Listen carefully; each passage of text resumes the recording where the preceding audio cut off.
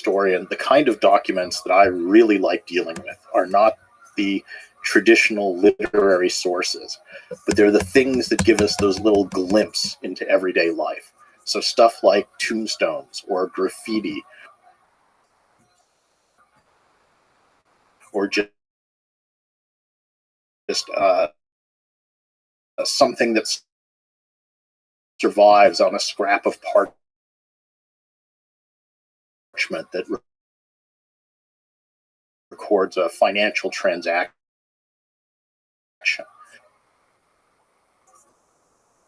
And whenever I read some of those, I'll have this moment of,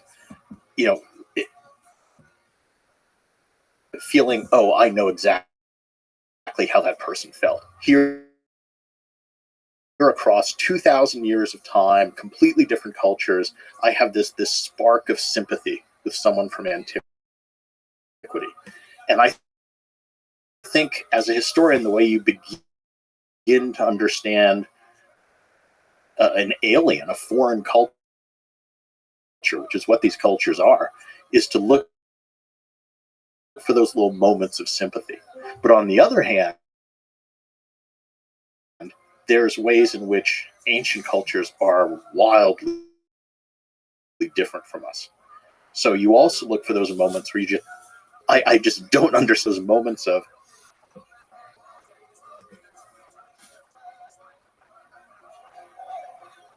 go to the Italian allies and half-citizens and raise new troops himself.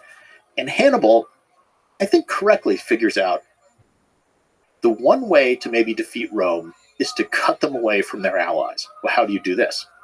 Hannibal's plan is, I'm not going to wait and fight the Romans in Spain or North Africa. I'm going to invade Italy. So I'm going to strike at the heart of this growing Roman Empire. And my hope is that if I can win a couple big battles against Rome in Italy, the Italians will want their freedom back. And they'll rebel from Rome and maybe even join me. Because most people who've been conquered want their freedom back. So this is a reasonable plan. So Hannibal famously crosses the Alps with elephants, dramatic stuff. Nobody expects him to do this. Nobody thinks you can do this. Shows up in northern Italy. Romans send an army. Hannibal massacres them. He is a military genius. Rome takes a year, raises a second army. We know this story. Sends it against Hannibal. Hannibal wipes him out. Rome gets clever this time. They say, okay, Hannibal's different. We're going to take 2 years, raise two armies, and send them both out at the same time against Hannibal. So they do this, and this is the Battle of Cannae, which is one of the most famous battles in history. Hannibal is facing this army of 80,000 Romans about. And he comes up with a strategy called double envelopment. I mean, we can go into it later if you want, but it's this famous strategy where he basically kind of sucks the Romans in, surrounds them on all sides.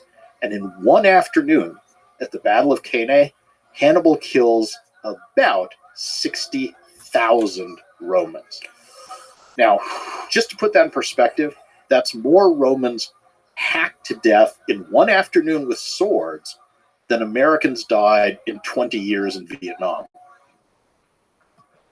The following is a conversation with Gregory Aldrete, a historian specializing in ancient Rome and military history. This is the Let's Read Learn podcast. To support it, please check out our sponsors in the description. And now, dear friends, here's Gregory Aldrete. What do you think is the big difference between the ancient world and the modern world? Well, the easy answer, the one you often get, is technology. And obviously there's huge differences in technology between the ancient world and today. But I think some of the more interesting stuff is a little bit more amorphous things, more structural things. So I would say, first of all, childhood mortality. In the ancient world, and this is true of Greeks, Romans, Egyptians, really anybody up until about the Industrial Revolution, about 30 to 40% of kids died before they hit puberty. So, I mean, put yourself in the place of an average inhabitant of the ancient world. If you were an ancient person, 3 or 4 of your kids probably would have died. You would have buried your children. And nowadays we think of that as an unusual thing. And just psychologically, that's a huge thing. You would have seen multiple of your siblings die.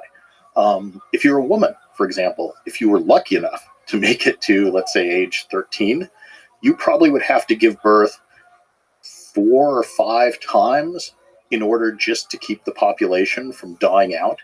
So those kind of grim mortality, I think, are a huge difference psychologically between the ancient world and the modern. But fundamentally, do you think human nature changed much? Do you think this is the same elements of what we see today? Fear, greed, love, hope, optimism, and cynicism, the underlying forces that result in war, all of that permeates human history? Crude answer, yes. I think human nature is roughly constant. And for me, as an ancient historian, the kind of documents that I really like dealing with are not the traditional literary sources, but they're the things that give us those little glimpses into everyday life. So stuff like tombstones or graffiti, or just something that survives on a scrap of parchment that records a financial transaction. And whenever I read some of those, I'll have this moment of, feeling, oh, I know exactly how that person felt. Here across 2,000 years of time, completely different cultures, I have this spark of sympathy with someone from antiquity. And I think as a historian, the way you begin to understand an alien, a foreign culture, which is what these cultures are, is to look for those little moments of sympathy. But on the other hand, there's ways in which ancient cultures are wildly different from us. So you also look for those moments where you just think, how the hell could these people have done that? I just don't understand how they could have thought or acted in this way. And it's lining up those moments of sympathy and kind of disconnection that I think is when you begin to start to understand a foreign culture or an ancient culture. I love the idea of assembling the big picture from the details and the little pieces, because that is the thing that makes up life. Yeah. The big picture is nothing without the details. Yep. And those details would bring it to life. Yeah. It's not the grand sweep of things. It's seeing those little hopes and fears. Another thing that I think is a huge difference between the modern world and the ancient is just basically everybody's a farmer. Everybody's a small family farmer, and we forget this. Yeah. I was just writing a lecture for my next Great Courses course, and I was writing about farming in the ancient world. And I was really thinking, if we were to write a realistic textbook of, let's say, the Roman Empire, 9 out of 10 chapters should be details of what it was like to be a small-time family farmer, because that's what 90% of the people in the ancient world did. They weren't soldiers, they weren't priests, they weren't kings, they weren't authors, they weren't artists. They were small-town family farmers. And they lived in a little village. They never traveled 20 miles from that village. They were born there. They married somebody from there. They raised kids. They mucked around in the dirt for a couple decades, and they died. They never saw a battle. They never saw a work of art. They never saw a philosopher. They never took part in any of the things we define as being history. Pleasure to meet you, so that's what life should be, and that's representative. Nevertheless, it is the emperors and the philosophers and the artists and the warriors who carve history. And it is the important stuff. So, that's true. There's a reason we focus on that. That's a good reminder, though. If we want to truly empathize and understand what life was like, we have to represent it fully. And I would say let's not forget them. So let's not forget what life was like for 80-90% of the people in the ancient world, the ones we don't talk about, because that's important too. So the Roman Empire is widely considered to be the most powerful, influential, and impactful empire in human history. What are some reasons for that? Yeah, Rome has been hugely influential, I think, just because of the image. There's all these practical ways. The words I'm using to speak with you today, 30% are direct from Latin, another 30% are from Latin-descended languages. Our law codes, our habits, our holidays, everything comes fairly directly from the ancient world. But the image of Rome, at least again in Western civilization, has really been the dominant image of a successful empire. And I think that's what gives it a lot of its fascination. This idea that, it was this great, powerful, culturally influential empire. And there's a lot of other empires. We could talk about ancient China, which arguably was just as big as Rome, just as culturally sophisticated, lasted about the same amount of time. But at least in Western civilization, Rome is the paradigm. But Rome is a little schizophrenic in that it's both the empire, when it was ruled by emperors, which is one kind of model, and it's the Roman Republic, when it was a pseudo-democracy, which is a different model. And it's interesting how some later civilizations tend to either focus on one or the other of those. So, the United States, revolutionary France, they were very obsessed with the Roman Republic as a model. But other people, Mussolini, Hitler, Napoleon, they were very obsessed with the empire, Victorian Britain, as a model. So Rome itself has different aspects. Well, what I think is actually another big difference between the modern world and the ancient is our relationship with the past. So one of the keys to understanding all of Roman history is to understand that this was a people who were obsessed with the past and for whom the past had power, not just as something inspirational, but it actually dictated what you would do in your daily life. And today, especially in the United States, we don't have much of a relationship with the past. We see ourselves as free agents, just floating along, not tethered to what came before. And the classical story that I sometimes tell in my classes to illustrate this is Rome started out as a monarchy. They had kings. They were kind of unhappy with their kings. Around 500 BC, they held a revolution and they kicked out the kings. And one of the guys who played a key role in this was a man named Lucius Junius Brutus. Okay, 500 years later, 500 years down the road, a guy comes along, Julius Caesar, who starts to act like a king. So if you have trouble with kings in Roman society, who are you going to call? Somebody named Brutus. Now, as it happens, there is a guy named Brutus in Roman society at this time who is one of Julius Caesar's best friends, Marcus Junius Brutus. Now, before I go further with the story, and I think you probably know where it ends, I should talk about how important your ancestors are in Roman culture. I mean, if you went to an aristocratic Roman's house and opened the front door and walked in, the first thing you would see would be a big wooden cabinet. And if you open that up, what you would see would be row after row of wax death masks. So when a Roman aristocrat died, they literally put hot wax on his face and made an impression of his face at that moment. And they hung these in a big cabinet right inside the front door. So every time you entered your house, you were literally staring at the faces of your ancestors. And every child in that family would have obsessively memorized every accomplishment of every one of those ancestors. He would have known their career, what offices they held, what battles they fought in, what they did.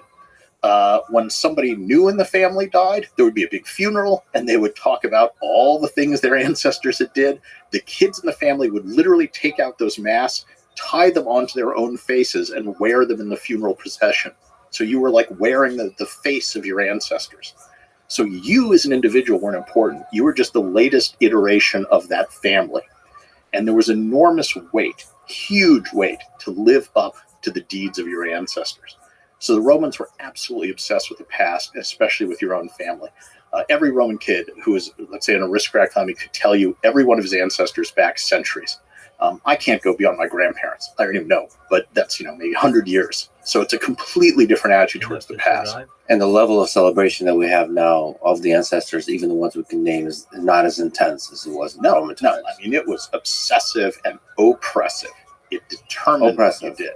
Oh, yes, because there's that weight for you to act like your ancestors did. Do you think, not to speak sort of philosophically, but do you think it was limiting to the way the society develops to be deeply constrained by the limiting in a good way or a bad way, you think?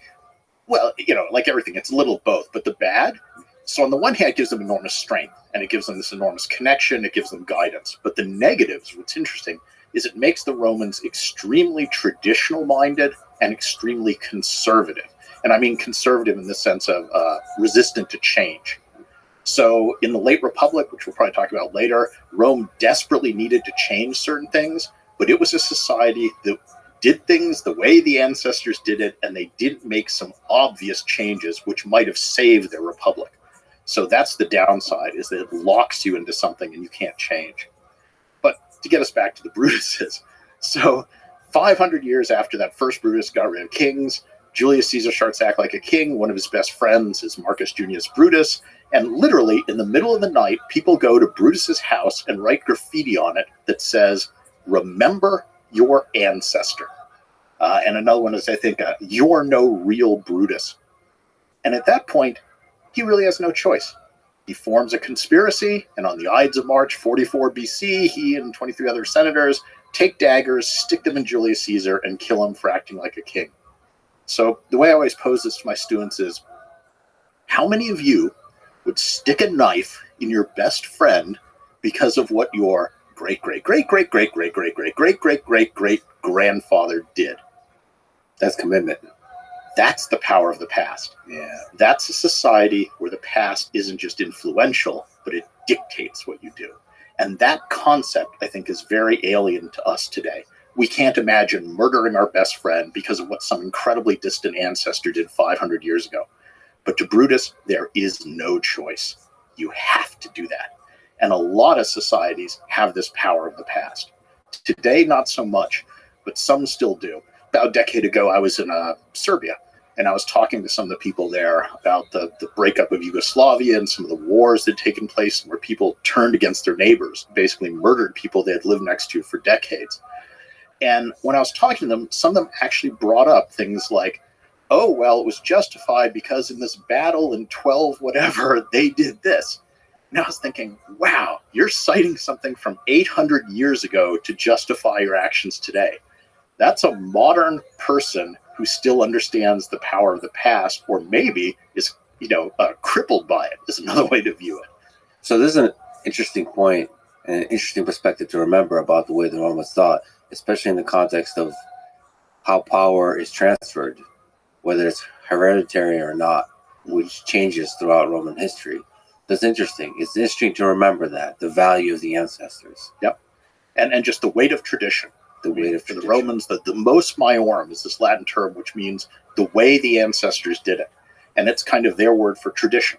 So for them, tradition is what your forefathers and mothers did. And you have to follow that example, and you have to live up to that. Does that mean that class mobility was difficult? So if your ancestors were farmers, there was a major constraint on remaining a farmer, essentially.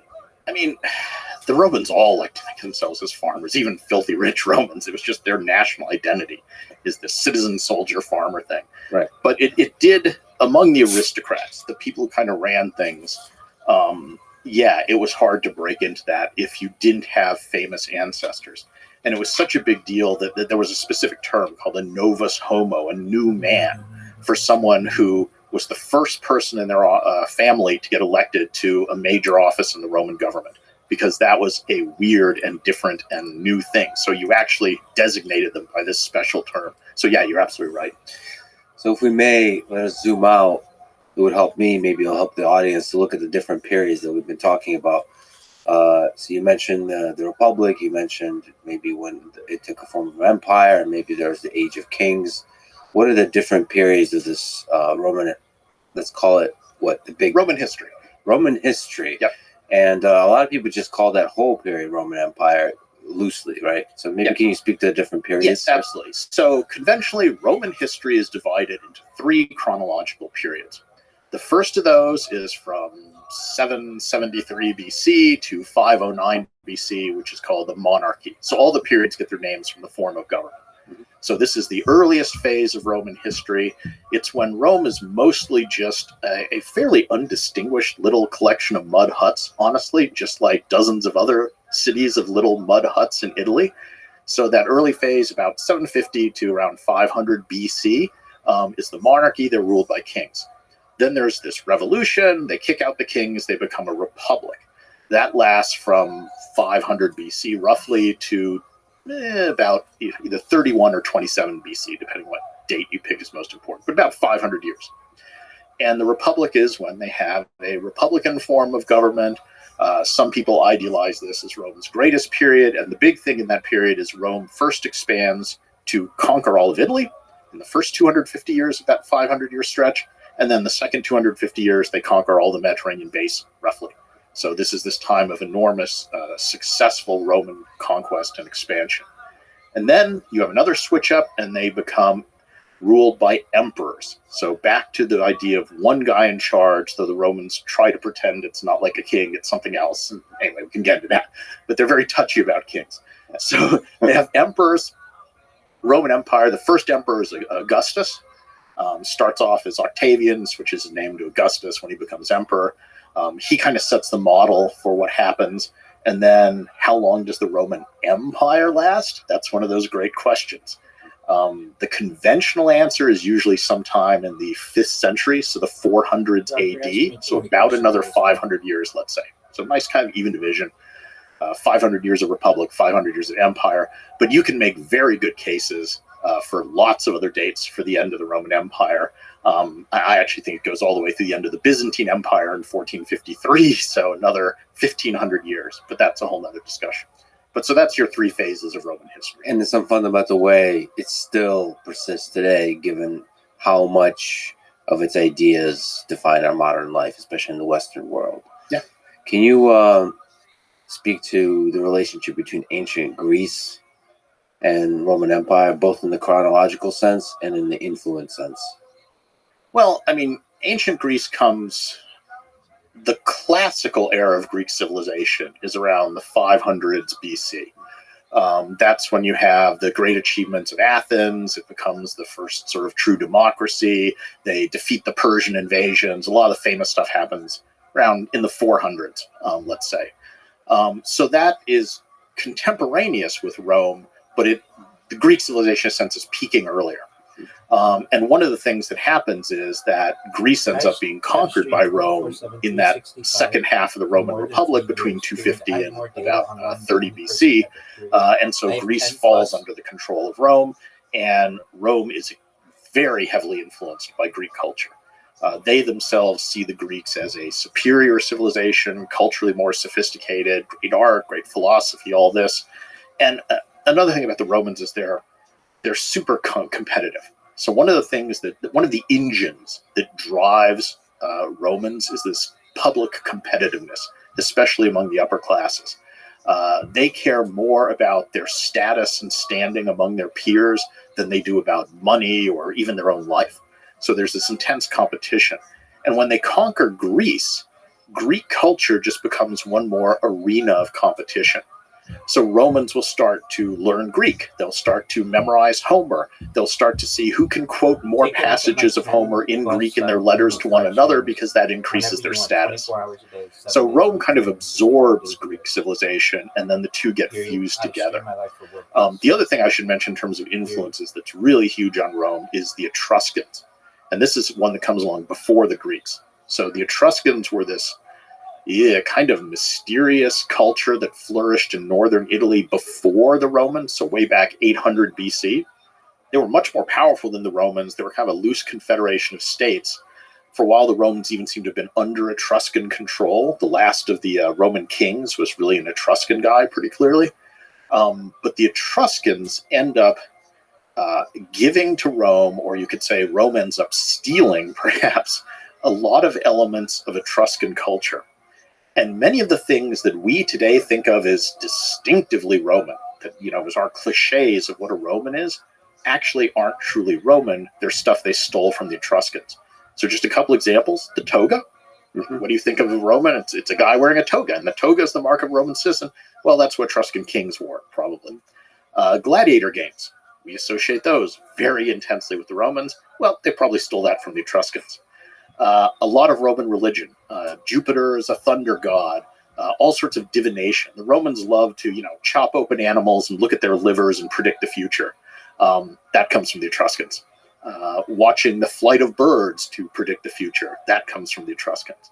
So there's a lot of central elements of what we think of as Roman civilization, which actually are borrowings, let's say, from these older, slightly mysterious Etruscans. I mean, that's a really powerful thing. It's a powerful aspect of a civilization to be able to, we can call it stealing, which is a negative connotation, but you can also see it as integration. Yeah. Basically, yes, steal the best stuff from the peoples you conquer or the peoples that you interact with. That's not every empire does that. There's a lot of nations and empires that when they conquer, they annihilate versus integrate. And so it's an interesting thing to be able to culturally, like the form that the competitiveness takes is that you want to compete in the realm of ideas and culture versus compete strictly in the realm of military conquest. Yeah, and I think you've exactly put your finger on one of the, let's say, secrets of Rome's success, which is that they're very good at integrating non-Romans or non-Roman ideas and kind of absorbing them. So one of the things that's absolutely crucial early in Roman history, when they're just one of these tiny little mud hut villages fighting dozens of other mud hut villages in Italy, why does Rome emerge as the dominant one? Well, one of the things they do is when they do finally succeed in conquering somebody else, let's say another Italianate people, they do something very unusual, because the normal procedure in the ancient world is you conquer something. Let's say you conquer another city. You often kill most of the men, enslave the women and children, steal all the stuff, right? The Romans, at least with the Italians, conquer the other city, and sometimes they'll do that, but sometimes they'll also then say, all right, we're going to now leave you alone, and we're going to share with you a degree of Roman citizenship. Sometimes they'd make them full citizens. More often they'd make them something we call half citizens, which is kind of what it sounds like. You get some of the privileges of citizenship, but not all of them. Sometimes they would just make them allies. But they would sort of incorporate them into the Roman project. And they wouldn't necessarily ask for money or taxes, which is weird too. But instead, the one thing they would always demand from the conquered cities in Italy is that they provide troops to the Roman army.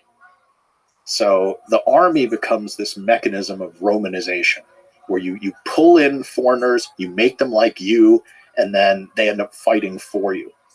And early on, the secret to Rome's military success is not that they have better generals, it's not that they have better equipment, it's not that they have better strategy or tactics, it's that they have limitless manpower, relatively speaking.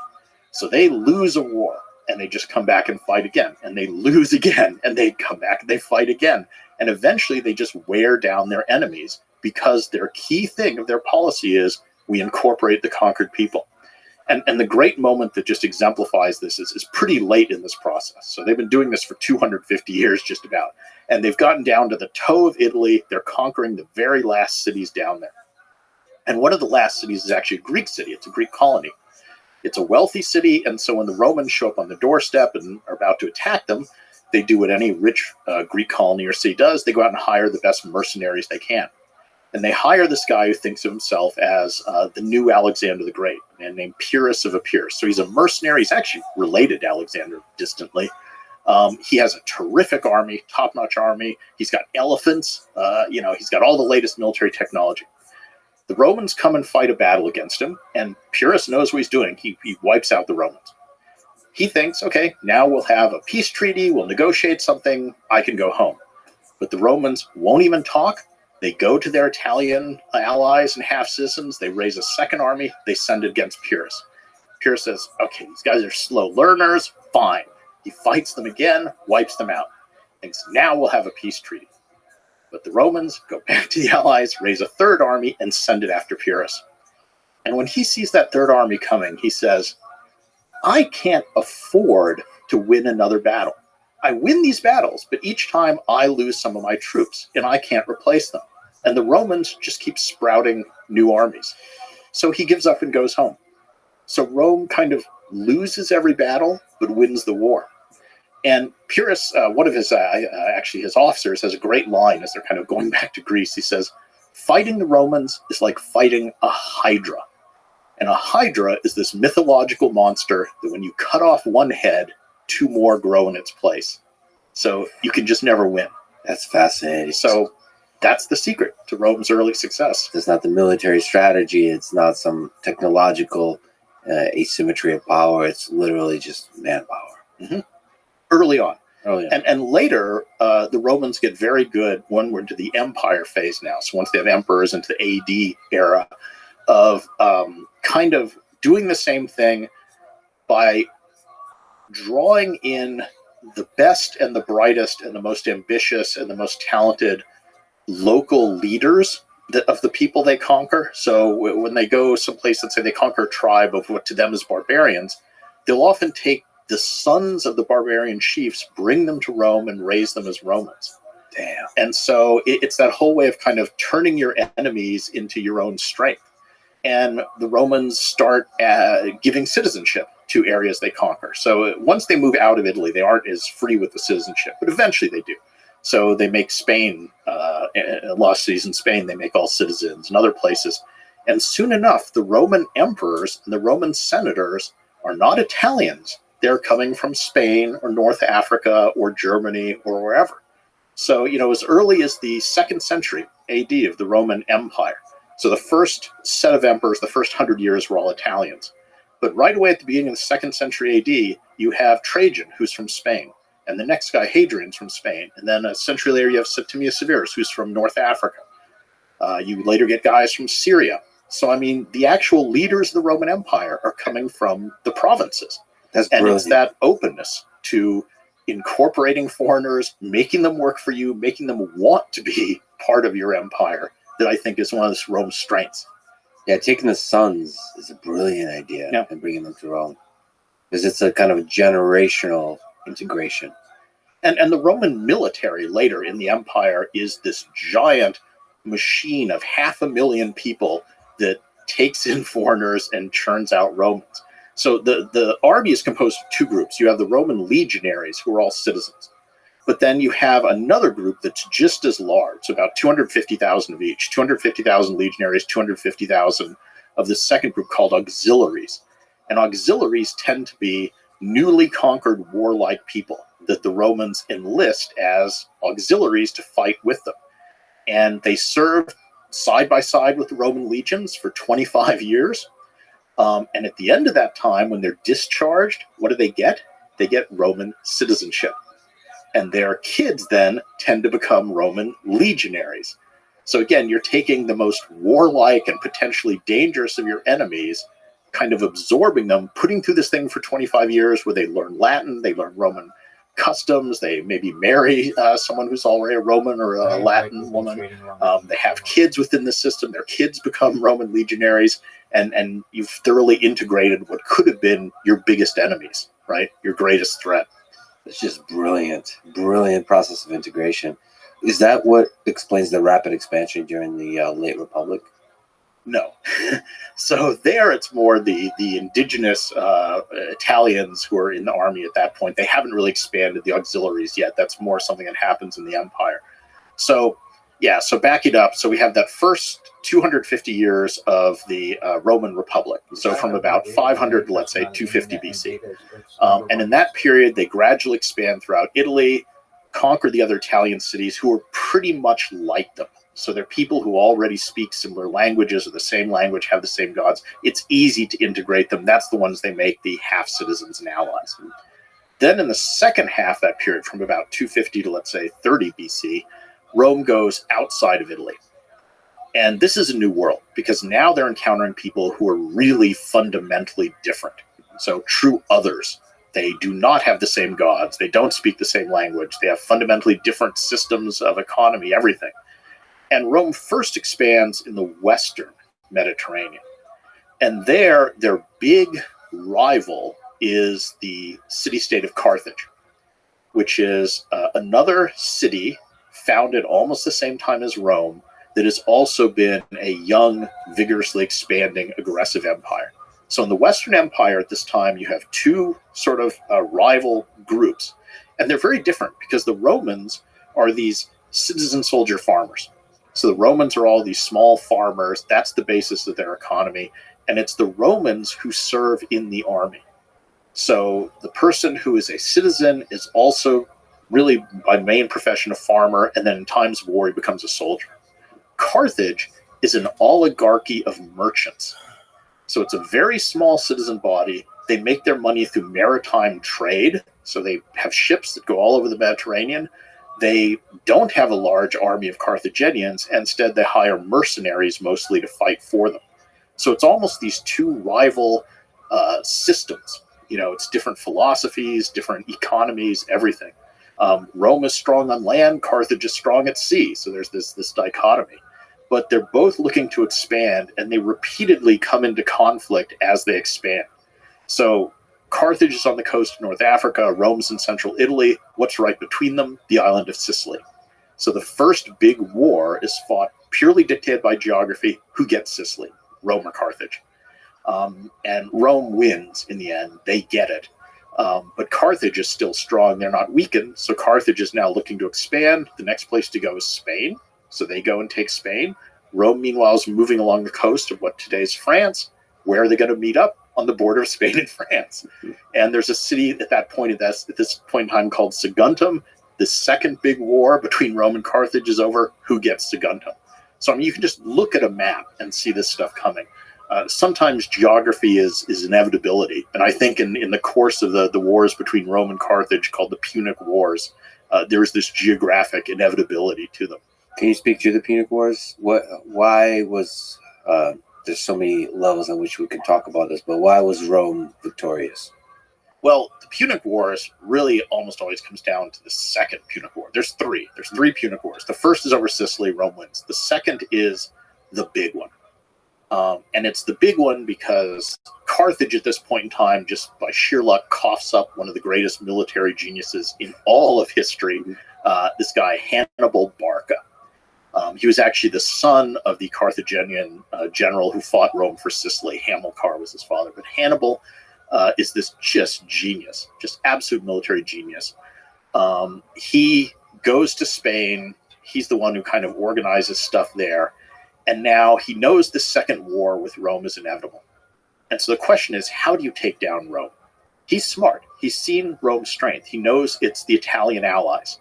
So Rome always wins because even if they lose battles, they go to the Italian allies and half-citizens and raise new armies. So how do you beat them? He can never raise that many troops himself. And Hannibal, I think, correctly figures out the one way to maybe defeat Rome is to cut them away from their allies. Well, how do you do this? Hannibal's plan is, I'm not going to wait and fight the Romans in Spain or North Africa. I'm going to invade Italy. So I'm going to strike at the heart of this growing Roman Empire. And my hope is that if I can win a couple big battles against Rome in Italy, the Italians will want their freedom back. And they'll rebel from Rome and maybe even join me. Because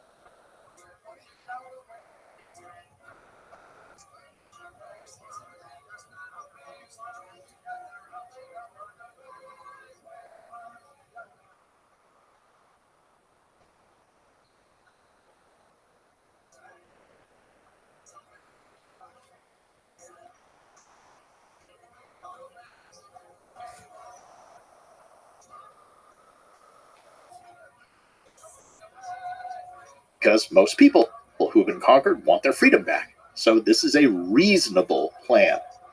So Hannibal famously crosses the Alps with elephants, dramatic stuff. Nobody expects him to do this. Nobody thinks you can do this. Shows up in northern Italy. Romans send an army. Hannibal massacres them. He is a military genius. Rome takes a year, raises a second army. We know this story. Sends it against Hannibal. Hannibal wipes him out. Rome gets clever this time. They say, okay, Hannibal's different. We're going to take 2 years, raise two armies, and send them both out at the same time against Hannibal. So they do this, and this is the Battle of Cannae, which is one of the most famous battles in history.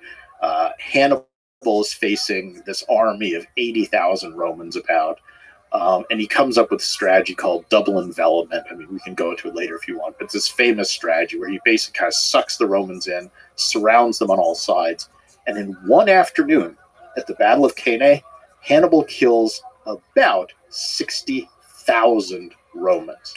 Now, just to put that in perspective, that's more Romans hacked to death in one afternoon with swords than Americans died in 20 years in Vietnam. I mean, the Battle of Gettysburg, which lasted 3 days and was one of the bloodiest battles of the Civil War, I think the actual deaths at that were maybe like 15,000. So this is bloodshed of an almost unimaginable scale. It's also brutal. Yes. Just it's just mind-boggling to think of that. So now this is Rome's darkest hour. This is why the Second Punic War is important, because there's that Nietzsche phrase, what doesn't kill you makes you stronger.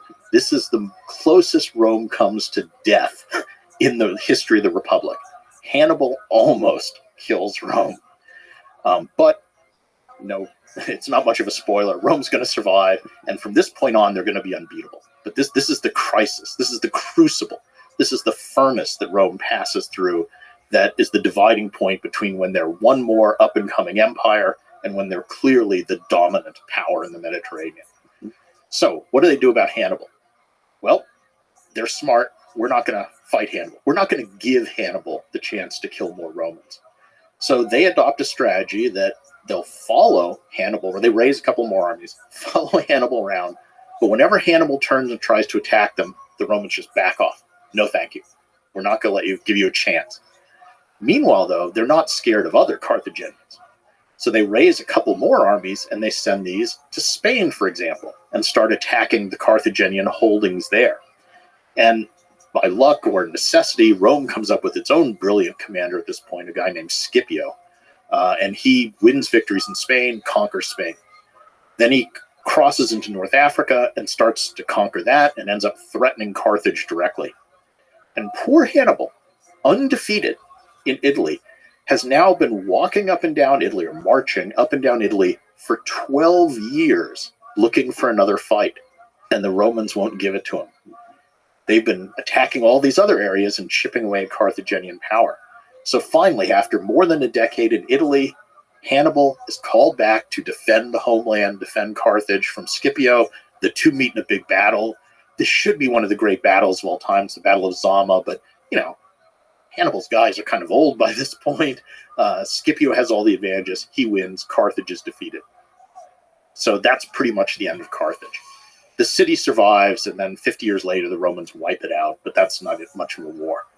But from this moment on, from the Second Punic War, which ends in 201 BC, Rome is undisputably the most powerful nation in the Mediterranean world. And having conquered the West, they're now going to turn to the East, which is the Greek world. And the Greek world is older, it's richer, it's the rich part, half of the Mediterranean, it's culturally more sophisticated, it's the world left by Alexander the Great that's ruled by the descendants of his generals. And the Greeks kind of view themselves as superior to the Romans. I mean, to the Greeks, the Romans are these uncouth, sort of savage barbarians. But they're going to get a real shock because the Roman army now has gotten really good to beat Hannibal. And when they go east, they're going to just defeat the Greeks relatively easily, one after the other. And there's a famous historian named Polybius, who is a Greek whose city was captured by the Romans. He later becomes a friend to the Scipio family. He actually teaches some of the Scipio children about Greek culture. And he writes a history of Rome. And his motivation for writing this is, he says at the beginning of this book, he says, surely there can be no one so incurious as to not want to understand how the Romans could have conquered the entire Greek world in 53 years, because that seems unimaginable to him. So he's writing this entire history as a way to try and understand, how did the Romans do it? We were these wonderful, superior people, and they came around in 50 years, bang, that's the end of us. So that's his motivation. Could you maybe speak to any interesting details of the military genius of Hannibal or Scipio? At that time, what are some interesting aspects of this double envelopment idea? I mean, Hannibal is good because he understood how to use different troop types and to play to their strengths and how to use terrain. So, I mean, this is basic military stuff, but he did it really well.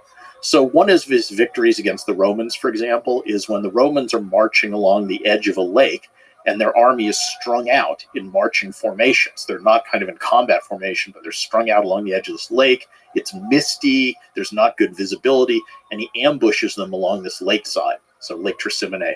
And it's just using the terrain, understanding this. Again, Hannibal's very much outnumbered, but he's able to use the terrain and to take the enemy by surprise.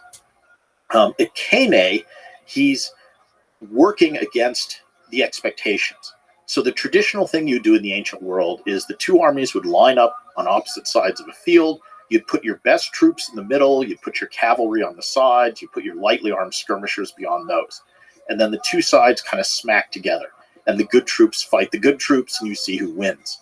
Now, Hannibal is hugely outnumbered by this giant phalanx of heavy infantry, which is what the Romans specialized in. They're very good at sort of heavily armed foot soldiers.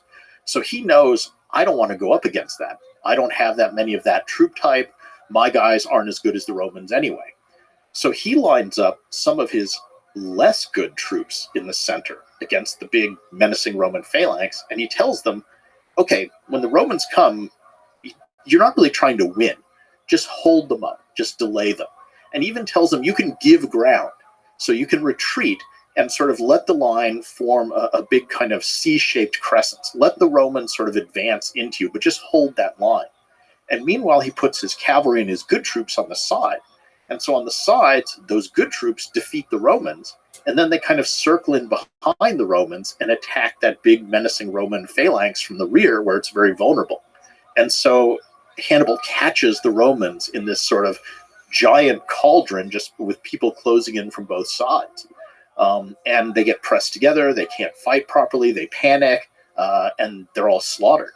And that strategy of double envelopment, of sort of going around both sides, becomes the model for all kinds of military strategies throughout the rest of history. I mean, the Germans used this in their Blitzkrieg in World War II. A lot of it was kind of that, go around the sides and envelop the enemy. On the Eastern Front, they had a bunch of these sort of cauldron battles where they would go around and try to encircle huge chunks of the Russian army and do the same thing.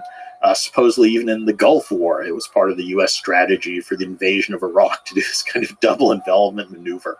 So it's something that for the rest of military history has been an inspiration to other armies. Can you speak to maybe the difference between heavy infantry and cavalry, the usefulness of it in the ancient world?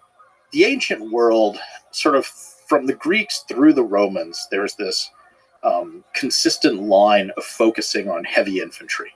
So going back to Greece, when they're fighting, let's say, Persia, which at the time was the superpower of the ancient world, and vastly richer, vastly larger than ancient Greece, tons more men. But the Persians tended to be archers, tended to be light horsemen, tended to be light infantry, whereas the Greeks specialized in what are called hoplites, which is a kind of infantrymen with very heavy body armor, a helmet, a spear, and a really big, heavy shield. And they would get in that formation where you kind of make the shields overlap and just form this solid mass, bristling with spear points, and just slowly kind of march forward and grind up your enemy in front of you. And so that's that sort of block of heavy infantry. The advantages head on against other things, they tend to win. The disadvantages, it's slow moving. It's vulnerable from the sides and the rear, so you got to protect those. But if you can keep frontally faced, it's pretty much invincible. And that's taken even further by Alexander the Great, who comes up with the idea, well, what if we even give them a longer spear? So Greek spears were 6 to 8 feet long. Alexander the Great arms his armies with the sarissa, which is this 15-foot, almost a pike, this extra long spear. And so when the spear is that long, you don't even hardly need the shields anymore. So it's just this incredibly powerful thing in frontal attack. And that's what he uses to make himself ruler of the known world. He goes and conquers the Persian Empire, makes himself the Persian King of Kings with this phalanx of troops armed with the sarissa. So that's very powerful. The Romans go a little bit different route. They have heavy infantry, but they focus more on fighting with short swords. So it's get up close and kind of stab. And the other thing the Romans do is they focus on flexibility and subdividing their army. So Alexander's phalanx was a mass of, let's say, 5,000 guys, and it was one unit. The Roman army is organized in an ever-decreasing number of subunits. So you have a group of 8 guys who are a contubernia, the men who share a tent. You take 10 of those, and they form a century of 80 men. You take a bunch of those and you form a cohort. You forget a bunch of those, you form a legion. So the Romans are able to subdivide their army. And the big sticking point comes at 197 BC at the Battle of Cynocephali, when the Roman legion goes up against one of the descendants of Alexander the Great, who's using his military system. So this is the new Roman system with flexibility versus the old invincible Alexander system with the heavily armed sarissa with those long 15-foot poles. And the key moment in the battle is where they lock together, and in a head-on clash, the Macedonians are going to win. But the Romans have the flexibility to break off a little section of their army, run around to the side, and attack that formation from the side, and they win the battle. So they prove tactically superior because of their flexibility. So it's always development and counter-development in military history. A fascinating, brutal testing ground of tactics and technology. Adaptation. You have to keep adapting. That's, I think, the key thing. One of the fascinating things about your work, you study Roman life in the ancient world, but also the details, like we mentioned. You are an expert in armor. So what kind of, maybe you could speak to weapons and most importantly, armor that were used by the Romans or by people in the ancient world? I do military history. So, I mean, the Romans specialized in, early on, they have pretty random armor and it's not standardized. Remember, there's no factories in the ancient world. So nobody's cranking out 10,000 units of exactly the same armor. Each one is handmade. Now, there could be a degree of standardization. Even as early as Alexander, there was a certain amount of standardization. But each one is still handmade. And that's important to keep in mind. Each weapon, each piece of armor.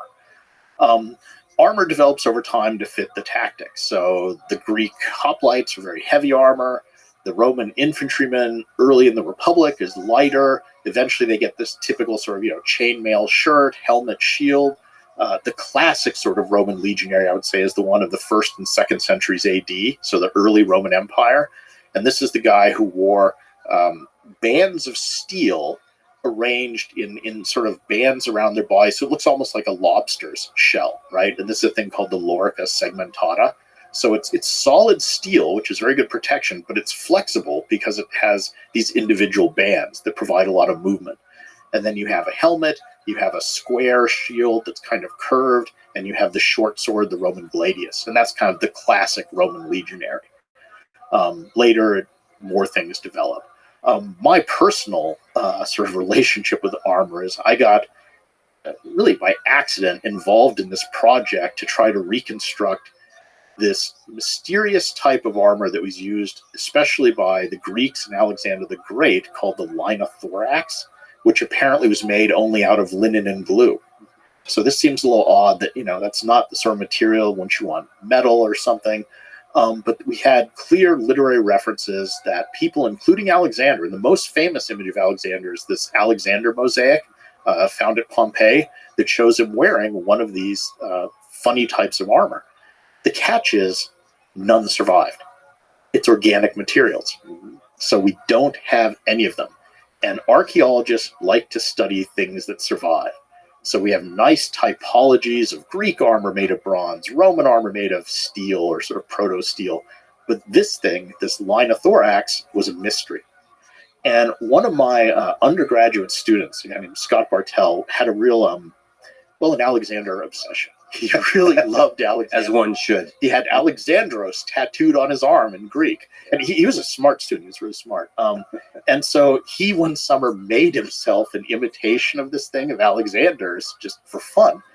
And he said, can you give me some articles so I could do a better job? So I used some scholarly articles about this armor. And with typical sort of, academic arrogance, I said, why, Scott, of course I will. I'll give you some references. And I went and looked and there weren't any. So at that point I was like, tell you what, why don't you and I look into this and try to do a reconstruction using only the materials they would have had in the ancient world?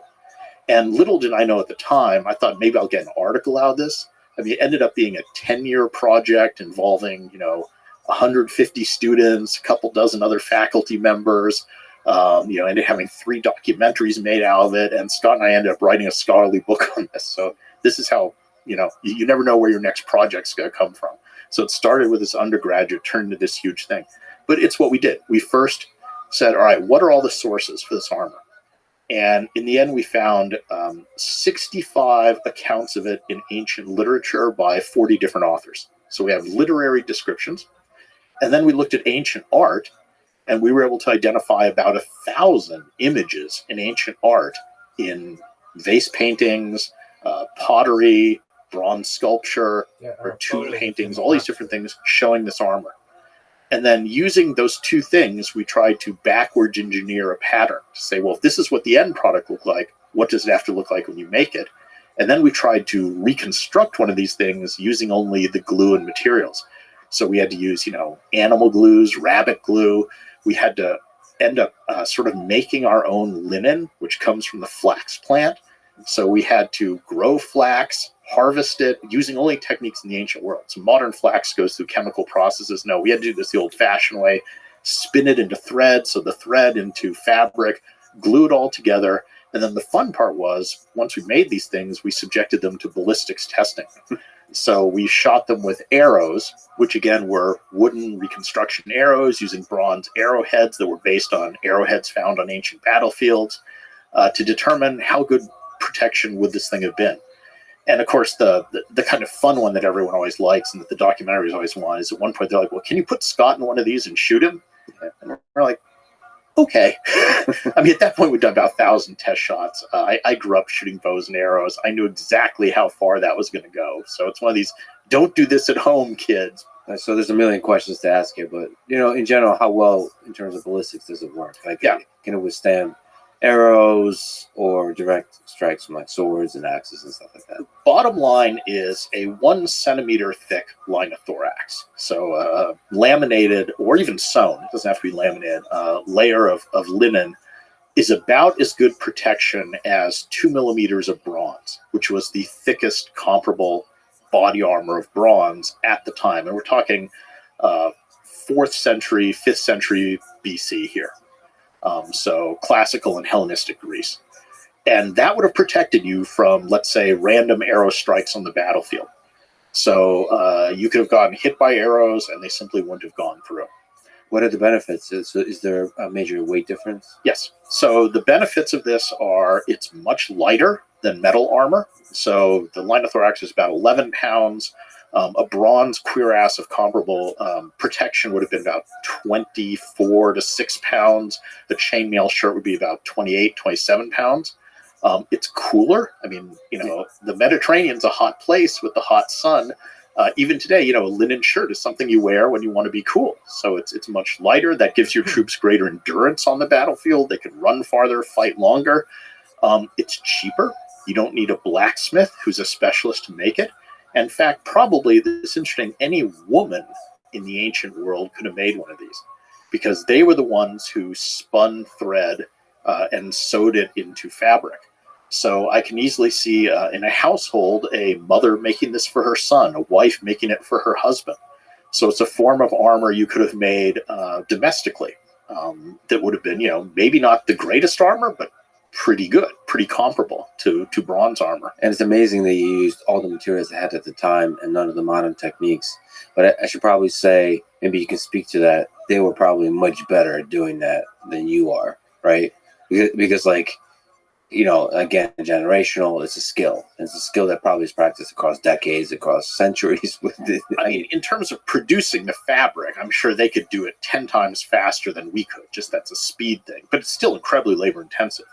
Where I think there's a big difference between our reconstruction and ancient ones is in the glue. So we ended up using a kind of least common denominator glue. We used rabbit glue because it would have been available anywhere and it's cheap. But in the ancient world, they did have basically the equivalent of super glues. I mean, we found, for example, helmets that were fished out of a river in Germany that were had metal parts glued together that after 2,000 years of immersion in water were still glued together. So they had some great glues. We just don't know what the recipes for them were.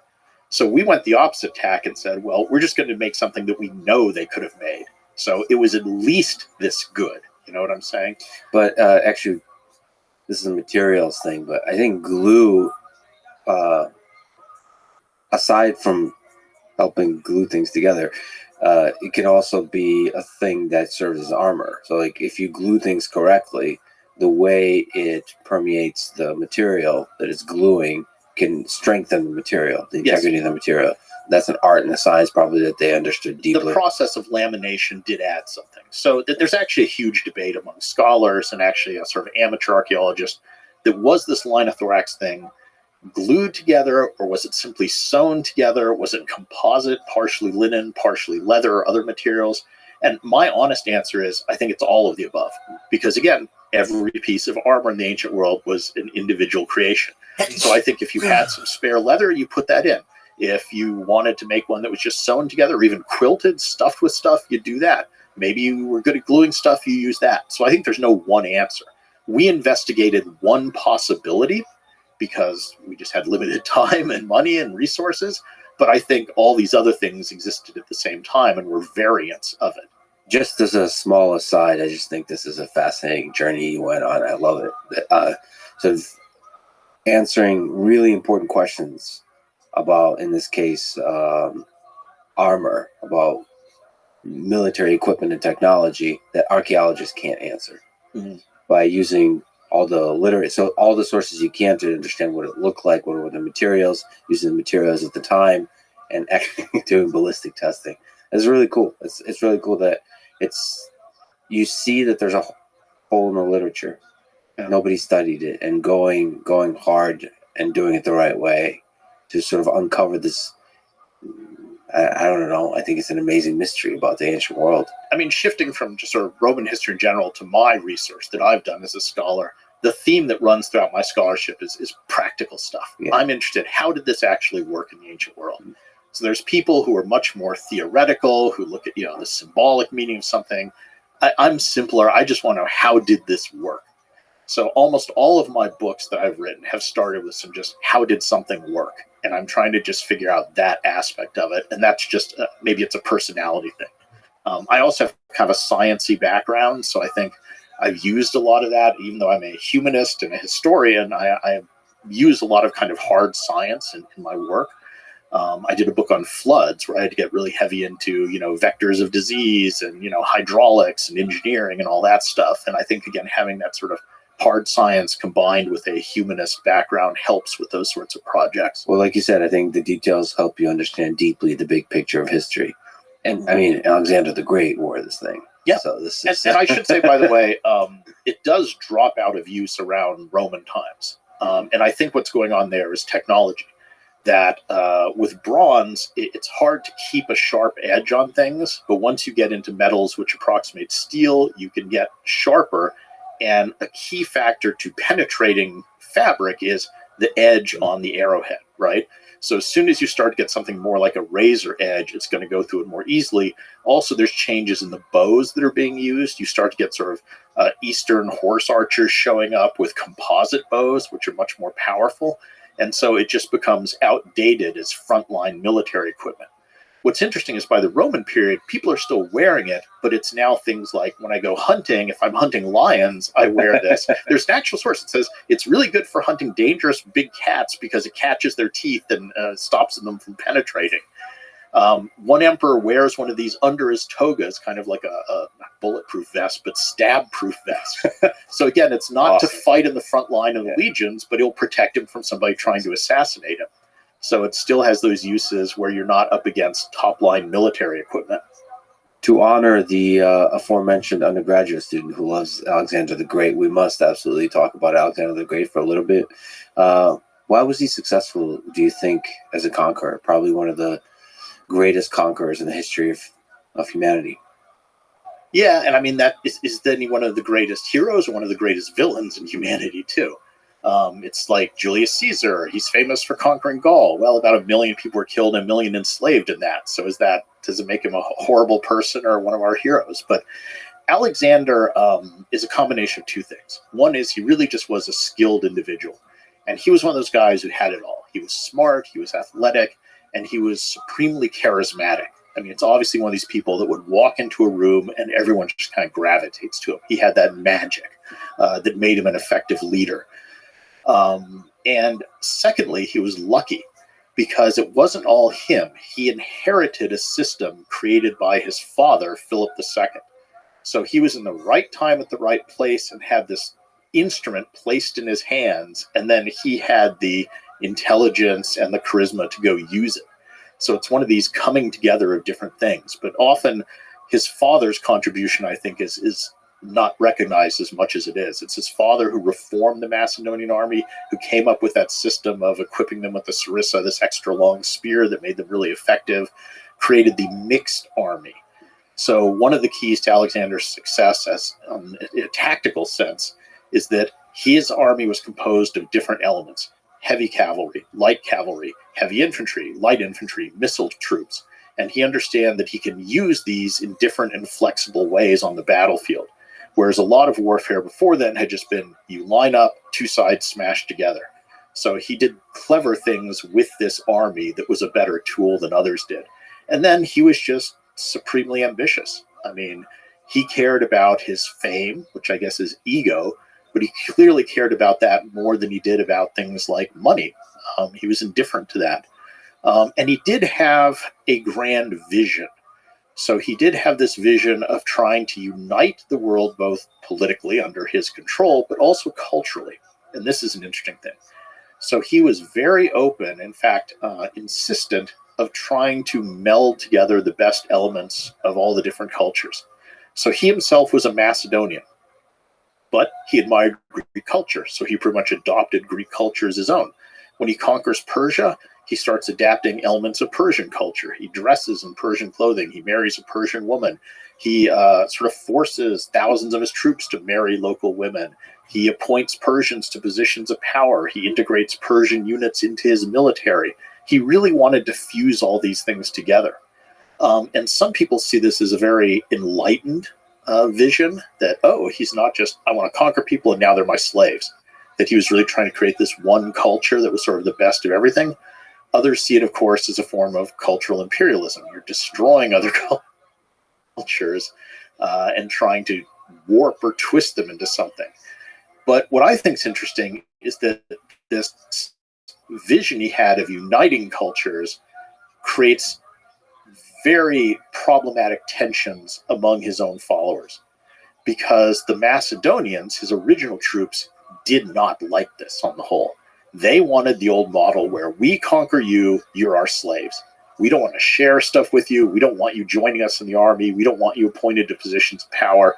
We're your conquerors, and that's it.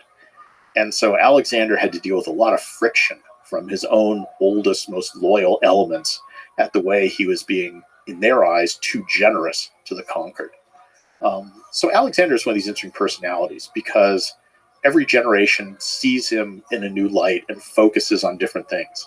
So for some, he's this enlightened visionary who was taught by Aristotle, the Greek philosopher, and they say, well, this influenced him. Others see him as an egomaniacal warmonger, just I'm out to kill and gain glory. There was a book a couple decades ago that says, oh, he's just an alcoholic, which he probably was, yeah. So you get all these competing images, and the great thing is we don't really know what the true Alexander was or what his motivations were. It's a mixed message. Why do you think the Roman Empire lasted while the Greek Empire, as the Alexander expanded, did not? That's a clear answer. So Alexander's empire fragmented the moment he died. And so his empire was all about personal loyalty. It was his charisma holding it together, his personality. And he completely failed to create a structure so that it would continue after his death. And of course, he died young. He didn't think he would die when he did, but still, you should put something in place. So his was a flash in the pan. He had this spectacular conquest. In 10 years, he conquered what was then most of the known world, but he had no permanent structure in place. He didn't really deal with the issue of succession. It fell apart instantly. The Romans are much more about building a structure. So, I mean, as we talked about a little, they were very good about incorporating the people they conquered into the Roman project. I mean, they're oppressive, they're imperialistic as well. Let's not whitewash them. I mean, they had moments when they would just wipe out entire cities. But on the whole, they were much more about trying to bring people into the Roman world. And I think that was one of their strengths, is that they were open to integration and bringing in different people to keep rejuvenating themselves. One of the most influential developments from the Roman Republic was their legal system. And as you mentioned, it's one of the things that still lasted to this day in many of its elements. So it started with the 12 tables in 451 BC. Can you just speak to this legal system and the 12 tables? Yeah, I mean, Roman law is one of their most significant, maybe the most significant legacy they have on the modern world. So, I mean, just to start at that end of it, something like 90% of the world uses a legal system which is either directly or indirectly derived from the Roman law. So even countries that you wouldn't think are really using Roman law kind of are, because all the terminology, all that comes from Roman law. And the Romans, their first law code was this thing, the 12 tables. So this is way back in the Middle Republic, and it was a typical early law code.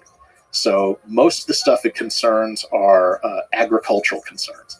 So if I have a tree and its fruit drops onto your property, who owns the fruit? Yeah. If my cow wanders into your field and eats your grain, am I responsible? I mean, I love these early law codes that are all about this, like, farmer problems, But law codes are hugely important because you need a law code to enable people to live in groups.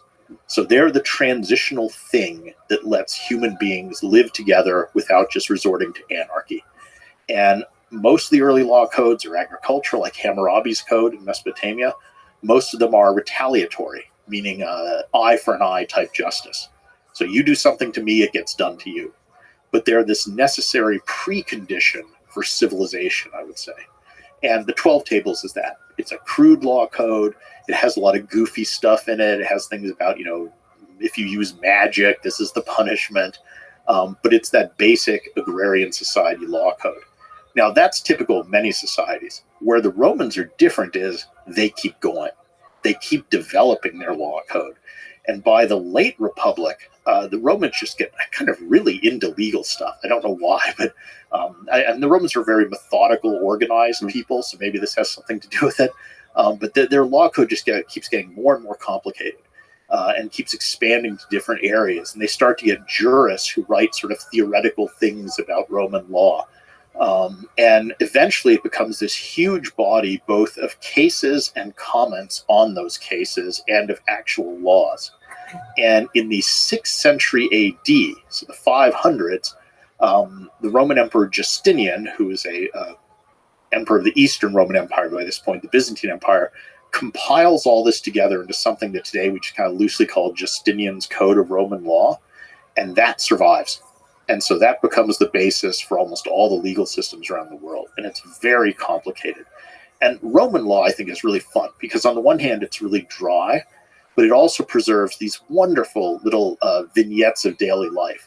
So you get these great, just kind of entertaining law cases. One of my favorite, and this may not even be a real case, this might be a hypothetical that they would use like to train Roman sort of law students, is like, one day a man sends his slave to the barber to get a shave. And the barber shop is adjacent to an athletic field. And two guys are on the athletic field throwing a ball back and forth. And one of them throws the ball badly. The other guy fails to catch it. The ball flies into the barber shop, hits the hand of the barber, cuts the slave's throat, he dies. Who's liable under Roman law? Is it the athlete 1 who threw the ball badly? Is it athlete 2 who failed to catch it? Is the barber who actually cut the slave's throat? Is it the owner of the slave for being stupid enough to send his slave to get a shave in a place adjacent to a playing field? Or is it the Roman state for zoning a barber shop next to an athletic field? What do you think? Well, do they resolve the complexity of that with a right answer? We don't have the answer. We don't have the answer. It's a case without the answer. So we have various jurists commenting on this one, but we don't have what was actually ruled. But it's just a great little, sort of vignette. And that's how complicated Roman law got, that it was dealing with these weird esoteric questions. There's another one where, a cow gets loose and runs into an apartment building, goes up onto the roof and crashes down 3 stories into a bar on the ground floor and kicks open the taps to the wine jug and all the wine flows out. Who's at fault? I mean, this seems to have happened, as crazy as it sounds. And Roman testamentary law is great. I mean, something like 20% of Roman law has to do with wills and what you do with the will and what makes a will valid. You have to have 7 witnesses, and you have to have a guy named a Liebeprens to witness it, and the witnesses have to be adult men who can't be blind, and all this other stuff. So it's just great. I mean, it's fun to mess around in this, but it always contains these little nuggets about what happens. I mentioned I wrote a book on floods, and there were all these law cases about if a flood strikes the city and picks up my piece of furniture in my apartment building and carries it out the door and deposits it in another apartment building, does that guy now own my furniture because it's now legally within his apartment? Or can I go in there and repossess it because the flood took it out of my apartment? This is the stuff laws handle, and that's how sophisticated Roman law got. Did kind of corrupt, unfair things seep into the law? Oh, yeah. I mean, it's biased in favor of the wealthy, obviously. And I mean, Roman law cases are interesting because they became linked to politics. So one of the ways that politicians, up-and-coming politicians, aspiring politicians, could sort of make their name or become famous was by either prosecuting or defending people in Roman law courts. And especially during the late Roman Republic, you get a lot of really sensational, what today we'd call celebrity law cases. So this is where some of the biggest politicians were accused of very melodramatic kinds of things. The most famous Roman orator of all time, Cicero, is a guy who made his entire career in the law courts. And that's how he made his reputation, was able to parlay that into political power, and eventually was elected to the highest office in the Roman government. But it's purely because of his skill, his facility at using words, at giving speeches in public. So they loved the puzzle and the game of law, the sort of untangling really complicated legal situations and coming up with new laws that help you tangle and untangle the situations. And law cases, again, especially in the late Republic, also became a form of public spectacle. Right. So Rome did not have law courts in a building locked away. A lot of these cases were held in the Roman Forum, in the open, and audiences would just come to be entertained. And the people presenting the speeches there were playing as much to this audience as they were to, let's say, the jury or a judge. And that became a big part of the cases. So that's all tied up in Roman oratory. So too. We're talking a bit about the details of the laws. Is there some big picture laws that are new innovations or like profound things like all Roman citizens are equal before the law, kind of founding fathers type of in the United States and Western world, these big legal ideas? I think maybe one of the things that was really stressed in Roman law early on, even as early as the 12 Tables, is the notion of Roman citizenship. So if you were a Roman citizen, it came with a set of both privileges and obligations. So the obligations were you're supposed to fight in the army, you were supposed to vote in elections. The privileges were you had the protection of Roman law, and at least in theory, if not in practice, everybody was equal under that law. Now, of course, keep in mind we're talking about men here. And even at the height of the Roman Empire, so let's say 2nd century AD, there were about 50 million human beings living within the boundaries of the Roman Empire. Maybe 6 million were actual citizens. So, we tend to go, oh, it's so great. If you're a citizen, you have all these things. Well, adult, free men who are not slaves, who are not resident foreigners, they have this great stuff. And that's always a tiny minority of all the human beings who existed in this society. But still, the notion of citizenship is huge. And citizens, for example, early on, you had to be tried at Rome if you were accused of something. And there's this very famous moment in Sicily where an abusive governor who's corrupt is punishing a citizen arbitrarily. And this person cries out, "Civis Romanus sunt," meaning I am a Roman citizen. And it really was this hugely loaded statement that gives me protections. It is wrong for you to do this to me. It's wrong for you to beat me because I am a citizen, and that gives me certain protections. So that notion of citizenship is something that I think the Romans really emphasize and becomes a legacy to a lot of civilizations today, where citizenship means something. It's a special status. So you mentioned slavery. That's something that is common throughout human history. What do we know about their relationship with slavery? Well, Roman slavery, a couple just reminders at the beginning. First of all, it's not racial slavery. So for people, in the United States, you tend to think of slavery through this kind of racial lens. So slaves in ancient Roman society could be any color, ethnicity, gender, origin, whatever. It's an economic status. Now, having said that, slavery is fundamentally horrific to human dignity because it is defining a human being as an object. And very famously, a Roman agricultural writer who's writing about farms, just as a kind of aside, says, on your farm, you have three types of tools. You have dumb tools, and by dumb he means can't speak. So that's like shovels, picks, things like this, wagons. You have semi-articulate tools, which are animals, and you have articulate tools, which are human beings, slaves. And for him, these are all just categories of tools. It's so intensely dehumanizing to view people in that way.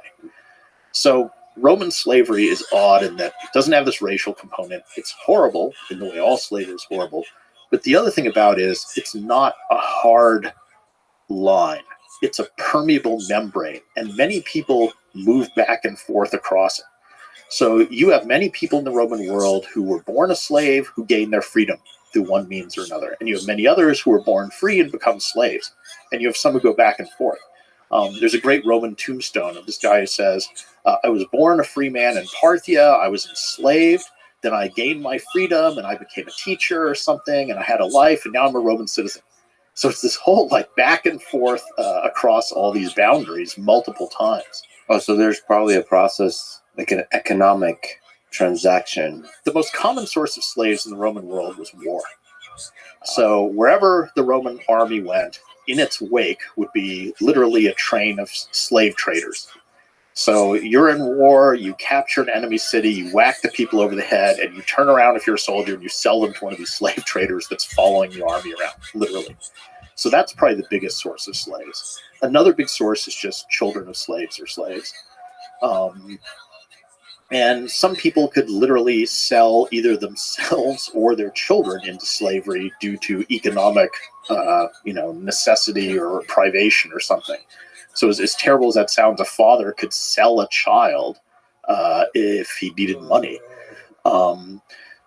Once you were a slave, though, the experience of slavery varied a lot because a lot of the slaves were agricultural slaves. So they would work sort of like in the American South, big plantations.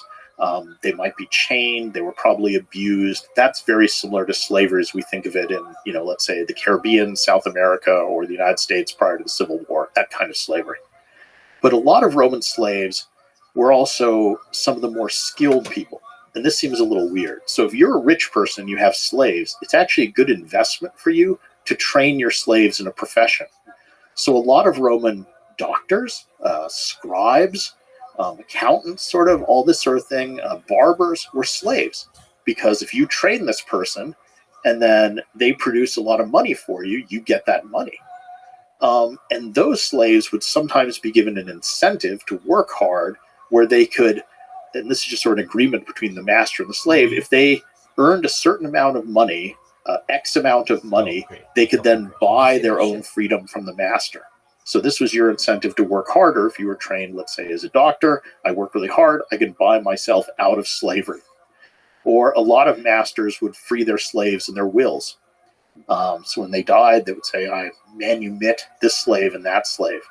So it was a weird institution in that elements were just as horrible as what we think of as slavery and just as exploitative. And like I say, the overall notion of slavery is intensely dehumanizing. But yet there was this wide range of types of slaves. And the odd thing is, in the city of Rome, many of the worst jobs, so if you're, just a laborer hauling crap around, at the docks or, things like that, you might well be a free person and a slave would hold a skilled job. And that seems a little strange or counterintuitive to us, but you see how in the Roman economy it sort of works. And that could be one of the things that would be surprising to us coming from the modern day to the ancient world is just the number of slaves. So you mentioned one of the things we don't think about is that most of the people are farmers. Yeah. And then the other thing is just the number of slaves. And there's a big debate. How many slaves were there? What percentage of the populace, let's say in the city of Rome, were slaves? And this is something historians like to argue about a lot. And we keep coming back to this theme of, sometimes it's the little things that illustrate stuff well. And for slaves, the one that always gets me is some slaves, and these would be sort of the more abused slaves, they would literally put little bronze collars on them with a tag that said, hi, my name is Felix. I'm the slave of so-and-so. I've run away. If you catch me, return me to the temple of so-and-so and you'll get a reward. So it's a dog tag, right? Except this is a human being. And you can see these in museums. I mean, you could go to a museum today and see this little bronze collar with a tag on it that's talking about a human being as if they're this kind of animal that's run away. And this is very telling too. We're talking about Roman law. Under Roman law, technically, when a slave runs away, the crime that he's committing is theft because he's stolen himself from his master. So again, it's this very dehumanizing view of it. And just a reminder to people in America thinking about this, we have a certain view and picture to what slavery is. A reminder that all of human history, most of human history has had slaves of all colors, of all religions. That's within us to select a group of people, call them the other, use them as objects, abuse them. And I would say, as a person who believes the line between good and evil runs through the heart of every man, all of us, every person listening to this is capable of being owner of a slave if they're put in the position, of capable of hating the other, of forming the other, of othering other people. And we should be very careful not to look ourselves in the mirror and remind ourselves that we're human. It's easy to kind of think, okay, well, there's these slaves and slave owners through history, and I would have never been one of those. But just like as we would be farmers, we could be both. If we went back into history, we could be both slaves and slave owners, and all of those are humans. I mean, just to build on that, I'd say the othering of others is a morally corrosive thing to do. Yeah. So this fascinating transition between the Republic to the Empire. Can we talk about that? Mm-hmm. How does the Republic fall? Oh boy. Okay, so the Roman Republic, on the one hand, is incredibly successful, right? In a short period of time, it's expanded wildly, it's conquered the Mediterranean world, it's gained tons of wealth. The contradiction here is that Rome's very success has made almost every group within Roman society deeply unhappy and boiling with resentment. So this is the contradiction. Enormous success on the surface, you end up with this boiling pot of resentment and unhappiness. So let's break this down. Who's unhappy? Well, the people fighting Rome's wars, the common farmers who went off to fight. They joined the army, they went and fought, they've come back, they've seen Rome get wealthy, they've seen their generals get wealthy, they've conquered all these areas, all this money and stuff is flowing back to Rome, but when they're discharged from the army, they don't get that much. So they feel like, I spent the best years of my life fighting for my country, I deserve a reward, I haven't gotten it. So you have a lot of veterans who are now unemployed or underemployed. Many of them have sold their small family farms when they went off to join the army, and now they don't have them. So that group's unhappy, the veterans. You have the aristocrats, who on the surface, the ones who are doing well, they're the politicians and the generals. But as time goes on, the ones who get the plum appointments, who get the good generalships, starts coming from a smaller and smaller subset of the aristocrats. The Scipios and their friends start to dominate. So you end up where most of the aristocratic class is feeling, hey, I'm left out. I didn't get what I deserve. What about the half-citizens and the allies, the Italians, who have fought for Rome, who stayed loyal when Hannibal invaded? They didn't go over to his side.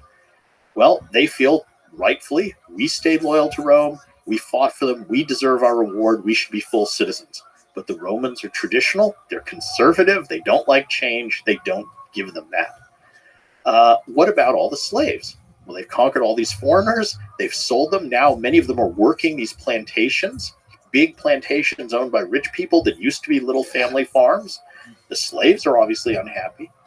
So you end up with a society where it's incredibly successful by about 100 BC, but almost every group that composes it feels like I haven't shared in the benefits of what's happened, or I've been exploited by it. So they all end up intensely unhappy. And the next 100-year period from 133 to 31 BC is called the Late Roman Republic, and it's a time of nearly constant internal strife, ultimately culminating in multiple rounds of civil war. So Roman society literally breaks apart, turns on itself, and goes to war with itself over not equitably sharing the benefits of conquest and of empire. So it's a lesson about not sharing the benefits of something in a society, but concentrating it in one little group. And the other thing that happens is among the aristocrats, they start to get more and more ambitious. So in the past, there was a lot of ideology of the state is more important than the person. If you were a little Roman kid, you would have been told these stories of Roman heroes, and they're all about self-sacrifice, putting the state before you, about modesty, about these sort of, values. Well, by the late Republic, you have a succession of strong men. And it is a chain. So it goes, Marius, Sully, Pompey, Julius Caesar, where each one pushes the boundaries of the Roman Republic a little bit, pushes at the structures of the institutions of the Republic, and they're motivated by personal gain. They're putting themselves above the state. So at the same time, you have lots of groups unhappy in society, and you get these strong men who are now undermining the institutions, chipping away at the things that have been shared, things holding the state together. And in the end, they just become so ambitious. They're like, I don't care about the state. I'm going to try and make myself ruler of Rome. So, this is going to culminate, obviously, in Julius Caesar, who does succeed in making himself dictator for life of the Roman Republic, which is tantamount to king, and he gets assassinated for it. But he's the end point of this progression of people who really undermine the institutions of the Republic through their own personal greed. So the resentment boils and boils and boils, and there's this person that puts themselves and they exploit it. They're demagogues. Yeah. They exploit it. But Caesar puts himself above the state, and that, I guess, the Roman people also hate. Well, it's a love-hate, because Caesar is very successful at playing to the Roman people.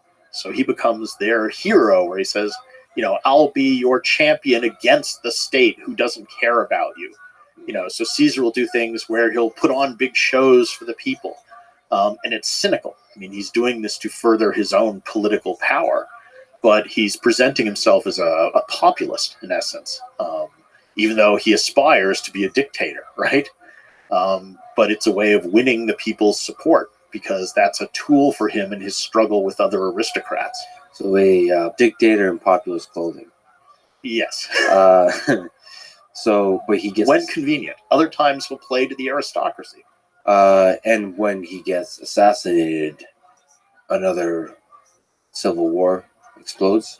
That's an interesting moment, because all these things have been leading up to Caesar, and it really is a chain of men. So it starts with this guy, Marius, who was one of the first to start making armies loyal to him rather than to the state.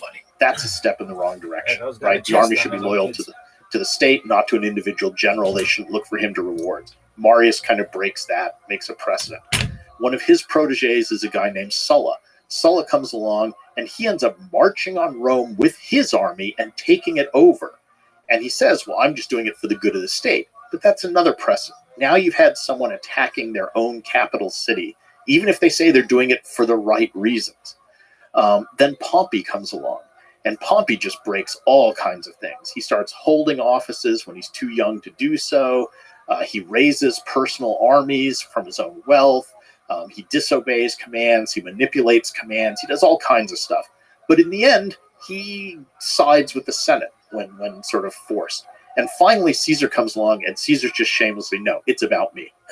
I'm going to push it. And he is the one who wins a civil war against the state and Pompey, takes over Rome, and says, now I'm going to be dictator.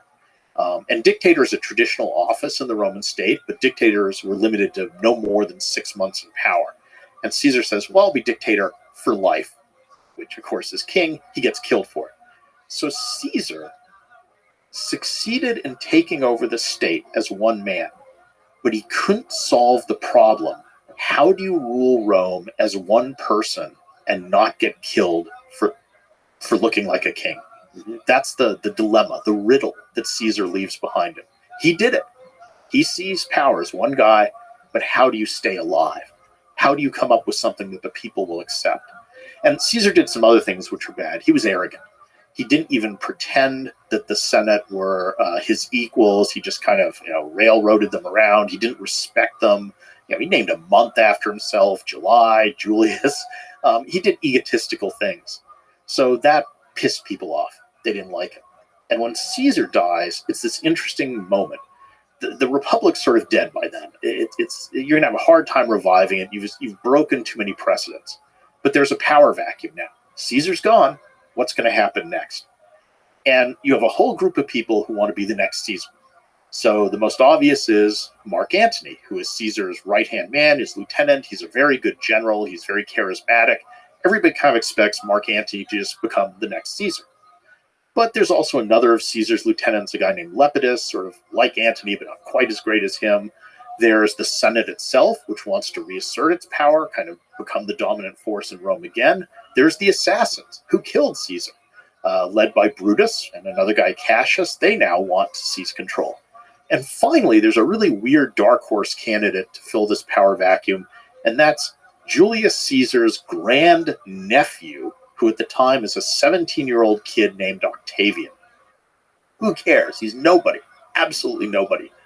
But when Caesar's will is opened after his death, so posthumously read, in his will, Caesar posthumously, and this is a little weird, posthumously adopts Octavian as his son. Now again, who cares? Antony gets the troops, Antony gets the money, the other people get everything. What does Octavian get? He gets to now rename himself Gaius Julius Caesar Octavianus. Who cares? Well, around the Mediterranean, there's about 12 legions full of hardened soldiers who are just kind of used to following a guy named Gaius Julius Caesar. And even though it's not quite logical, this 18-year-old, he's now 18-year-old kid, inherits an army overnight. So he becomes a player in this game for power. And the next 30, 40 years is going to be those groups all vying with one another. There's another candidate too, Pompey's son. Pompey was Caesar's great rival. He has a couple sons, and one of them, a guy named Sextus Pompey, basically becomes a warlord who seizes control of Sicily, one of the richest provinces, has a whole navy. He's vying to be one of these successors too. So for the next 40 years, it's, as you said, another civil war to see which guy emerges. Is it going to be the Senate? Is it going to be the assassins? Is it going to be Antony? Is it going to be Lepidus? Is it going to be Sextus Pompey? Is it going to be Octavian? So now looking back at all that history, it just feels like history turns on so many interesting accidents, because Octavian, later renamed Augustus, turned out to be actually, depends how you define good, but a good king/emperor, different than Caesar in terms of humility, at least being able to play, not to piss off everybody. Mm-hmm. But like, it could have been so many other people. It could that could have been the fall of Rome.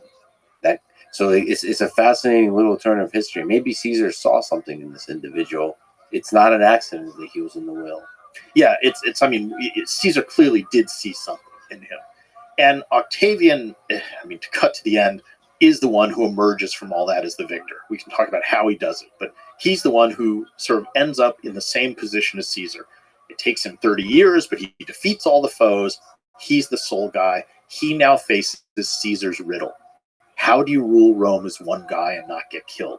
And Octavian's, what makes him stand out, what makes him fascinating to me, is he wasn't a good general. In fact, he was a terrible general. He lost almost every battle he commanded.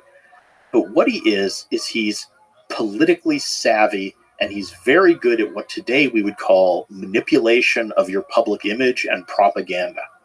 So he basically defeats Mark Antony partially by waging a propaganda war against him. Antony starts out as a legitimate rival, and there are two Romans vying for power. At the end of this war, propaganda war, Octavian has managed to portray Antony as a foreign aggressor allied with an enemy king or queen, in this case Cleopatra, and who is an official enemy of the Roman state. And that's all propaganda. So he takes what's a civil war and makes it look like a war against a foreign enemy. And when Octavian becomes the sole ruler, he looks at what Caesar did wrong and he very carefully avoids the same mistakes. So the first thing is just how he lives his life. He's very modest. He lives in an ordinary house like other aristocrats. He wears just a plain toga, nothing fancy. He's respectful to the Senate. He treats them with respect. He eats simple foods. I mean, he's someone who cared about the reality of power, not the external trappings. Clearly, there's some rulers who love, I want to dress in fancy clothes. I want to be surrounded by gold, everything. This is what makes me feel good. Octavian's the opposite. He doesn't care about any of that. He wants real power. And then the other thing is, how is he going to rule Rome without looking like a king? And his solution to this is brilliant. He basically pretends to resign from all his public offices. Not pretends, he does. So he holds no official office. But what he does is he manipulates so that the Roman Senate votes him the powers of the key Roman offices, but not the office itself. So the highest office in the Roman state is the consul. Baby? Consuls. Enjoying life? Absolutely. Absolutely. All right, so here are your morning updates from Rabbi's Band Fest. YouTube got back to me about my Rabbi Rothschild account, and they said no, which is like, whatever, dude. So if you want to do that, that's fine. I've like already re-appealed it, of course, and I'll just fucking add it to the fucking list of my daily appeals. Of course, we've appealed to Twitter twice for my Best Rabbi Ever account and my Rabbi Rothschild account. Okay, so those have been appealed. Then what? I don't know. It's just like every fucking morning I check my Discord and it's like one or two extra people have just banned me for whatever reason. And then I appeal them and I win them in Discord a lot of times. And I mean, I think it's just because in Discord, anybody can just make anybody can report you, and then they just always side with that. I took your advice, or I don't know if it was advice, but I followed in your footsteps, so to speak. So I told you yesterday, if you recall, that like I was having some trouble with Rumble Studio. It was weird. It was like Rumble would be going, but then YouTube would cut out right away, and Twitch, or YouTube and Twitch would go, but then Rumble would stop. So I just was like, you know what? This is fucking frustrating, and I don't have to deal with it anymore. And I remember you were like, hey, I use a multicaster basically, or multi-streamer. So I downloaded one, and I have some like backup accounts from YouTube, like like 7 of them.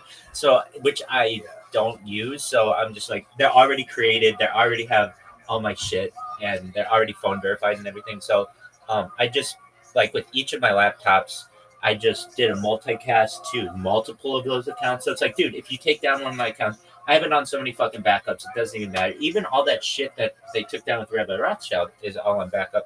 So none of that really bothers me too much. And the Rabbi Rothschild account that they took down was actually not my biggest account. I had another account that they took down that was bigger. And so I'll probably appeal that. And so now when this is kind of a thing. Like when you type Rabbi Rothschild in YouTube and filter by live, I don't know what to say if they always work, but like, I don't know, for whatever reason, one of them will go down. But I've got 1, 2, 3, 4, 5, 6, 7, 8 simultaneously going right now, which is good. And then that doesn't even count Rumble and all that other shit. So it's like, all right, if you wanna dance, let's fucking dance. Exactly. So yeah, we've got some football on the agenda for today, and also I joined some new Discords, which I got some interest in overnight. I was asleep, but So I joined just like YouTuber discords, but not like individual YouTubers, like content creator, the big ones. And I'm just like, all right, well, I'll just sit in there, and somebody will look at my profile, and it's like type Rabbi Rothschild in YouTube and filter by life. And once one of these motherfuckers sees it, the right one, they'd be like, wait, how do you have 8 of these fucking things going at once? And um, that should attract some attention. Trying to think of what else. Trying to think of what else we got going on. We had some people who came in and just like did, I don't know if you call it a raid, but just being douches. So of course there's a few people who had to be banned. And aside from that, all is good. How about you, my friend?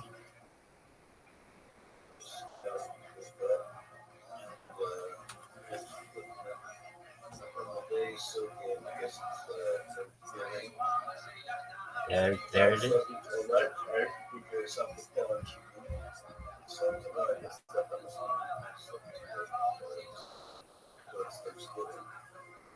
One of the two. There are usually 2 games, but there are 3 today, and that's exciting. Now I have my fantasy football team that is just done. I'm like stuck in a um, in like 10th place out of 12. It's just it wasn't my year, and this will be one of the last times I perhaps mention it.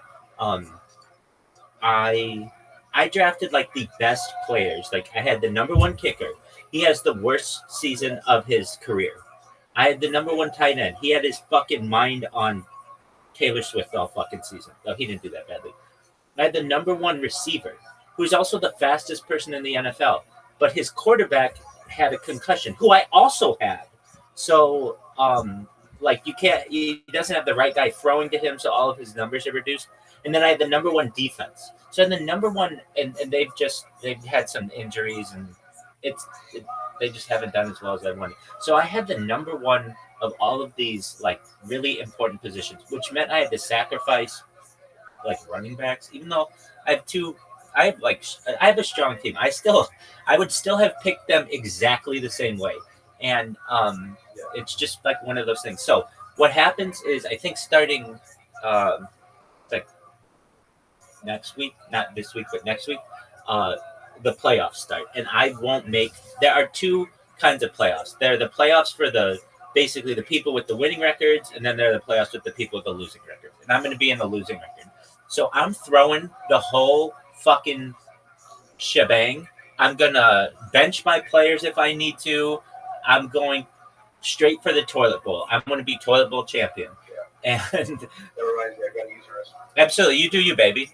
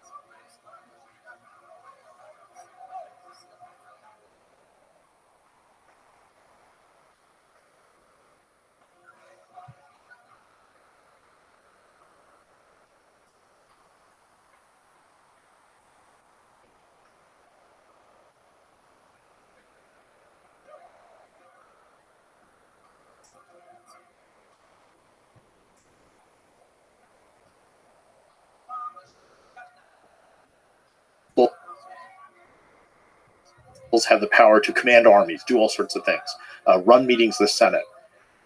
Octavian gets voted the powers of a consul. So he can command armies, control meetings of the Senate, do all this, but he's not one of the 2 consuls elected for every year. So he's just kind of floating or drifting off to the side of the Roman government. He gets the power of a tribune, which has all sorts of powers. He can veto anything he wants, but he's not one of the tribunes elected for any one year. So the state, the republic, appears to continue as it always has. Each year they hold the same elections, they elect the same number of people. Notionally, those people are in charge. But floating off to the side, you have this guy Octavian, who has equivalent power not just to any one magistrate or official, but to all of them. So at any moment, he can just sort of pop up and say, no, let's not do this. Let's do something else. And he also keeps the army under his personal control. Isn't this a fascinating story? Like, what do you think is the psychology of Augustus, of Octavian? Yeah, and he later changed his name to Augustus when he sort of becomes first emperor. And the other thing he does is he hides his power behind all these different names. So, Caesar called himself dictator for life, right? So everybody knew what he was. Octavian, we even have a source that talks about it. It says he wondered what to call himself. Do I call myself king? No, can't do that. Dictator for life? No way. Maybe I'll call myself Romulus. That was the founder of Rome. No, Romulus was a king. And finally, a solution is he takes a bunch of titles, which are all ambiguous, and no one of them sounds that impressive, but collectively they are. So, for example, one of the titles he gets is Augustus, which is something tied to Roman religion. Something that is Augustus in Latin has 2 possible meanings. One is someone who is Augustus is very pious. They respect the gods deeply. Well, that sounds nice, doesn't it? While on the other hand, an alternative meaning for Augustus is something that is itself divine. So is he just a deeply religious, pious person, or is he himself sacred? There's that ambiguity. He calls himself princeps, which means first citizen. Okay, what the hell does that mean? Am I a citizen just like everybody else, or am I the first citizen, which means I'm superior to all the others? So every title he takes has this weird ambiguity. He calls himself imperator, which is traditionally something that soldiers shout at a victorious general who's won a battle. And now he takes this as a permanent title. So it implies he's a good general. And by the way, it's from imperator that we get the word emperor, an empire. So originally it's a military title, a spontaneous military acclamation. It's just fascinating that he figured out a way through public image, through branding, to gain power, maintain power, and still pacify the boiling turmoil that led to the civil wars. Yeah. Well, 2 things I think work in his favor as well. One is he brings peace and stability. So by this point, the Romans have experienced 100 years almost of civil war and chaos. So at that point, your family, maybe you had family members die in these wars or been proscribed, your property has been confiscated, who knows what. And here's a guy who brings peace and stability and doesn't seem oppressive or cruel or whatever. So you're like, okay, fine. I don't care. Maybe he's killed the Republic, but at least we're not dying in the streets anymore. So that's a big thing he does. And secondly, even though Augustus always seemed kind of sickly, his constitution, he lives forever. He rules for like 50 years. And by the time he dies, there's no one literally almost left alive who can remember the Republic. So at that point, by the time he dies, this is the only system we know.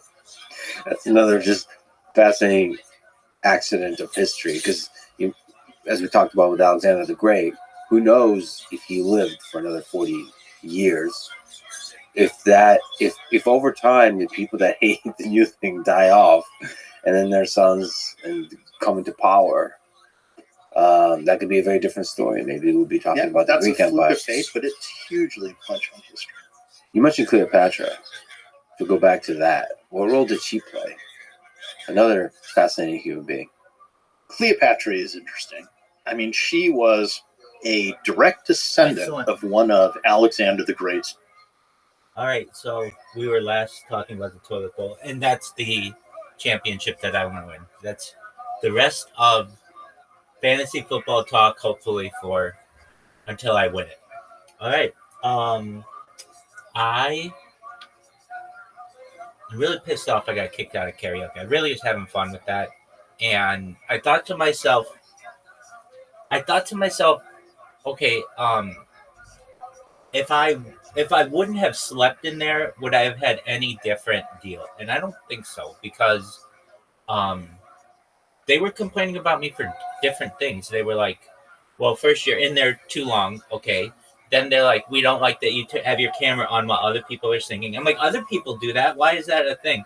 So I can tell that they're a little bit picking on me there, and exactly, it's that's just how it is. So, um, and there are other singing discords which are fine. There's one I have, like I've been in this one Discord. It's Maya's Playhouse for I don't know, like 2 months now. I'm the number one streamer in there, and whenever I want to have a concert, I can and get a lot of people in there. And I think I might just say to myself, okay, now that I've got these streams worked out and I don't really have to worry about like, hey, I'm gonna lose my main account because it's gone. I'll just I just have to make it like a job. Every single night I've just gotta sing in there and they'll tell other people. There are 300,000 people in that Discord. And so I think I'm gonna start that. Just basically like all I do is just say, hey, would I'm having a concert in the DC, come and take a look, and then they join, and um, I so I think I just have to do that. I mean, that gets me a lot of attention, and then it's content and other things, and it's better than just me sitting on my phone and being boring and all that other stuff. So I think I'm gonna do that tonight. I don't know what I'm gonna sing, but we'll do that. And then I've got all my other videos that I did of those concerts. I have them all saved. And so I'm just gonna create like another like a throwaway account, basically upload them all, and then if anybody wants to check out my shit, they can check it out there. And I can also put it on different platforms as well. I've been watching this Lex Friedman podcast, and it is really like a higher level podcast than Joe Rogan. I mean, he just has like programmers on and like AI people and all kinds of shit. But he's got this guy on right now who I've listened to this thing on ancient history maybe like 3 or 4 times, and I really like it. And one thing that he was able to explain to me, or not to me, but to within his interview was the reason why the Macedonians were so powerful, like under Alexander the Great. I never understood, like, why were they? I mean, I get it, but it's like Macedonia is not even Greece. It's smaller. I've never understood how they were able to expand the empire to be the second largest land empire in global history. I mean, it was aside from the Mongols, it's like it's arguable. They went from essentially the Aegean Sea to the Indus River Valley. And how were they able to do it with like not a huge population or anything? And he really sums it up. It just had to do with how long their spears were. And it like I was like, oh, okay, that's all it had to do. I mean, basically, they were going to war with people who had like spears of maybe like 10 feet long, and theirs were 14 feet long. So whenever they met any armies, the armies weren't prepared for these longer sticks, basically, and they were able to just dominate. And then exactly, and then the reason why that didn't work so well against an army like the Roman army, I mean, they're different time periods, but at least with the Romans, they had the Roman turtle, which was very effective, if you know what that is, with the shields, and they can protect each other themselves from arrows and such. And but it just made me realize, what up, Martyr? How you living, pimp? Yo, if you can hear me, I see that your profile pictures I show speed. Do you know that I'm the? How you living, pimp?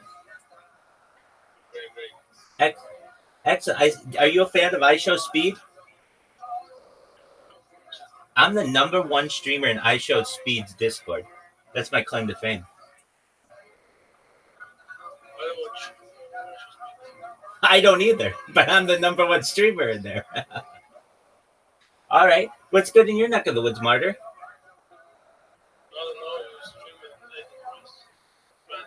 Oh yeah, I'm the number one streamer in there too. I've been in there on that account like 6 months. Yeah, I don't need a job. I'm self-sufficient. I'm a certified project management professional by trade. So whenever I need to make money, I can take on projects. How about you? What do you do for a living, Martyr? Are you 18? That's a great Elton John song, by the way. I'm still studying. Still studying. All right. So what are you studying, Martyr?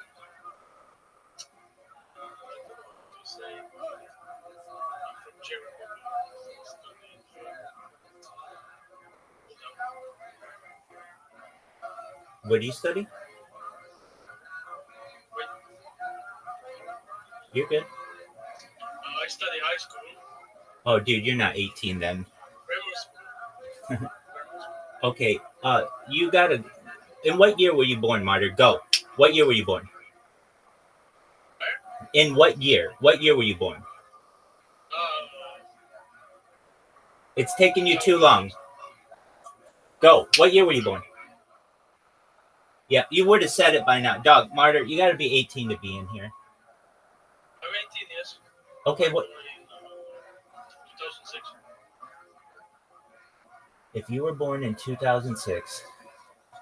Yes. I don't believe you. So, apologies there.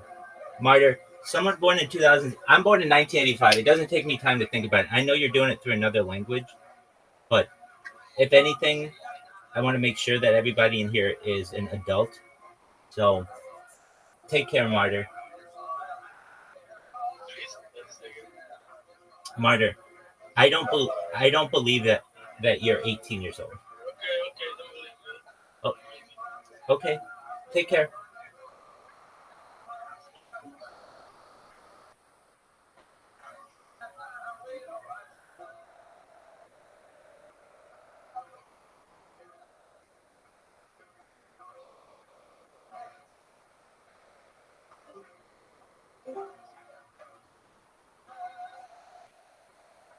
Dog, like I said, if you are really right at 18, there you go.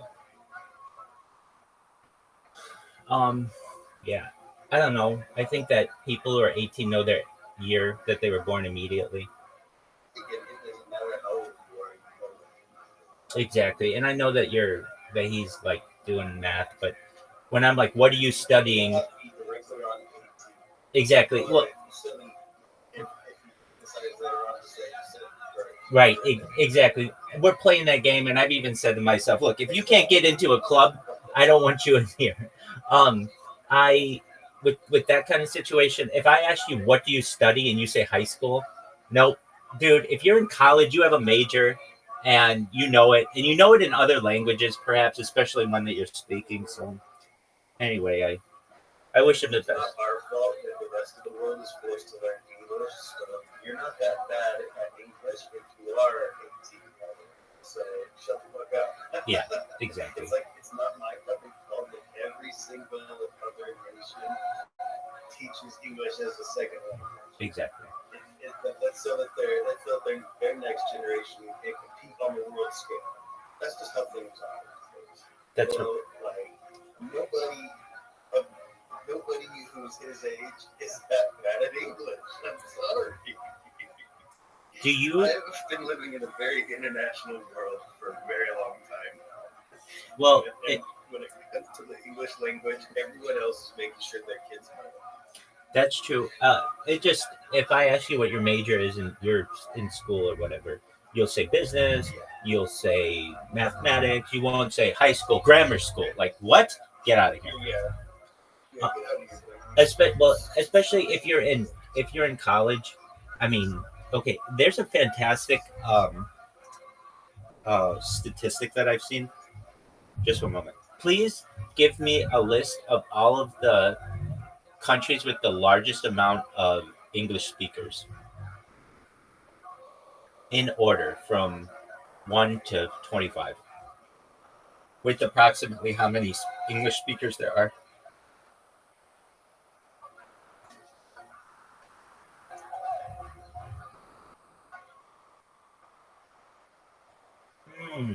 This is, I don't know if this is right.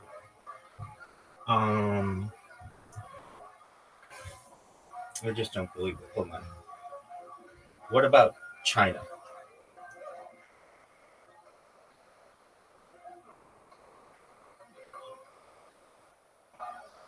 Oh, they rank it by fluency. Okay.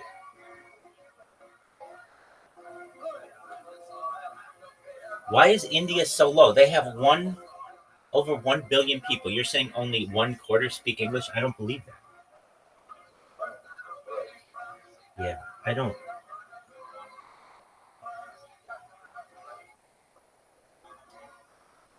I mean, it depends on how fluent people are, but I have read, although this is a difficult one. When it comes to fluency, I think the United States probably has the most. But there's something like of knowing any language, like any of it. China, at least at one time, in India, dominated when it came to English, like as a secondary language, and they at least know it a little bit because it's the international business language. Although, when I have it my way, I would like to make Esperanto the global language, something that we all have to learn. Do you know what Esperanto is? Yeah. And it's not that difficult to learn, and then everybody has to do a little bit of work, but then we all speak the same thing. But yeah, I don't know if that'll ever happen, but I think I'm an advocate for it. Like basically, when it comes to diplomacy, what up, Johnny? How you living, pimp? What's good in your neck of the woods, Johnny? Johnny, do you know who Lex Friedman is? Johnny. Yo, dog, how you living? What's good in your neck of the woods? I like your avatar and that you haven't changed it. It makes you look like a huge bot, just in case you want to know. Because like everyone on Discord has something as their profile picture that isn't the default thing. But that's cool. But that's cool. First thing, I mean, it even warned you, Johnny, just in case you're aware, there are like bots that tell you if bots are coming to your Discord. And the first thing they tell you is this person does not have a profile picture, default profile picture still selected. So just in case you don't want to look like a bot, you can change that. Aside from that, I hope you're doing well. That's just a little advice. And yeah, hope things are good in your neck of the woods. All right. I wanted to say something else before Johnny came in, but that's fine. I forget what it was. Nothing too major. That's cool. Johnny, you're absolutely fascinating. You're interesting. You know, people do this with me too, though. Except I have my camera on, but they're like, "Hey, unmute, talk to us." Blah blah blah blah blah. There you go. I get it. I think I'm gonna make tonight maybe Michael Jackson.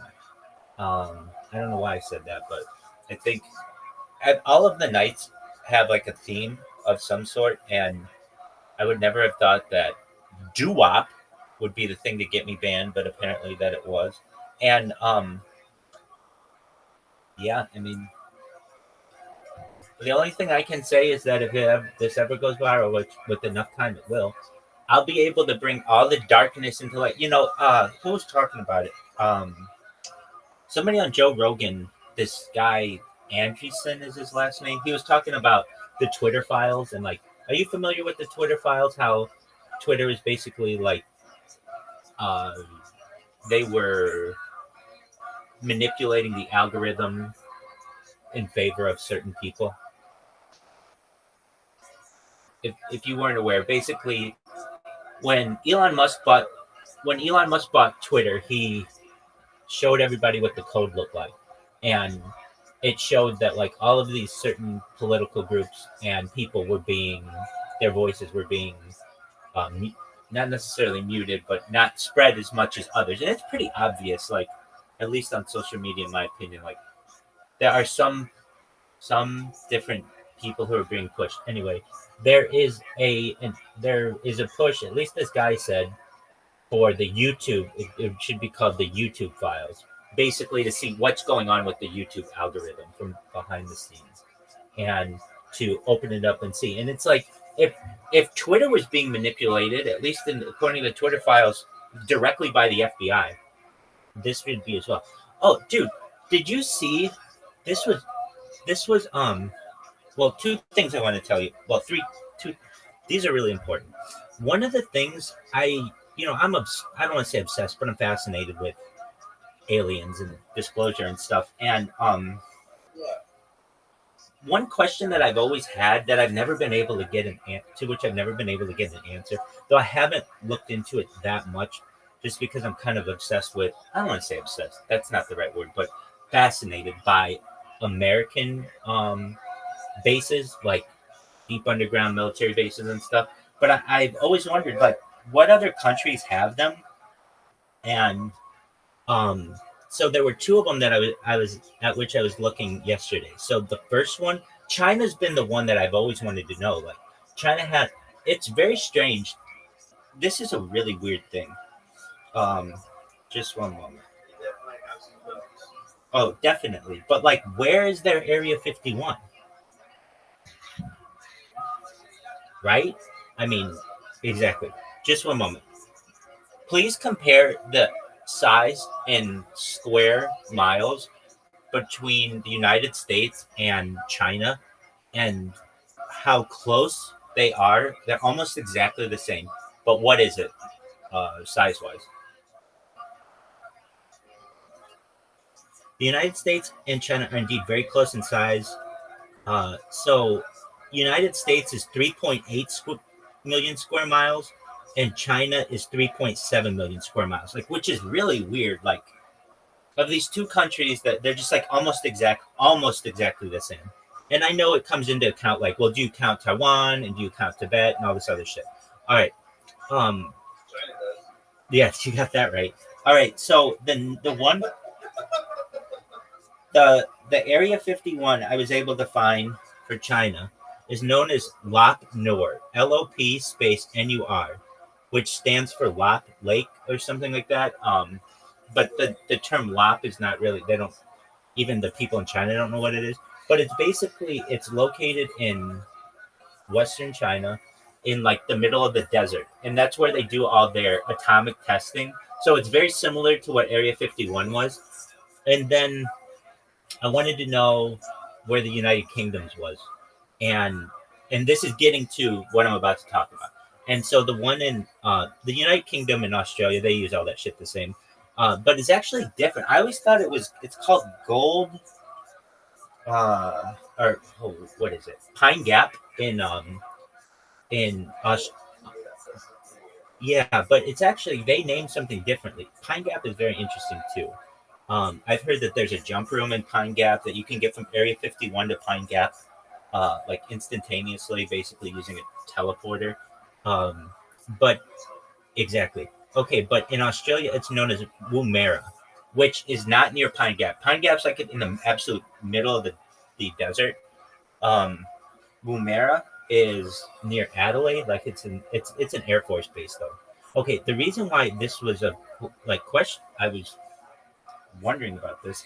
There is, have you heard on Twitter or anything? It's being very much hushed up, but this Manchester UFO incident that happened recently, it's wild. Okay, so they're good. Yeah, so if you just, let me see what exactly you can, I've seen, like, they're taking down a lot of YouTube accounts and X accounts and really trying to silence this Manchester UFO. If you just type Manchester UFO and go to latest breaking news, let's see here. There are pictures of it. They call it a drone, but it's definitely not a drone. It's like like a perfect circle that's just flying over. Here's what it looks like up close. I don't know if you can see it, but like, okay, there's like this little circle. Do you see that circle? Okay, so that's on the airport tarmac, and it's not on the ground. It's just like hovering on the ground, and then when a security vehicle goes by, it just flies up into the air. And Yeah, it's really weird. Okay, so here's the videos. I don't want to say the video sucks. The video is actually pretty good, but it's gonna suck for me showing you on a phone and then through here. But here we go. If you're like, I can't see anything, I can't really see anything either. It's a blue ball on a gray sky, which is difficult to make out. But basically, um, this was this the okay. If you would just go to X and just type in Manchester UFO. Go to latest, and you'll see all kinds of pictures of it. I would send you one link, but I want you, like there's a bunch of different angles and people talking about it. Here it is up close. It almost looks like a globe. But apparently now some people are saying this happened this summer. But everybody else is saying that it happened recently. And oh, they had another one. They had another one of these at apparently in North Carolina over a military base, and like basically people are saying that it has something to do with a ceasefire going on in the Middle East, and like I don't know. I don't exactly know why this is all happening, if they're related at all. But okay, so let me see if I can get like a yo, what up? Let me see if I can get a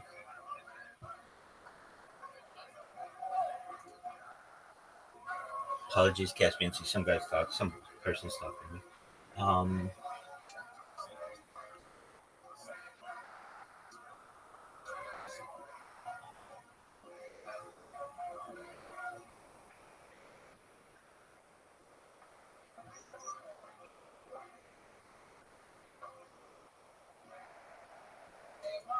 It was apparently taken from a cockpit, and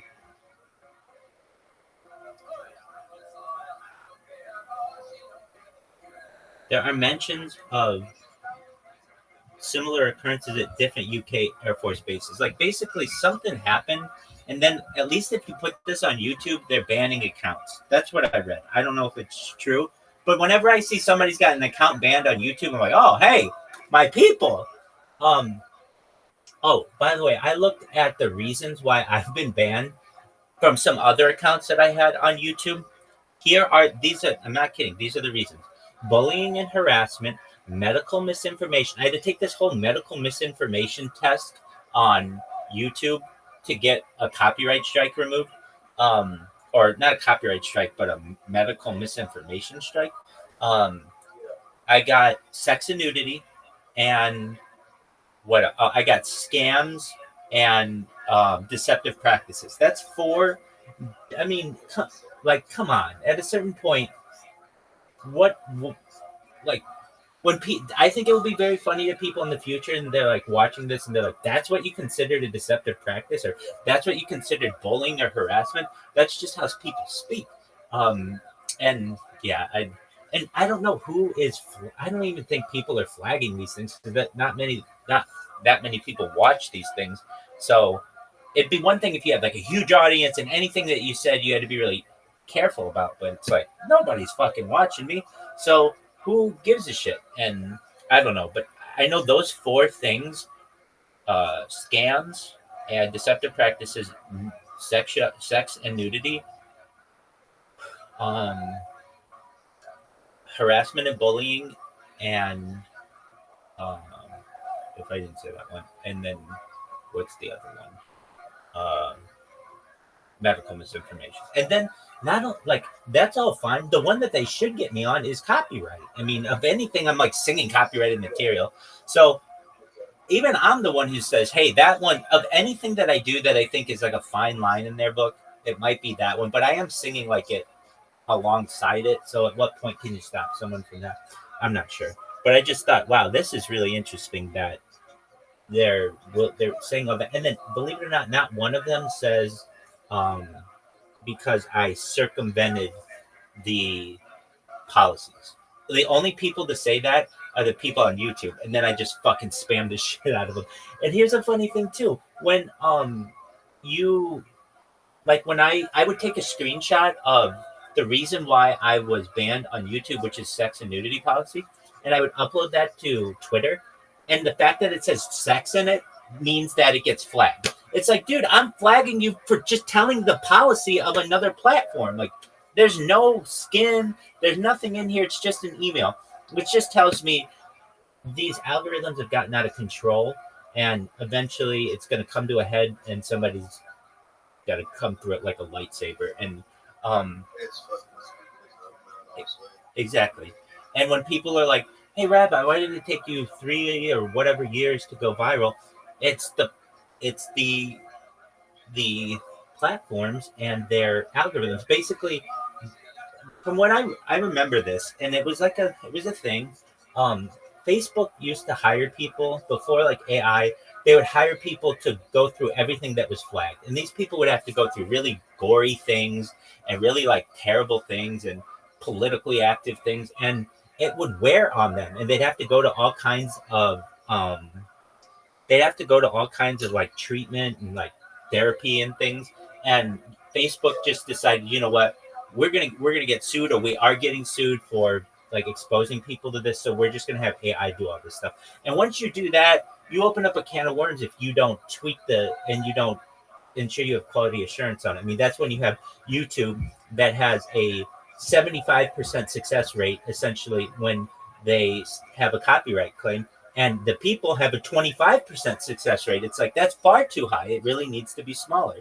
And I just think that it's ridiculous to the point where, well, hopefully it gets opened up.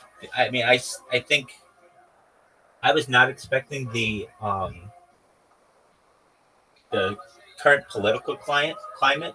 I was just not anticipating it, and hopefully something changes, because I don't know. I really think it would be interesting to take a look at what is going on at YouTube. They don't have that many people who are monitoring all of this. They have to use AI, and their AI sucks. And in the United States, I was learning about this as well. I think it's the like what they should have done, just like they have. I think it's the Commerce Department is the department that has been put in charge of AI, which is like not the right department. I mean, you could have said like, oh, that should have been the transportation department because AI is related to transportation, or AI is related to commerce. It really should have been, there should be like a new department for AI. Well, at least in the United States, I feel it's important enough, and not necessarily for oversight, but for disclosure. I mean, I don't know. I'm someone who thinks that this stuff should be open source, and I'm in agreement with Elon Musk. Like, he was on the board of OpenAI, and he said that he left because it's not open, and that's worrisome to me.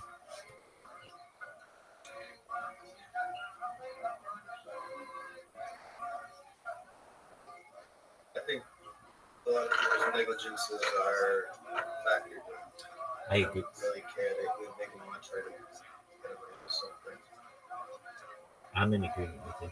Yeah, definitely. But I agree with you. They As dark as that sounds, maybe it's just like, hey, if everyone else is getting away with something, I better get away with something too. exactly. But I don't feel like which is a fucked up way of thinking, but I think it is the prevalent mindset.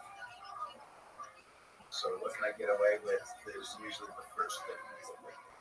That's 100% right. You know? 100% right. Especially when it comes to deciding to shit off some random little guy who's like trying, like, you know what I mean? Like every time I get it, like of all fucking people, why you? Exactly. And I asked myself, well, it makes sense why no one has been able to really go viral for live streaming their life. It's very, very difficult. And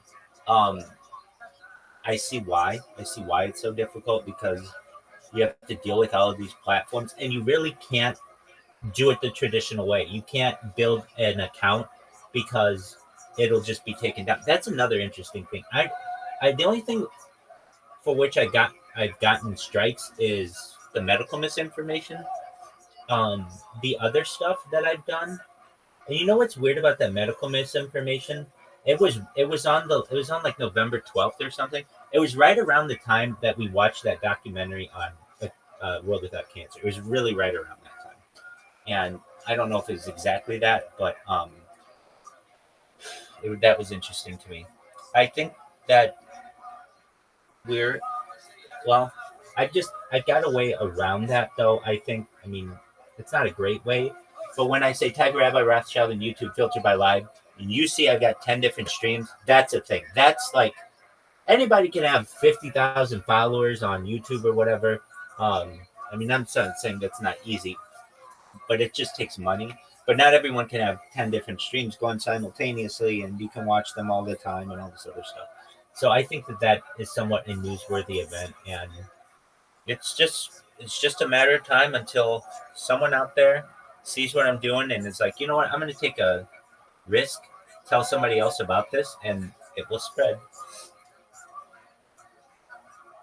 Did you have a chance to look at that Manchester airport UFO?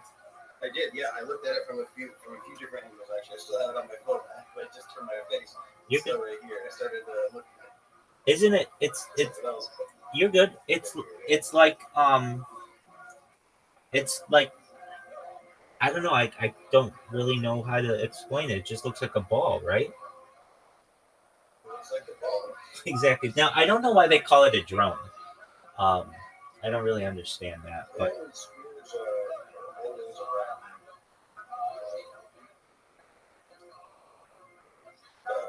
They show a lot of spheres around Manchester, UK for years. Pretty interesting. word. And then I mean, UK is kind of for being so small has had a lot of these incidents. The one that sticks out to me is the Rendlesham Forest incident. Rendlesham Forest. Yeah, Rendlesham Forest. in the 80s. U.S. Air Force. Oh yeah, exactly. Territory. But it's in So the United Kingdom, right? it was in the United Kingdom, but it happened in the Rendlesham Forest, adjacent, basically between UK. It was like between the UK base and a US base, right? So so it was actually US armed forces that were the two that encountered it, right? And so that's the other reason why they're able to obscure a lot of these details, because it's like, oh, I want to go back, I want to find out what Rendlesham. It's like, well, you need to have like a bunch of bureaucrats decide if this sentence here infringes on a U.S. military knowledge that you shouldn't have versus UK military that you shouldn't have, and then well, you're just not gonna get the paper. Thanks for the request. You know what I mean? Right. Like, it helps them obscure more when they have these joints. So anything in America's involved in, we're the only nation that has military bases in other countries. Yeah. Hey, here's a great question. How many military bases do the United States have? More than states, baby. More than counties. Well, I don't know if it's more than counties. It's definitely more than states, though. But how many is it? I don't know.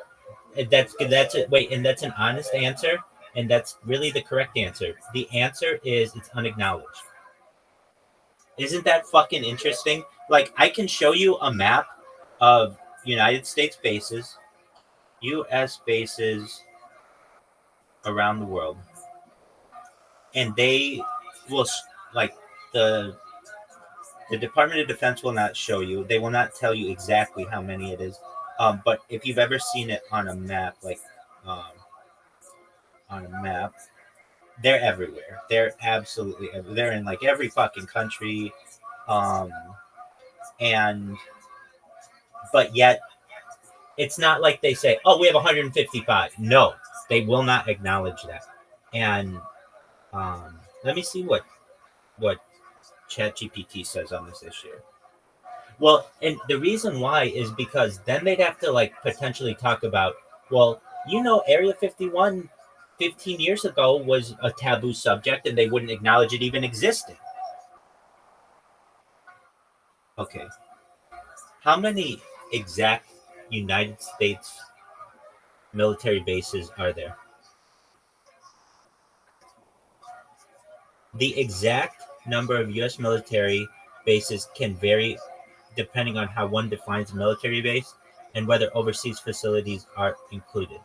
So they say within the United States, there are roughly 400 to 500 military installations. Overseas, the U.S. maintains a significant amount of bases abroad, with estimates ranging from 600 to 800. That is a lot in 70 countries. But the total number of bases, including both domestic and international, is 800 to 1,000. And that can change due to shifting military priorities, which is absolutely ridiculous. And I'm really surprised that I'm not surprised. It's just par for the course for the for what we have. Its generals, Ptolemy. When Alexander's empire had broken up, Ptolemy, this general, had seized control of Egypt, made it his kingdom. And she, 10 generations later, is a descendant of this Macedonian general. So Egypt had been ruled by, in essence, foreigners, these Macedonian dynasty of kings, and often they literally were ruled by the same dynasty because they had a habit of marrying brothers to sisters. And Cleopatra is, in fact, originally married to her younger brother. But despite that, she seems to have intensely identified with Egypt. In fact, she seems to have been the first one of all these Ptolemy kings who actually bothered to learn to speak Egyptian. So she seemed to really have cared about Egypt as well. And she was clearly very smart, very clever.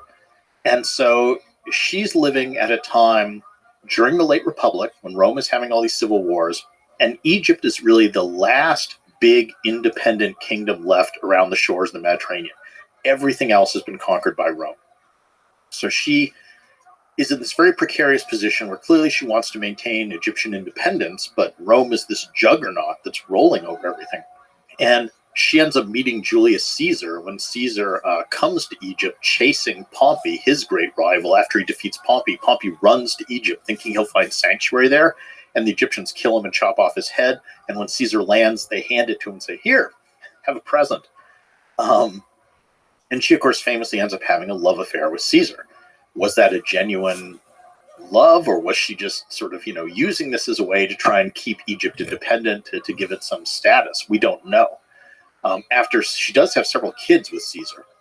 After Caesar's assassinated and the Roman world is having another civil war between Octavian and Mark Antony is basing himself in the east. He meets Cleopatra, and he has a big love affair with her. And this one seems pretty genuine. Antony and Cleopatra, there's a lot of stories about them kind of partying together. They like to sort of cosplay and dress up as different gods. So Cleopatra would dress up as the goddess Isis, and Antony would dress up as the god Dionysus in a leopard skin, and they'd have these big parties and stuff. And they end up together fighting against Octavian. And in the end, they're defeated by Octavian. And Antony commits suicide. Cleopatra, there's differing accounts of her death. She may have also killed herself, or she may actually have been killed by Octavian to just get her out of the way. But she's an interesting figure because she was clearly a very smart woman who managed to keep Egypt alive as an independent state. She seemed to have actually cared about Egypt and identified with it, and succeeded at a time with all these famous people, in being a real kind of mover and shaker and a force in events. I mean, she's probably one of the most influential women in human history. She's certainly, again, she's someone that her image is incredibly important. Yes. One of the interesting things, the whole question of gender in the Roman world.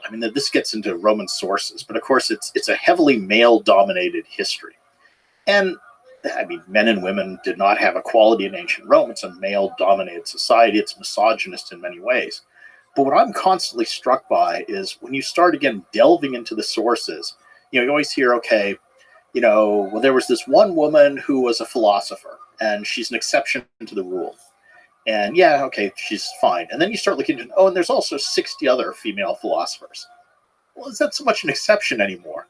Or, Cleopatra is the one queen. She's this strong queen. And then you look and, well, there was this other queen here. There was this queen here. There was this queen here who led armies. And here's another one who led armies.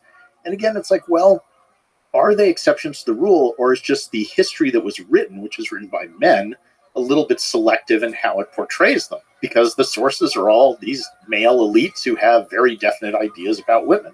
The conventional notion has always been that, business in the Roman Empire was a male field. Well, but then there's this woman, Eumachia in Pompeii, who actually had the largest building in Pompeii right on the Forum named after her with a giant statue of her. And she was a patron to a bunch of the most important guilds in Pompeii.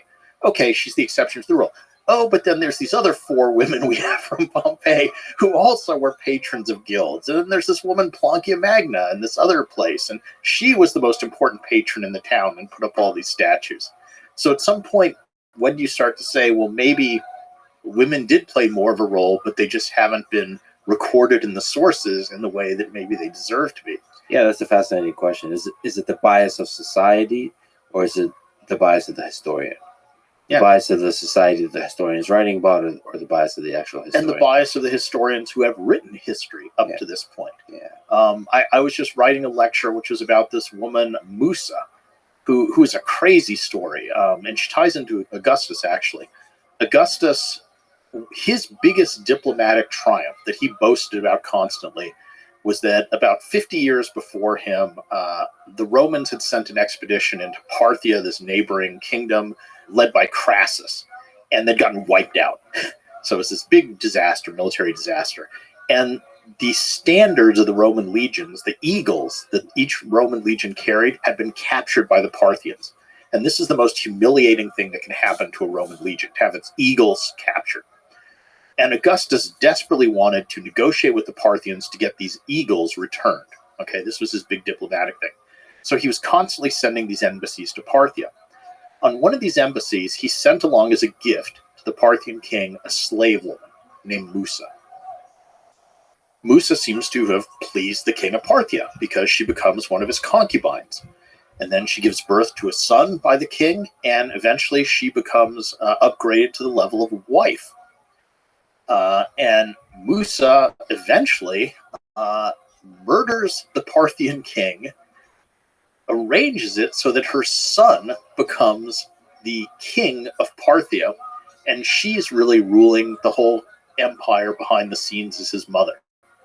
So this is a literal rags to riches story of a slave, someone who starts out a slave and becomes the queen of an empire almost as large and powerful as Rome. Okay? But yet, how often do we hear about Musa? And when you look in traditional histories of Roman-Parthian relations, and I went and looked at this because I was just writing this lecture, most of those histories didn't even mention her. They just talked about her son, like he had just come out of nowhere and become the new heir to the Parthian throne, when it was all her doing, clearly. Now, that's selective editing of history by historians to downplay the role that this woman played. And there's a lot of examples like that. That's fascinating. She got overthrown after a few years. There was a revolution against her, and we don't know what happened to her then. But she's a really interesting figure. Oh, and by the way, Augustus did negotiate the return of the Parthian standards and got them back. And he was so proud of this that this is what he constantly boasted about. And the most famous statue of Augustus, the Augustus from Prima Porta, which is in the Vatican today, he's wearing a breastplate. And on the breastplate, right in the middle of the stomach, is a Parthian handing over a golden eagle, legionary standard, to a Roman. So this is what Augustus thought of as his greatest achievement. And that embassy that arranged that was the one that sent Musa to Parthia. So Augustus marks the start of the Roman Empire. You've written that Octavian Augustus would become Rome's first emperor, and the political system that he created would endure for the next half a millennium. This system would become the template for countless later empires up through the present day, and he would become the model emperor against whom all subsequent ones would be measured. The culture and history of the Mediterranean basin, the Western world, and even global history itself were all profoundly shaped and influenced by the actions and legacy of Octavian. He was the founder of the Roman Empire, and we still live today in the world that he created. So, what on the political side of things, and maybe beyond, what is the political system that he created? Well, I mean, I think Octavian / Augustus is the same guy, is one of the most influential people in history because he did found the Roman Empire. So he's the one who oversaw this transition from republic to empire, and he sets the template which every future emperor follows. Mhm. So just in the most obvious way, for the next either 500 or 1500 years, depending how long you think the Roman Empire lasted for, everyone is trying to be Augustus. They all take on the same titles. Every Roman emperor after him is Caesar Augustus, Imperator, Pater Patriae, all these titles he has, they take too. And so he's hugely influential for Western civilization, all this. But beyond just that literal thing, which is already 500 years, 1500 years, he becomes the paradigm of the good ruler.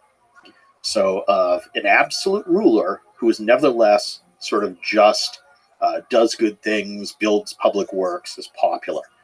So if we jump ahead, let's say, to the Middle Ages, the most significant ruler of the early Middle Ages is Charlemagne, right? He's the guy who unites most of Europe. He becomes the paradigm for all medieval kings after him. Well, what is the title that the Pope gives to Charlemagne? Because there's this famous moment when the Pope acknowledges Charlemagne as the preeminent European king and crowns him on Christmas Day of the year 800. And the title that the Pope gives to Charlemagne is Charles, that's Charlemagne, Augustus, Emperor of the Romans. He's giving him the title of Augustus because that's the nicest thing he can think of to say to Charlemagne, is to say, you're the new Augustus, you're Emperor of the Romans. Yeah. So that image is hugely powerful. And that persists on and on. I mean, even the literal names of most rulers afterwards come from this. In Russia, the czars are Caesars. That's where czar comes from.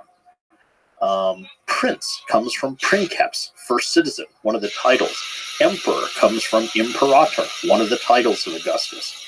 When Napoleon becomes emperor, what does he call himself? First consul, which is kind of like princeps. And then he calls himself emperor. I mean, everybody wants to be this kind of ruler. So he's the paradigm of this for the rest of history. And you can see that as both a positive and a negative legacy. It's kind of like Alexander. I mean, everybody wants to be the next Alexander.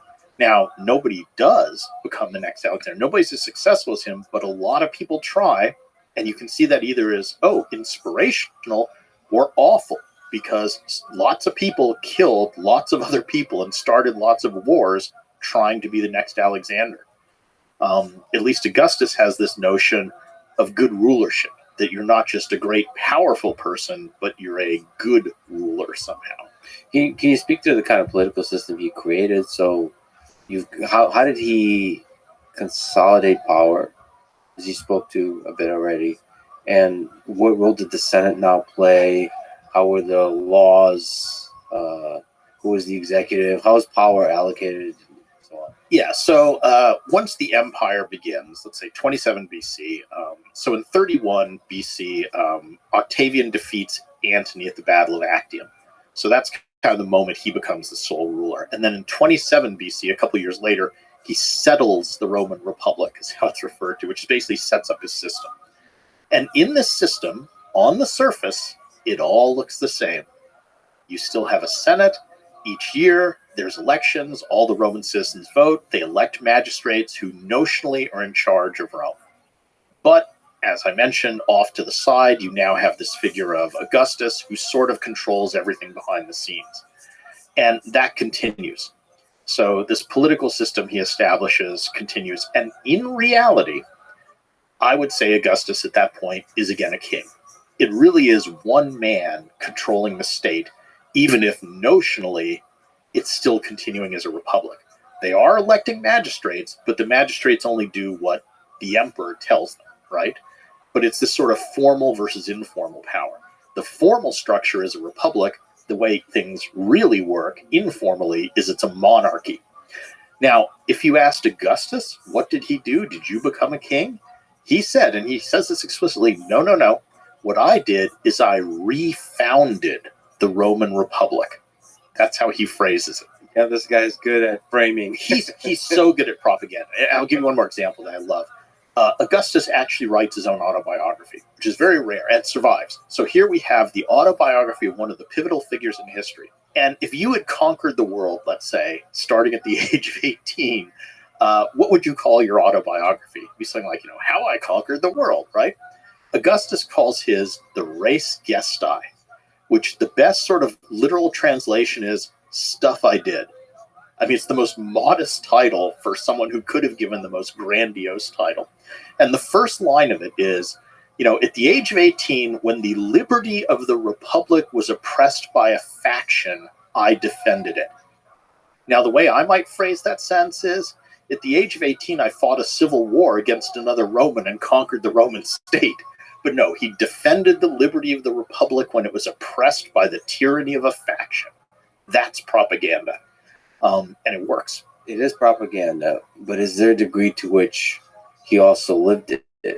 That kind of humility, establishing that humility is the standard of the way government operates. So it's not a literal direct balance of power, but it's sort of a cultural balance of power where the emperor is not supposed to be a bully and a dictator. I would really like to know what Romans of his time thought. Like, if you were alive at that moment, would you honestly believe, oh, okay, we've got this guy Augustus, but he's brought peace. He's just kind of keeping in charge for a while till things settle down. We've just had 100 years of civil war. I think we still have a republic. Or would you say, nah, we have a king now? And I don't know what the answer to that is. I will tell you that it takes 200 years before we have the first Roman source that bluntly calls Augustus a king. So 200 years. It takes the Romans 200 years to admit to themselves. And that's a guy who comes along 200 years later and says, hey, Augustus, he looks like a king. He acts like a king. Let's just call him a king, because he had every aspect of a king except the paltry title. Maybe I'm buying his propaganda and maybe I'm a sucker for humility, but I suspect that the Romans bought it. And I also suspect he himself believed it. I mean, there is such thing as good kings, right? There's kings that understand the downside, the dark side of absolute power, and can wield that power properly. And to give sort of both sides here, Augustus wasn't all nice. I mean, there were moments where he was extremely cruel.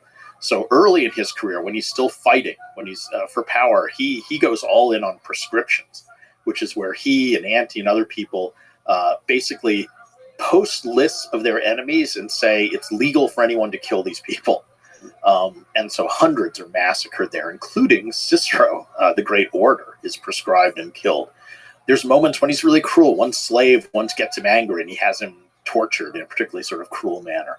So, I mean, on the one hand, he had this clemency. On the other hand, he could be really hard-nosed and hard-edged. And I think he was a very calculating person. Yeah. So the thing I would love to know is what he was actually like behind the mask. Yes. I mean, that to me is one of those, like, if you could invite a historical person to dinner or whatever, I want to know what the real Augustus was, what he really thought he was doing, because he's an enigma. And he has this great moment when he dies, right? What's his dying lines on his deathbed? He says, if I've played my part well, dismiss me from the stage with applause. So he's seeing himself as an actor, that his whole life was acting this role, which is, again, all that manipulation and public image. He was brilliant at that. But who's the real guy? What was behind that image? And by the way, as long as we're talking about brutality, I think you mentioned in a few places that there's a lot of brutality going on at the time. Caesar just killing very large numbers of people brutally. I mean, Caesar, his campaigns in Gaul are interesting because for a long time they were held up as, genius general, look at the amazing things he did. But another way to view it is he truly provoked a war with people who were not that interested in fighting Rome and just repeatedly attacked different tribes for the sole purpose of building up his career, his prestige, his status, gaining territory, making himself wealthier. And he basically conquers all of modern France and Belgium and some of Switzerland. So this is, a big chunk of Europe gets conquered, hundreds of thousands of people killed, hundreds of thousands of people enslaved to further one guy's career. I mean, you, if you wanted, could call Caesar a war criminal, and I think that wouldn't be unfair. But on the other hand, some people see him as a great hero. I mean, to talk about history and its reception, it's quite interesting to see how Caesar has been viewed by different generations. So at different points in time, the sort of, received wisdom on Caesar is very different. So back in the, let's say the 1920s or 30s, there were a number of scholarly things written which kind of looked at Caesar as an admirable figure. He's a strong man who knows what Rome needed and, was going to give it to them. And of course, that's the era when fascism was kind of trendy and was seen as a positive thing. And then you get, Hitler and World War II, and all of a sudden fascism's not so favored anymore. And then in that post-war generation, all of a sudden Caesar's terrible. He's a dictator. He's destroying the republic. So, often histories that are written tell you a lot more about the time they're written than they do about the subject they're written about. Do we know, what did Hitler or Stalin think about the Roman Empire? I mean, certainly they borrow a lot of the trappings. I mean, Nazi Germany borrows a lot of iconography from ancient Rome.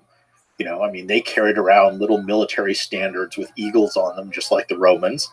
But then everybody does that. I mean, the U.S. has eagles as their standards. Mussolini had them. Napoleon had eagle standards for his, military. So a lot of people like that imagery.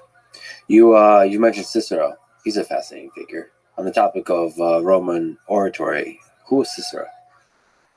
Cicero was a new man, so he's someone who didn't have famous ancestors, so he was at a disadvantage.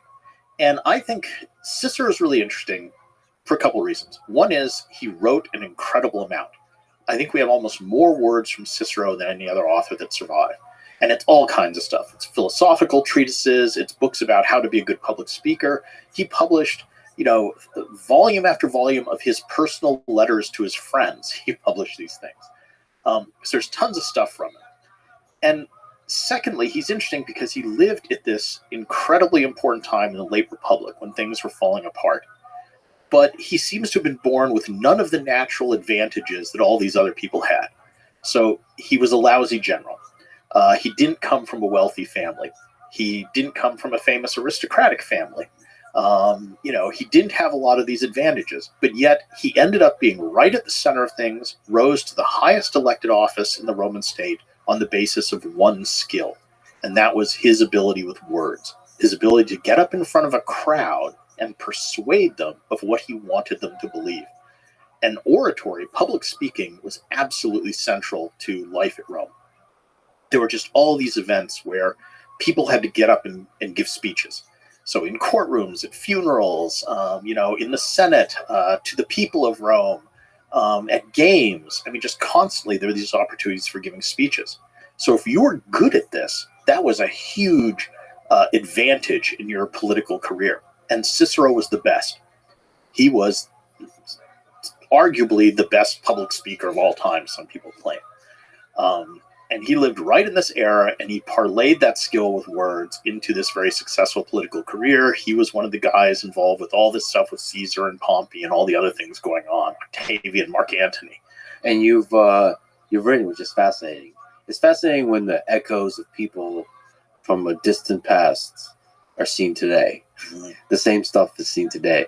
Not just like some of the beautiful legal stuff that we've been talking about, but the tricks, let's say the shitty stuff we see in politics. So many of the rhetorical tricks you wrote, such as mudslinging, exaggeration, guilt by association, ad hominem attacks, name calling, fear mongering, us versus them, rhyme, and so on and so forth. Well, so I'm guessing it worked, given that we still have those today. Yeah, I mean, one of the things Cicero did is he wrote at least 3 of these sort of handbooks about how to be a good public speaker. So we know a lot about that. We have his own speeches that survive, and then we have later people after Cicero who wrote about what Cicero did too. So we know a lot about what he did. And the key to Cicero's whole enterprise about persuading an audience, let's say either in a speech to the people or in the courtroom, is Cicero believed that people are fundamentally ruled by emotion. So if you can touch their emotions, all sorts of other things become less important. If you can get a jury emotionally worked up and fear, anger are particularly powerful there, then the facts might not matter, the truth might not matter, evidence might not matter, reason might not matter. Emotion is the key to everything. So Cicero used what I would arguably call a lot of tricks to get his audiences emotionally riled up. And you can just go through these, and they're all the stuff you were saying, name calling, mudslinging, us versus them arguments, ad hominem attacks. Incredibly sophisticated. All the stuff that we think of today as, very sophisticated techniques for, propaganda and persuasion. It's not new. People aren't coming up with that much that's new outside the realm of technology. Human nature is the same. Cicero understood human psychology. He knew how to play on people. He knew how to play on their emotions. And he would do I want to say hilarious, but they're sort of depressingly hilarious things. Like he thought it's important to use props. So he said, people are visual. They will respond emotionally to visual things in a way that just words alone won't work. So he says, an orator is just like an actor. And like an actor, he has to prepare his stage and use props and things as, visual cues to stir up the audience. So, for example, once he was defending a man in a court case who had just had a new baby born to him, and Cicero literally delivered the defense oration for this guy while cradling his newborn son in his arms. You can imagine, cute little baby, jury, how could you find him guilty and leave this cute baby without a father to take care of him? Another time, he was defending a guy who had a photogenic son, kind of a young boy. And Cicero literally propped up the kid behind him while he was giving the speech. And again said, look at his eyes brimming with tears, thinking about his father, being punished. How could you leave this wonderful boy without, a father to care for him? Another time, someone didn't have photogenic kids, so he propped up his old parents in the courtroom and said, look at this nice old couple. You won't want to take their son away. That kind of stuff. It's manipulative. Cicero, by the way, I should say, also had philosophical beliefs about defending the Republic and such, but he wasn't above using these things. So even though he may have had altruistic or high notions of, what he was doing, he also wasn't above using these kind of rhetorical tricks. And also, you mentioned to me that you studied the gestures they used. So this is one of those, on the theme of extremely interesting details of life. This was actually my dissertation, and it was my first book as well. That's amazing. I tell you, I like practical stuff. And right. This all started with, I kept reading about people like Cicero giving speeches, in ancient Rome, lots of speeches.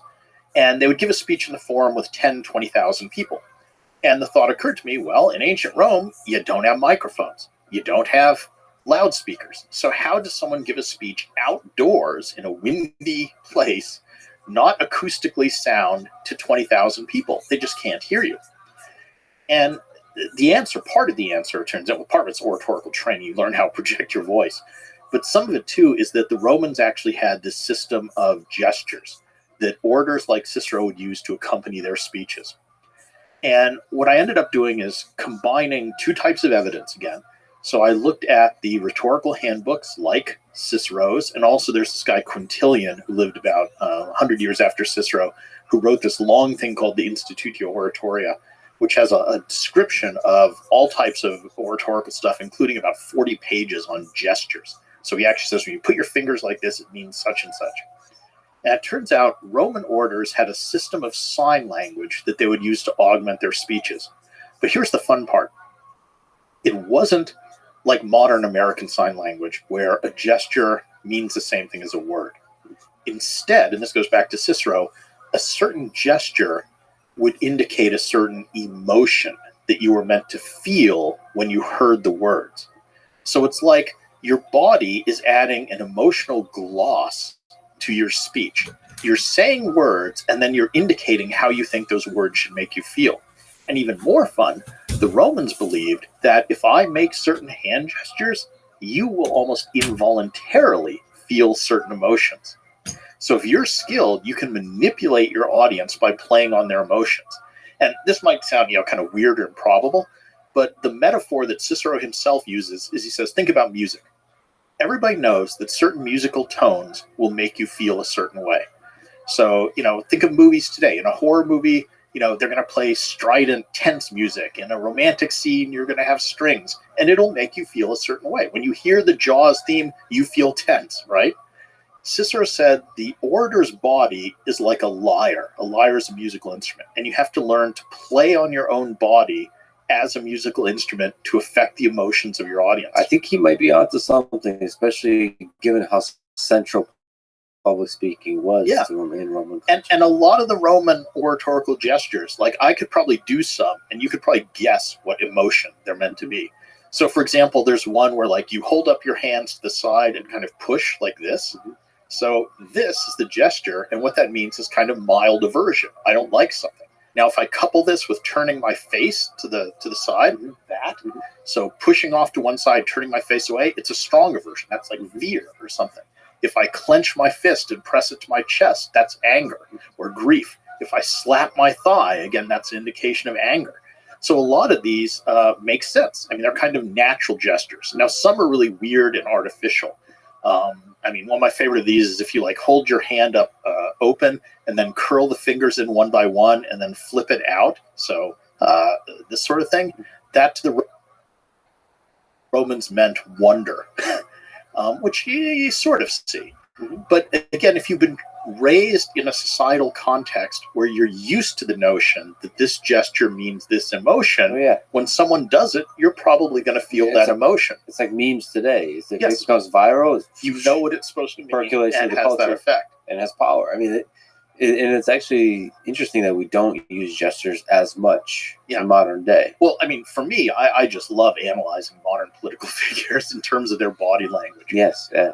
Because how you deliver a speech is often more important than what you say.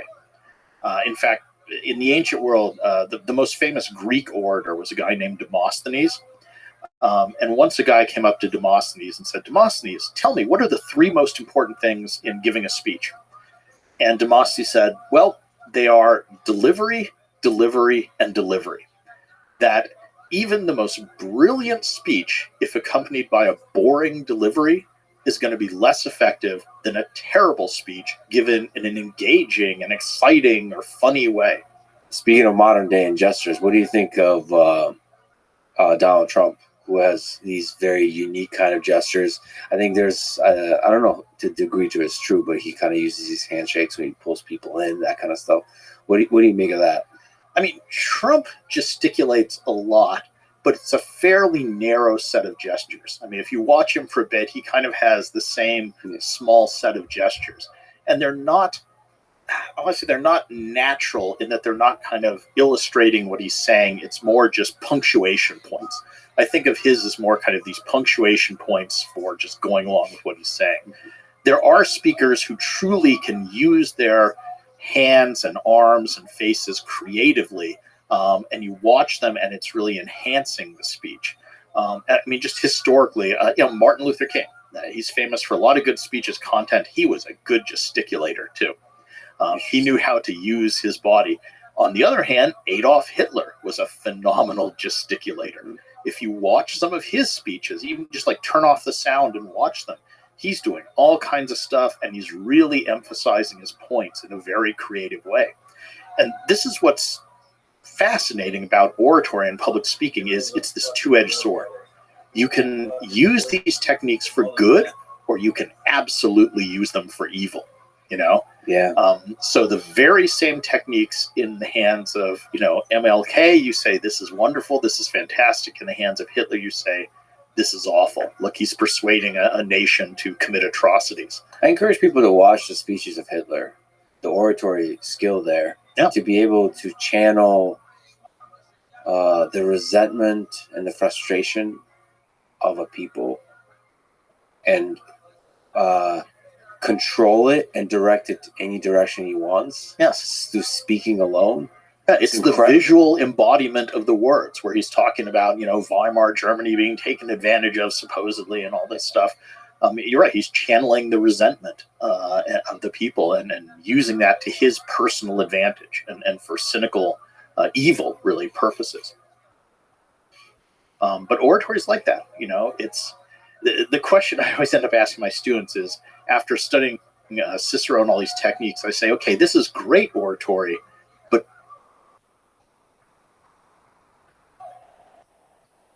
do you like this? Is this good that this works on human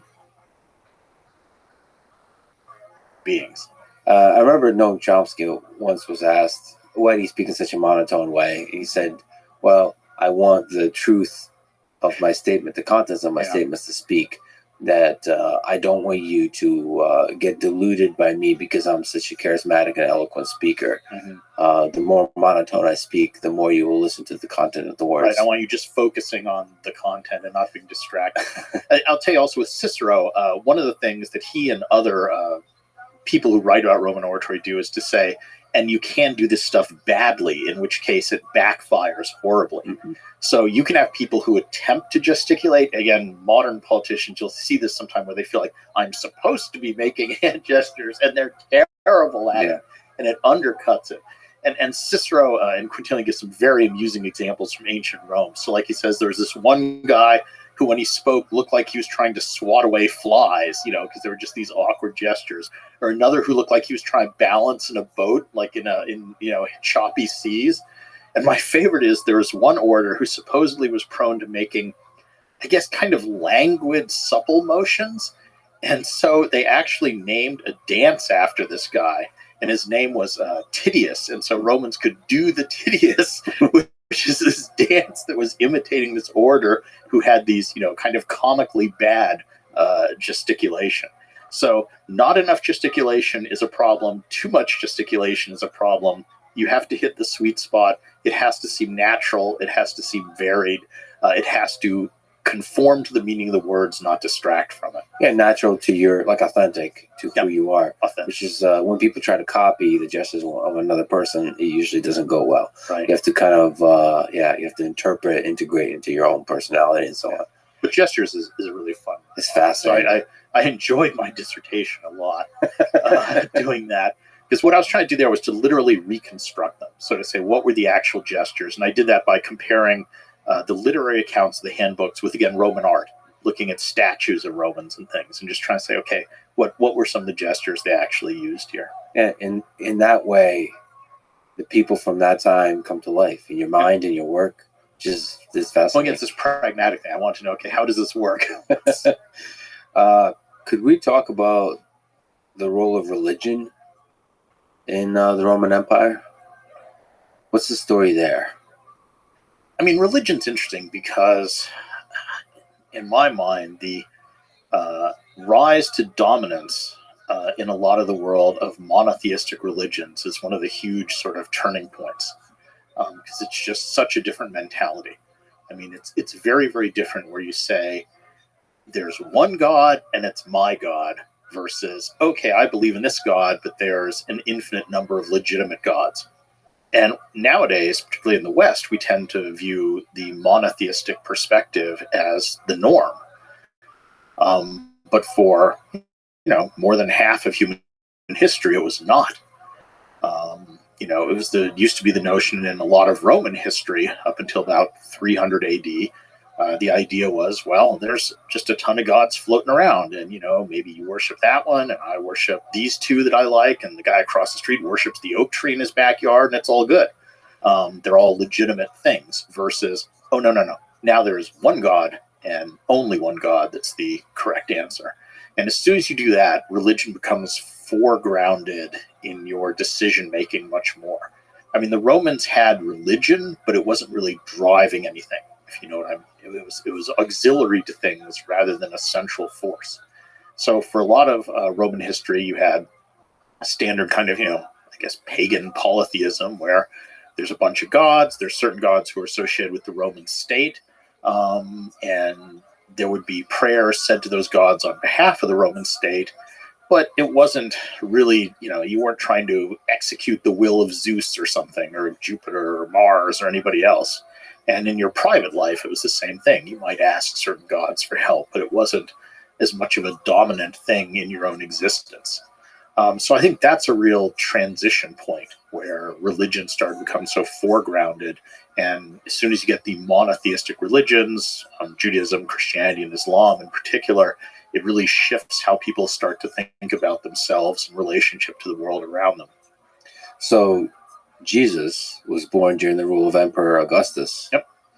Which is kind of neat that, really influential people in the realm of political events and religious events coexisted. What are the odds? I mean, yeah, there's certain moments in history where just a lot of interesting, powerful people come together and make history. Yeah. And he was crucified under Emperor Tiberius' rule. Yep. Why were the ideas of Jesus seen as a threat by the emperor? The thing that causes conflicts between the Romans and Christians is a little bit strange. It's all with this, where the Romans had a tradition of, on the emperor's birthday, sort of saying a prayer, basically wishing him good luck. Okay, but technically it's in the form of sacrificing to that part of the emperor that might become divine after his death. So to the Romans, this is the equivalent of a patriotism act, saying, the Pledge of Allegiance or something to the country. But of course, to Christians, this is worshiping another god. And I think there's almost a failure of communication here, that the Romans just, at least initially, didn't quite understand this is really problematic for these people, because they're coming from a polytheistic perspective where, yeah, everybody has different gods, so what? This isn't a religious problem. This is a political one. That why won't you send good wishes to the emperor? If you're a loyal Roman, this is something you should want to do. And many of the early Christians, I think, would have been fine with that, but it took the form of what they were asked to do was to basically worship another god. And that was the sticking point.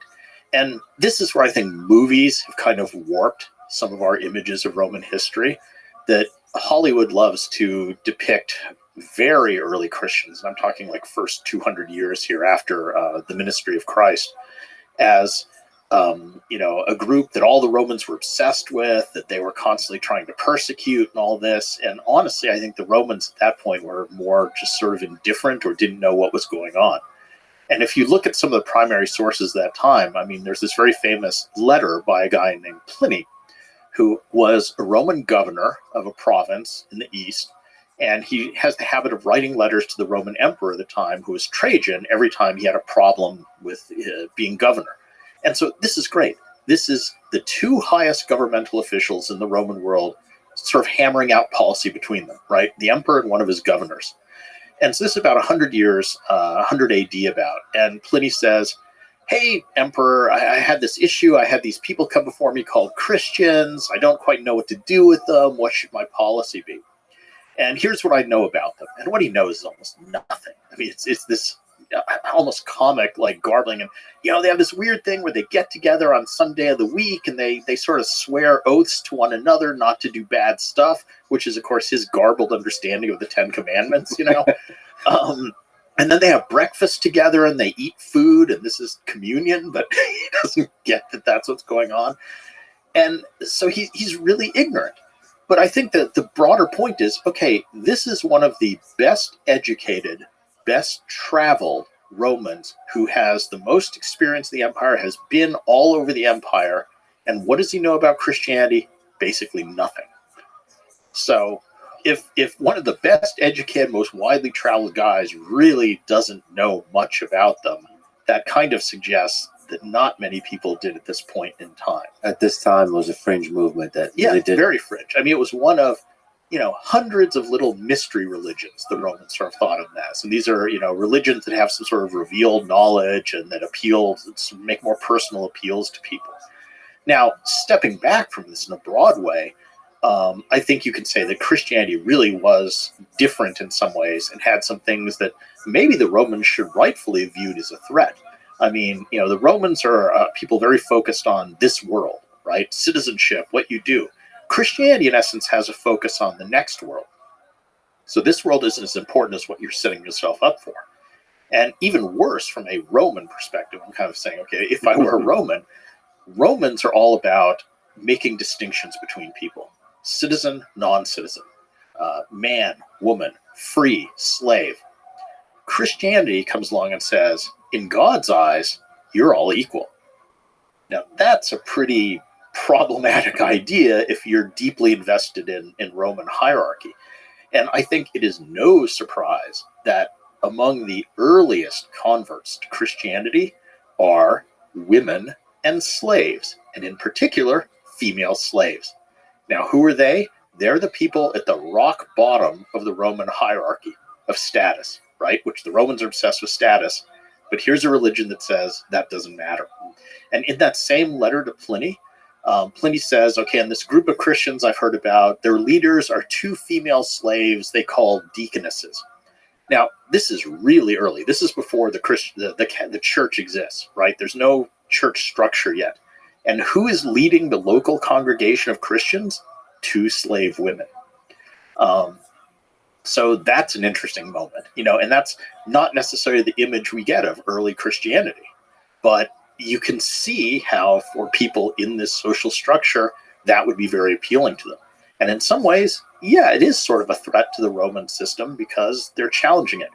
Now, the irony is, of course, 300 years after the life of Christ, the emperor converts to Christianity, and another 100 years later under Theodosius, it becomes the official religion of the Roman Empire. So all of a sudden you have this flip-flop where now the state itself is not just converted to Christianity, but actively promoting it, and now persecuting pagans. And the reason the emperors do that is one of the biggest problems for emperors at that point in time is legitimacy. That there's tons of civil wars where you have lots of different people saying, I'm emperor. So lots of generals declaring themselves emperor. Now, under a polytheistic religion, that's just, you're all just fighting, it doesn't matter. But if you say there is only one God, then if that God picks someone to be his emperor, they're the only legitimate emperor, right? So there is a real advantage to emperors now becoming Christian, because if they can say, we're now a Christian empire, and there's only one God, and I'm the guy that God picked to be emperor, that means all these other people claiming to be emperors are illegitimate. Do you think that, or is there other factors that explain why Christianity was able to spread? Well, I mean, that's why it's appealing to the emperors. And we're talking here, the religious answer is people see the light, right? It's a faith-based thing. I'm looking at this as a historian. So putting aside, religious feeling and saying, okay, if I'm doing an analysis of this as a social phenomenon, what would be appealing to people? And there is that very compelling reason for emperors to want to go to Christianity because it helps them with their biggest problem, which is legitimacy. Now, if you're an ordinary person, what is the appeal of Christianity? Well, we already looked at a couple of them. One of them is that, it promises you a reward in the afterlife. The Roman and Greek notions of the afterlife aren't that appealing. Either you just sort of turn into dust, or at best you turn into this kind of ghost thing that floats around something that looks like a Greek gymnasium, which is like a bunch of grassy fields. It's not so hot. So here you're offered the idea of like, oh, you go to paradise forever. That sounds really good. And secondly, for a lot of people in Roman society, that notion of here's something that says I'm valuable as a human being. It doesn't matter whether I'm free or slave. It doesn't matter whether I'm Roman or non-Roman. It doesn't matter if I'm man or woman. Here's something that says I have equal value. That's enormously appealing. And finally, early Christians, they honestly, a lot of them do good works. They take care of the sick. They feed the poor. If you look at Jesus in the Sermon on the Mount, that's the stuff he really hammers. If we look at, the words of Jesus when he says, what do you do to be a Christian? A lot of it is take care of the unfortunate. Take care of people who are sick. Take care of people who are starving. And a lot of the early Christians really take that seriously. So they are helping people out. So that's appealing. They're the good kind of populist, and populist messages spread. Let me ask you about gladiators. Switch of pace here. What role did they play in Roman society? Gladiator games obviously become a popular form of entertainment, and they're one of the ones that's captured people's imaginations for all sorts of reasons. It's dramatic, But also, I think it's that apparent contradiction that in so many ways, Roman society seems familiar to us. In so many ways, it seems sophisticated and appealing. Law is wonderful, all this, but yet, for fun, they watched people fight to the death. Mhm. So how do you reconcile these things? Gladiators, I find very interesting because they're an example of what historians call status dissonance. So it's someone who in society has high status in some ways and very low or despised status in another. So gladiators, most of them were slaves, the lowest of the low in Roman society, right? Also, they're fighting for other people's pleasure and dying sometimes for other people's pleasure. And the Romans had a real thing about this, like your body being used for others' pleasure. Even a humble working person who hired themselves out for labor, the Romans thought that was innately demeaning because you're using your body for someone else's benefit or pleasure. So they didn't have this notion of, the dignity of hard labor or something. They thought the only noble profession was farming, okay, because there you generate something and you're producing it for yourself. But if you work for someone else, you're demeaning yourself. And gladiators are the worst of the worst, right? You're performing for someone else's pleasure. So on the one hand, they're very low status. But on the other hand, successful gladiators get famous. People admire them. Women find them attractive. They're celebrities. And so this is the status dissonance, right? You have these people who on the one hand formally are very low status in society, but yet are very popular on the other hand. Another kind of myth about gladiators is that they were just dying all the time. I mean, you watch, movies, and again, they'll always throw a bunch of gladiators and they all die. I think some scholar did a study of there's like 100 fights we know of where we know some details, and I think 10% of those ended in the death of one of the people. So gladiators are a lot more like boxing matches, where you're watching a display of skill between two people who are more or less evenly matched in terms of their abilities. And probably they'll survive, though there's a chance that one of them might get injured. In fact, one might die. Having said all that, in the end, you really are having people fight and potentially die for the pleasure of an audience. And anthropologists and Roman historians like to speculate, why did the Romans do this? The Romans address it.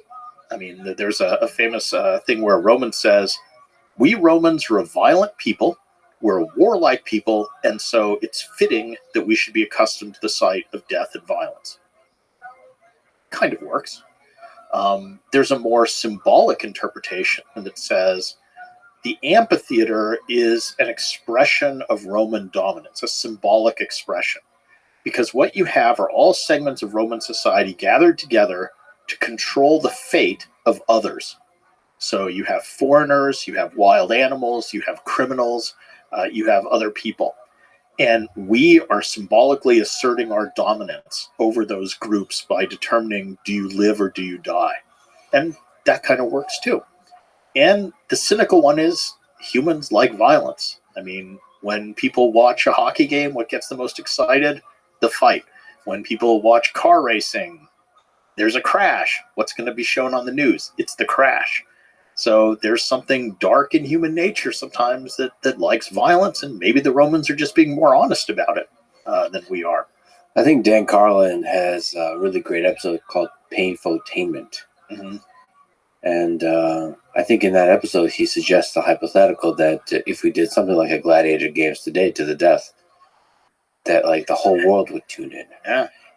Especially if it was anonymous, right? We have a kind of like thin veil of civility underneath which we probably would still be something deep within us would be attracted to that violence.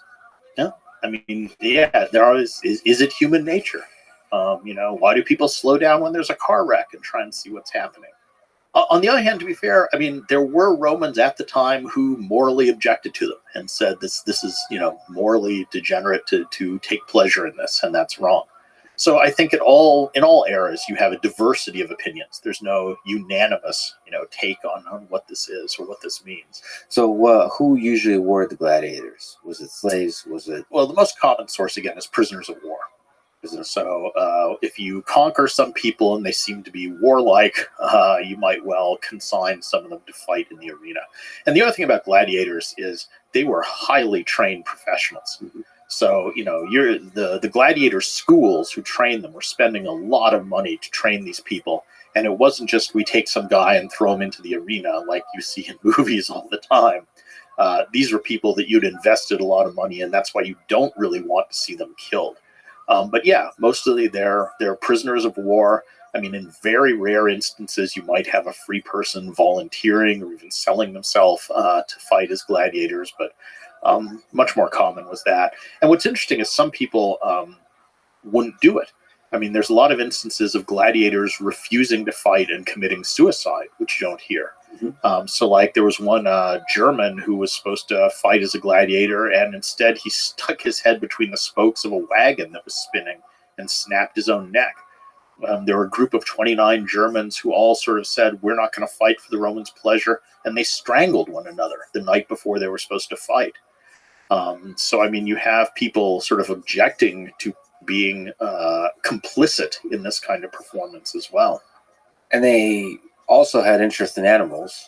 Yes. So humans fought animals, exotic animals. And animals fought animals. The Romans were a little weird with their animal thing. They loved exotic animals, but mostly they liked to see the exotic animals die. So, I mean, there was an enormous industry collecting wild beasts, transporting them to Rome, which is no easy matter to transport elephants and giraffes and rhinos, particularly in this era of technology. But they were like draining Africa and bringing lions and all these things and sacrificing them. And what about the different venues? I mean, there's the legendary Colosseum. Mhm. What is the importance of this place? Well, the Colosseum, its real name is the Flavian Amphitheater, is interesting because for a long time, Rome always had a chariot racing arena, the Circus Maximus, but it didn't have a permanent gladiatorial venue until relatively late, till about 80 AD, so during the reign of the Emperor Vespasian. And he built this thing. So he built the Flavian Amphitheater, who's from the Flavian family of emperors. And he did it as a deliberate act of propaganda. So before him had been Nero, who was sort of seen as a crazy or bad emperor. And one of Nero's indulgences is he had built this enormous palace for himself called the Golden House. So it was kind of this pleasure palace with 50 dining rooms and all this stuff. And it was basically wasting a ton of money on him, right? So right on the site where Nero had his Golden House, Vespasian says, I'm going to erect a new building on top of it that's going to be for the pleasure of the people.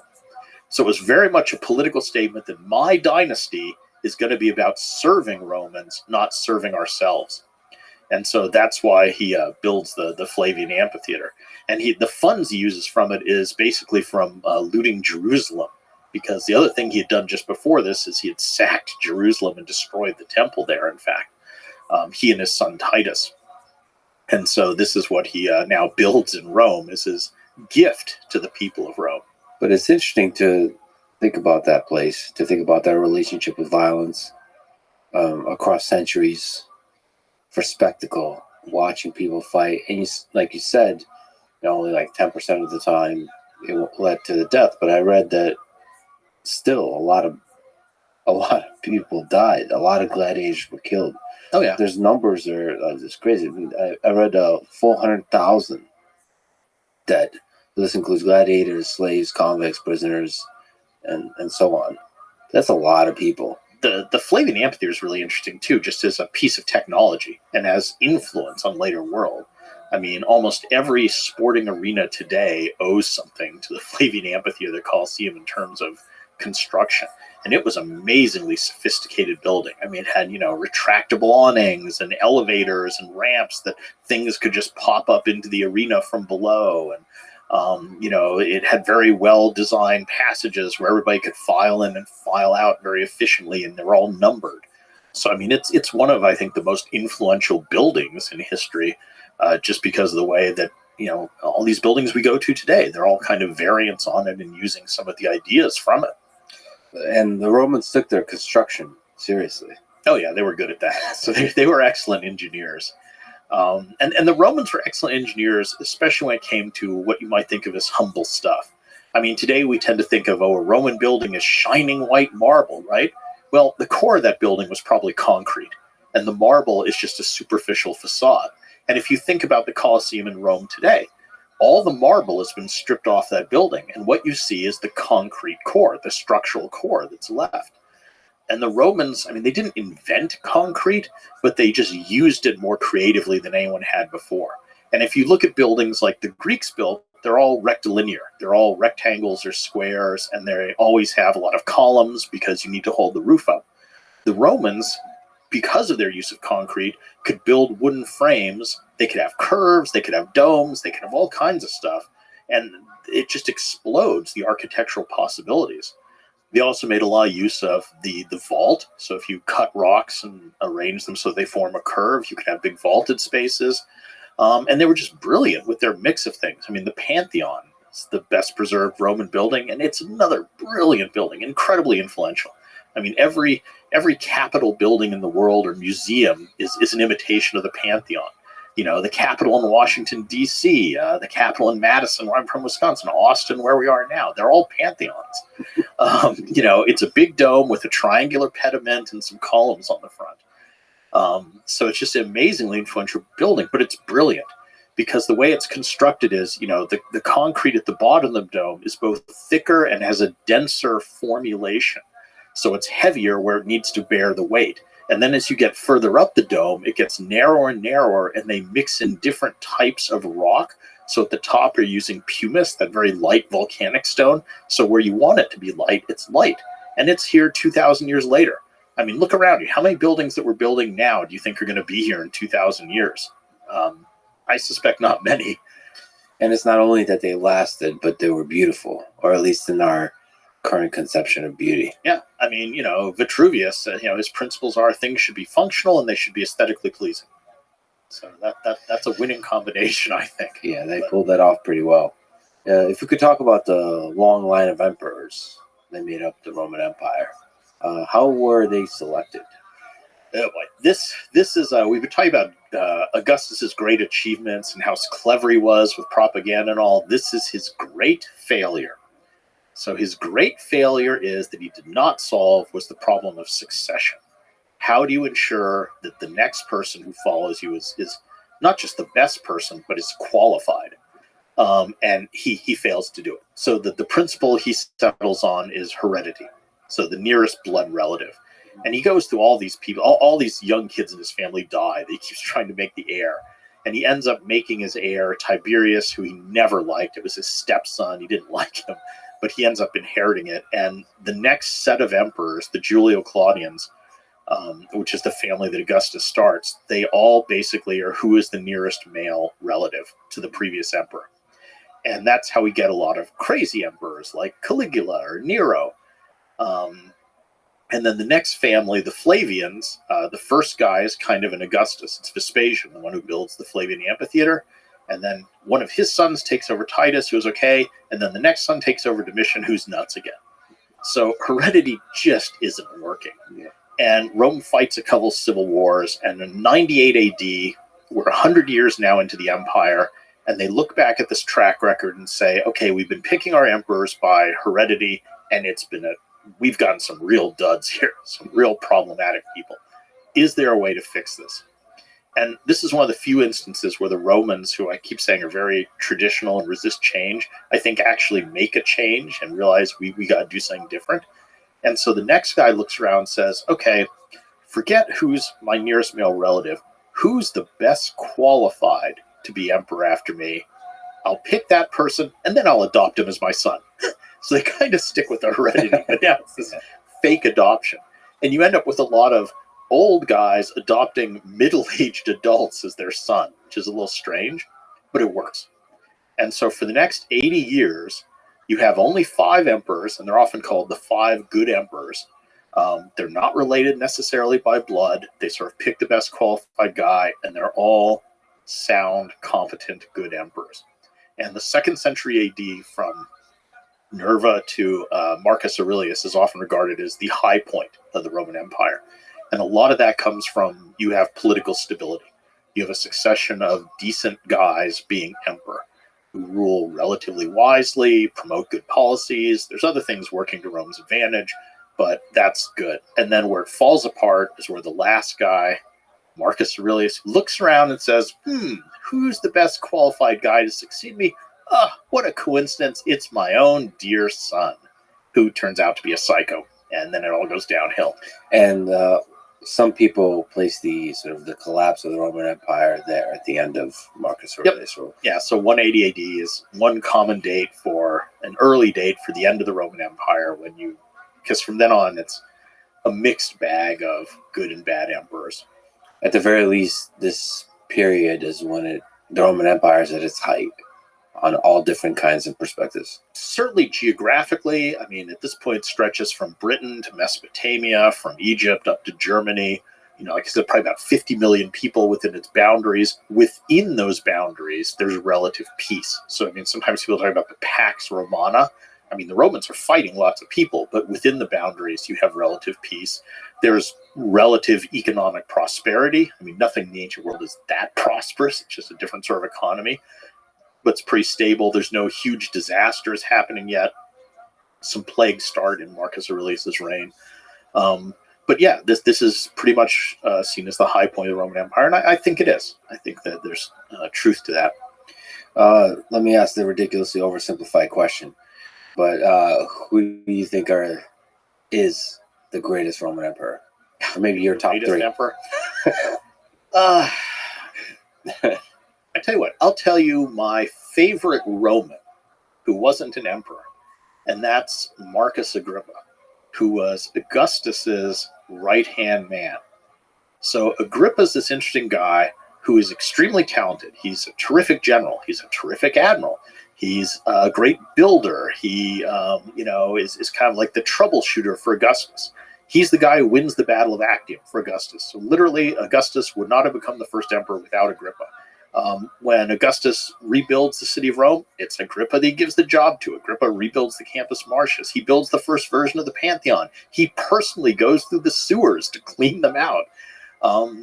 And he just has this great set of qualities that he's very self-effacing. I think he likes power. He wants real power, but he realizes I don't have that kind of clever politician's ability to be the front guy. So I'll just serve my friend Augustus loyally. They were childhood friends. I'll win the battles for Augustus, and I'll let him take all the credit. But I'll be his number two guy, and that's what I'm good at. And he realizes his limitations. I mean, so many people don't. So many people are like, oh, I just want to keep, grabbing for more and more and more when it's not something they're good at. And I think Agrippa says, I'm good to this point, and I'll play that role and no more, and that'll give me a lot of power, but I'm not going to press it.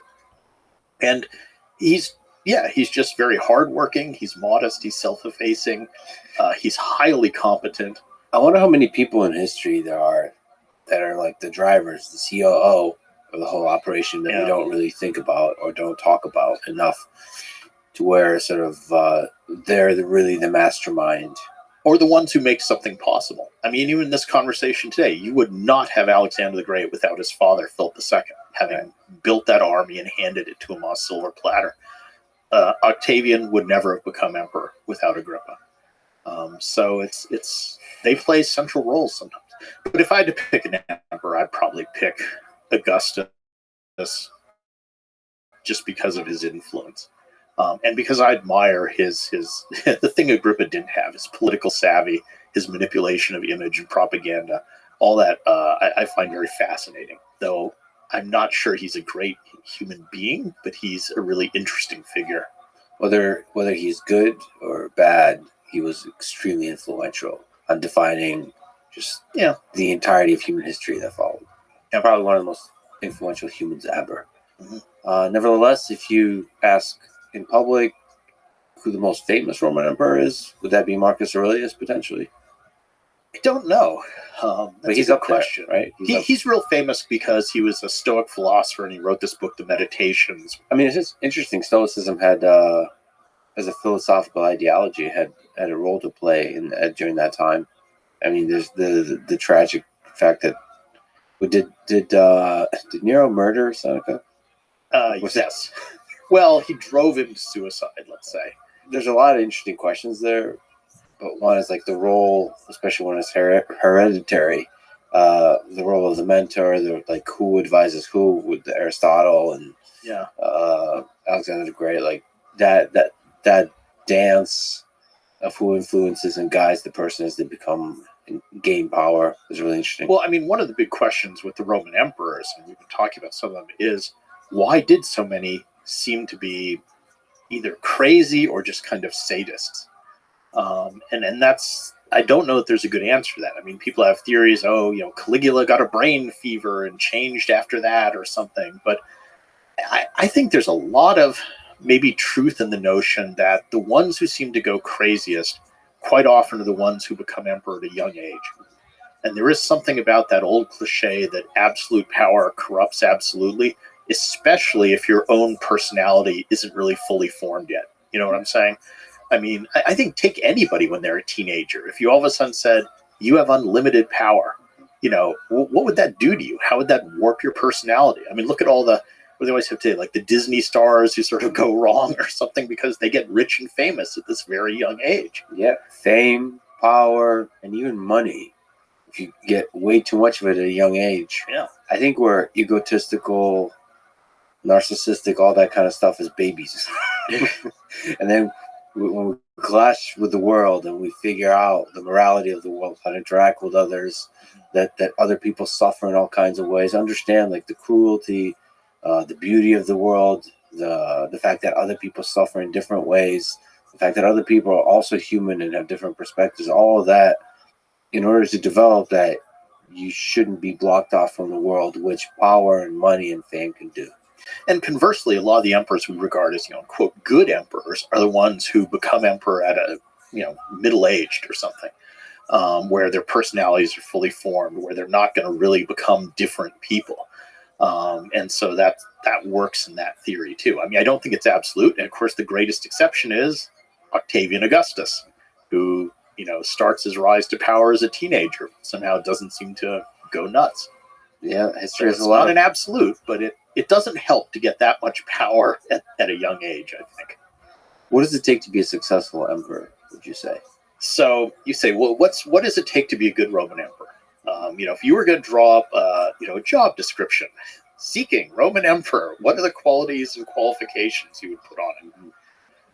Obviously, you would put, responsible, good understanding of military, economics, whatever, ability to delegate. But just to be fun, let's consider how much does it matter whether the emperor is good or bad? Because in the ancient world, what does it affect, really, if you're, say, a peasant in Spain, if the emperor is crazy Nero or good Vespasian? I mean, how does that affect your day-to-day life? How does it affect you if you're a peasant in Italy, which is the average inhabitant? I mean, the crazy emperors mostly affect the people within the sound of their voice. So, yeah, they go crazy. They murder senators. They murder their members of their own family. They do wacky stuff. But a lot of that is constrained to the immediate surroundings around them.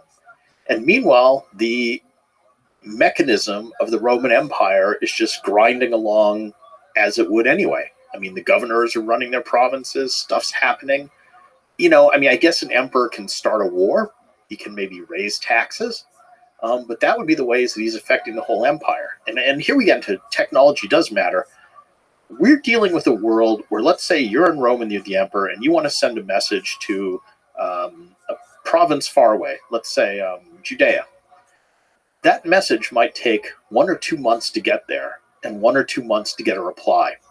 So how much influence as emperor are you really having over that province? I mean, those people pretty much have to make their own decisions and then kind of just say to you, this is what we did. I hope that's okay. Because otherwise nothing gets done if they're waiting 4 months for a decision. Even in the realm of ideas, they can't get on TV and on the radio. Yeah, and communication and broadcasts so slow and so uncertain in ways that today, with the ability to instantaneously talk to people across the world, we can't even imagine. And the Roman Empire is huge. I mean, it is months to send a message and get an answer. So here you have the emperor in Rome. Yeah, he affects who's around him, and he can affect even common people. I mean, there's crazy emperors who are at the games and they're bored and they say, well, take that whole section of the crowd and throw them to the lions or something. There you're being affected by the emperor. But if you're outside the range of his sight and voice, do you care who the emperor is? So the big one, Most of the time. that's a really important idea to sort of to remember. Same with U.S. president, frankly, in terms of the grand arc of history. Mm-hmm. Like, what is the actual impact? But I would say the big one is probably starting wars. Yeah. Major global wars, or ending them in both directions. And then taxation, too, as you said. What was the taxation? What was the economic system? What was the role of taxation in Roman? The Romans are really weird with this. So in the Republic, once they started to acquire overseas provinces, right, they had to decide, well, what are we going to do with these provinces? And they in the end settled on this notion of we'll put a Roman governor in charge, we'll collect some sort of taxes. But they often didn't collect the taxes directly. Instead, they would sell contracts to private businesses to collect taxes. Mm-hmm. So the private businesses would bid and say, all right, if you give us the contract to collect taxes in Sicily, we'll give you X number of money up front, and then we go out and try to collect enough to make back that money and make ourselves a profit. And this is a terrible system because obviously they're going to go and try and squeeze as much as they can out of Sicily. And these companies were called publicans, publicani. And in the Bible, there's a phrase, publicans and sinners, and that should give you an idea how they're viewed. So everybody hated these tax collectors, and it was a really kind of dumb system because, you know, the publicans were going out and squeezing way more than they should in an unhealthy way from the provinces, and the Roman state was doing this kind of weird thing that they should have been doing themselves. And over time, that shifts a bit, and it becomes more like your standard taxation. And a lot of the taxation ends up being in kind, too. So it's like, okay, we're taxing you. You pay it in wheat if you're a farmer or something, not necessarily in cash. So it was, in many ways, the Roman economy is underdeveloped. They didn't have a lot of the sophisticated systems that we have today, and it probably held them back in some ways. And again, they have that resistance to change. The Romans also had weird notions about just business and profit making. That at least originally there was this notion that's shameful. Again, the only thing that's a worthwhile profession is farming.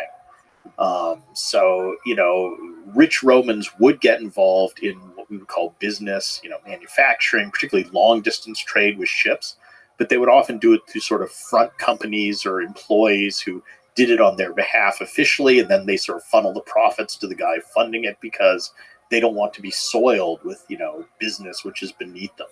So the Romans had a lot of weird attitudes about the economy that I think in some ways didn't help. But nevertheless, they had many of the elements of the modern economic system with taxation, the record keeping. They were good at record keeping. So the Romans, I mean, the census is a Roman word. They're the ones that came up with that. So And obviously the laws around everything. yes. So in certain ways, yes, they were extremely sophisticated. And of course, the biggest thing about people in the ancient world and today is that they weren't stupider than us. I mean, sometimes you get this assumption, oh, well, in the ancient world, they just weren't as smart or something. No. They were fully as intelligent as we were. They didn't have access to the same technology as we do, but that doesn't mean they were any less smart. Can we talk about the crisis of the 3rd century and the aforementioned Western and Eastern Roman empires, how it split? Yeah, so, I mean, after Rome starts to go downhill, as you enter the 3rd century, so the 200s, so we're moving out of the Golden Era now. I mean, a famous Roman historian, Cassius Dio, who lived right at that moment, very famously wrote of the transition of Marcus Aurelius to what follows, our kingdom now descends from one of gold to one of rust and iron. So even people who were alive at the time had a distinct sense something is going downhill here. And that's interesting because, you know, usually great historical moments are retroactive. And I mean, here's a guy who said, oh, something's going wrong. Something's really going badly now. And a lot of it becomes that the secret is out. That what makes an emperor is who commands the most swords. And so you start to get rebellions by various Roman generals, each declaring himself emperor. So you'd always had this to a certain degree, but they had kept it in check during the 2nd century AD. But in the 3rd century, you sometimes get 3 or 4 generals in different parts of the empire all declaring themselves emperor, and then they all rush off to Rome to fight a multi-way civil war. And of course, while they're doing this, the borders are undefended, so barbarians start to see opportunity and come across and start raiding. They start burning and pillaging farms. The civil wars are destroying cities and farms. So the economy is kind of tanking. Then there's less money coming in as taxes. So when one guy finally wins, he jacks up the tax rate to try and make up for it. But now there's fewer people able to pay, and it's all just a vicious cycle. The Romans start to debase the coinage, which means, you take in a gold coin, you melt it down, mix it in with 10% something less valuable, and then stamp it and say it's worth the same. Yeah. Well, people aren't stupid. They're going to know that's only 90% of that gold They've coin. invented inflation. And you get horrific inflation uncontrolled. So, the economy goes downhill. Barbarians are raiding. You have internal instability. In 1 year, you have something like 8 or 9 different guys go through as emperor in 238. So it's a mess. And it looks like the Roman Empire is going to fall in around the mid-3rd century. So this is the crisis. And then the kind of shocking development is late in that 3rd century, they actually stabilize the empire. So you have a series of these kind of army emperors who are just good generals who managed to push the barbarians out, reestablish the borders. It's actually a whole group of them, but often they get clumped under the most successful, the last guy, who is Diocletian, who comes in, and he tries to stabilize the economy. One of the things he does is he issues a new solid gold coin that he guarantees is solid gold, and he calls it a solidus, the solid coin. He famously issues a price edict where he says this is the maximum it's legal to charge for any good or service. So it's an attempt to curb inflation. And that's not going to work, but it helps. Kind of amusingly, on Diocletian's price edict, can you guess what the most expensive sort of item is? Hiring a lawyer. So some things never change, right? Oh, that's interesting. I mean, in that system, there's probably a huge amount of lawyers. Yeah, I mean, even lawyer isn't quite the right word. Romans didn't have true lawyers, but they had people you would hire to do legal stuff or give you legal advice. But anyway. No, the price edict is really fascinating because it's this long list of stuff, and you can see, a good pair of shoes, a bad pair of shoes, how much each costs, and you can see the relative value of things. So, what was food versus clothing? What was, going to the barber versus hiring a doctor, all that kind of stuff. So it's a really fun document to just mess around with. But anyway, so Diocletian stabilizes basically the empire and these other guys as well and gives it a new lease on life. So it seems by the end of the 3rd century that Rome is going to continue. And then as we go into the 4th century, you have the really dramatic thing where Constantine comes along and converts to Christianity. And at the time he converts, the percentage of Christians in the empire is small, 10% at most, something like that. Who knows?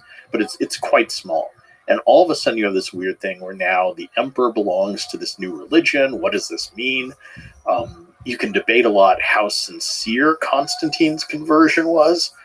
It's a little bit of a weird thing where he clearly is using it as a way to fire up the troops before a crucial battle to say, hey, I just had this dream and this god promised us victory if we put his magic symbol on our shields. And this would be okay, except that he had done this a couple times before. So one time it was Helios, the sun god. One time it was another god. Even after he converts, he continues to mint coins and stuff with other gods on them. He continues to worship other gods. But he also kind of seems sincere in his conversion. It's just, I think the question is, how much does he understand his new religion? Maybe more than is it sincere? But that's a real turning point. So now as we go into the 4th century, we have this thing with Constantine, the new religion. And the other thing that happens is the empire is really just too big to govern effectively. It's that thing we're talking about. It's too large, the communication is too slow, and it starts to naturally fragment. And at times they try systems where they split it into 4. So under Diocletian, he tries the tetrarchy, where he splits the empire into 4, and you actually have sort of 4 emperors working together as a team. More commonly, it just splits east-west. So from that point on, you really start to have the history of the Western Empire going in one direction, the Eastern Empire, and the other, you tend to have two emperors, though there are moments occasionally where they reunite. So that's a big development as well, and that's a turning point. So the most common date that people say, maybe you can correct me on this, that the Roman Empire fell is 476 AD. They're referring to the fall, quote unquote, of the Western Roman Empire. So why did the Roman Empire fall? Yeah, this is a real game. Pick your favorite date for the fall of the Roman Empire. 476 is a very common one. And what happens in that year is a barbarian king comes down into Italy and deposes a guy named Romulus Augustulus, which is an amazing name. It's combining the names of the founder of Rome, Romulus, with Augustus, the second founder of Rome. And so some people say that's the end of the Roman Empire. Sure. But others say it's 410 when Alaric sacks Rome for the first time. Others say it's 455 when the Vandals come and sack Rome and do a much more thorough job of it this time. Some say it's 180 when Marcus Aurelius picks poorly in succession. Some say it's 31 when Octavian wins the Battle of Actium and kills the Roman Republic. Or you can go past that date and say it's 1453 when the Eastern Roman Empire finally falls. And I mean, the Eastern Empire is legitimately the Roman Empire. If you were going to ask them, who are you? They wouldn't say, we're the Byzantines, we're the Eastern Roman Empire. They would just say, we're the Romans. And they have a completely legitimate claim to do that. So this whole game of when does the empire fall is problematic. And the other thing is, all those dates about invasions that cluster around the 400s, so 410, 455, 476, you have to ask yourself, who counts as a real Roman by that point? Because for a while now, the Romans themselves are often coming from barbarians, are crossing that boundary. Roman generals, they might get raised as a Hun, then serve with the Roman army for a while, then not, or Visigoths or not. That's been going on for a long time. So what makes someone a real Roman? How do you tell that the guy kicked out in 476 was a, quote, real Roman, and the barbarian king who took his place wasn't? That's a very arbitrary decision. There's so many interesting things there. So, of course, you described really eloquently the decline that started after Marcus Aurelius. And there's a lot of competing ideas there and the tensions. Just to interrupt you, I hate wishy-washy answers, which is what I kind of said. So I will give you this. Yes. I think by the end of the 5th century AD, the Western Roman Empire has transformed into something different. Yeah. So I don't know what date I can pick for that, but I can say by around 500, I don't know that we can call whatever exists there the Roman Empire anymore. And of course, the barbarians make everything complicated because they seem to be willing to fight on every side, and they're like fluid. Yes. Which yes. They integrate fast, and it just makes the whole thing really tricky to say, who's a Roman, who's not, and at which point did it like. And barbarians have been forming large parts of the Roman army for centuries. It's extremely fluid and not at all just clear sides here. So it's a mess. From a military perspective, perhaps, what are some things that stand out to you on the pressure from the barbarians, the conflicts, whether it's the Huns or the Visigoths? There was a military strategist, a guy named Edward Luttwak, who wrote this book, The Grand Strategy of the Roman Empire, which was basically about frontiers and how did the Romans define their frontier. And everybody's jumped on this and argued about it and says it's wrong and all, but started this debate among Roman historians about, what does frontier mean to the Romans? Did they conceive of their empires having a border, or was it always expanding, or what? And did they have a grand strategy? I mean, today, militaries have a strategy where we want to achieve this, we want to exert force here, we want to protect these areas. Did the Romans even visualize their empire in that sort of grand strategic way?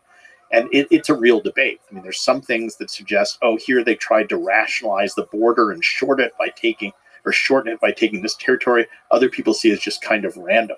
So that's an interesting take, is how did the Romans conceive of empire? I mean, if you look back at someone like Virgil at the time of Augustus, he said, well, the gods granted Rome empire without end. So it's that open-ended thing. But even under Augustus, he seems to be pulling back and saying, well, I'm going to kind of stop at the Rhine. I'm going to kind of stop at the Danube. We don't need to keep expanding forever in the way we've been doing. So, I mean, that's an interesting concept of how do the Romans see their empire? Does it have a boundary? What are those boundaries? What does that mean? And then barbarians were very much making that boundary even more difficult to kind of define, even if you wanted to. Right. And again, the other fun debate is, were these invasions, when the Visigoths cross the Danube and come into the Roman Empire, is this an invasion as it was originally described, or is it a migration, as some scholars have started calling it? Because the Visigoths were fleeing pressure from another Gothic group, and they were fleeing pressure from the Huns. And I mean, a lot of the early Gothic peoples who come into the Roman Empire are basically seeking asylum. They're saying, will you give us a piece of territory to live on within the boundaries of the empire? And in return, we will fight for you against external enemies. And the Romans make these deals with some of the Goths. In fact, they made a pretty good deal with the Goths, one group of Goths, to do exactly that. Like, you can settle within the boundaries, we'll feed you, we'll give you a certain amount of stuff, and you fight for us. And then the Romans treated them really badly. They kind of didn't supply what they had promised, and so they turned against the Romans with good reason. So the Romans blundered in these things too. So is it correct that the Visigoths fought on the side of the Romans against Attila the Hun? Some of them did. Okay. So again, there were various groups on both sides of those battles. So Attila is the famous Hun, and he comes into the Roman Empire and seems to be heading right for Rome to knock it off.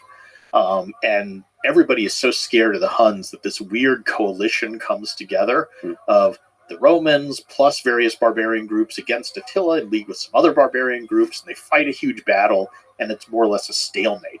So Attila gets stopped, and he says, all right, we're going to just rest up for a year. Next year, we'll go finish off the Romans.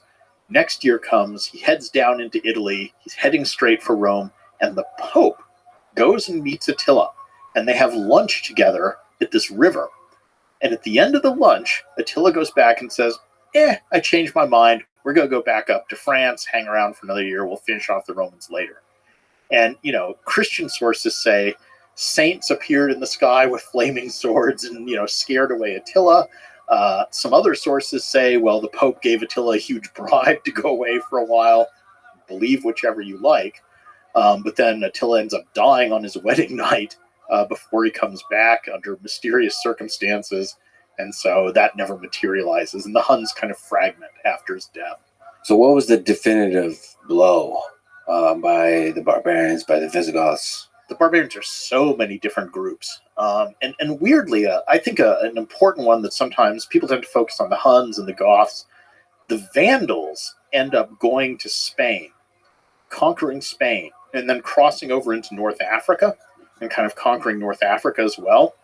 And Spain and North Africa were some of the main areas that food surpluses were collected from and sent to Rome to feed the city of Rome. And it's after those Vandal invasions and the takeover of those areas that the population of Rome plummets. So I think that's an interesting moment where, the city of Rome had always been this symbol, and already it was no longer the capital.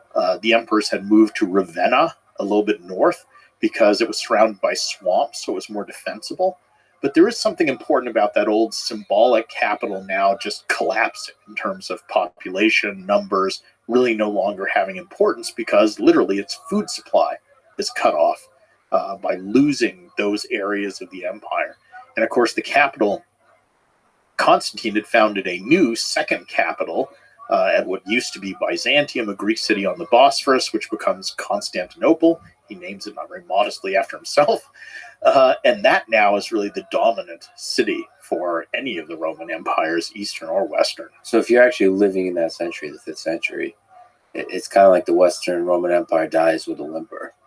It's not like a bunch of structures. There's a lot of moments you can pick. There's an earlier one in the 300s when the Roman Empire, the Romans lose a big battle to, some barbarians that symbolically is important. But yeah, I don't think there's one clear-cut moment. And again, I don't know that it is the barbarians that cause, quote, the fall of the Roman Empire. I mean, this is the other game, is people like to say, when did the Roman Empire fall? The other big question is why? why did the Roman Empire fall? If you define it as falling. And I mean, barbarian invasions was the traditional answer. So there's a French historian who famously said the Roman Empire didn't fall, it was murdered. It was killed by barbarians. But I mean, there's other explanations. I mean, some people say it was Christianity. Some say it was climate. That the Roman Empire flourished during this moment of luck when just the climate was good, and then you get this sort of late Roman little ice age, and everything goes downhill, and that's what caused it.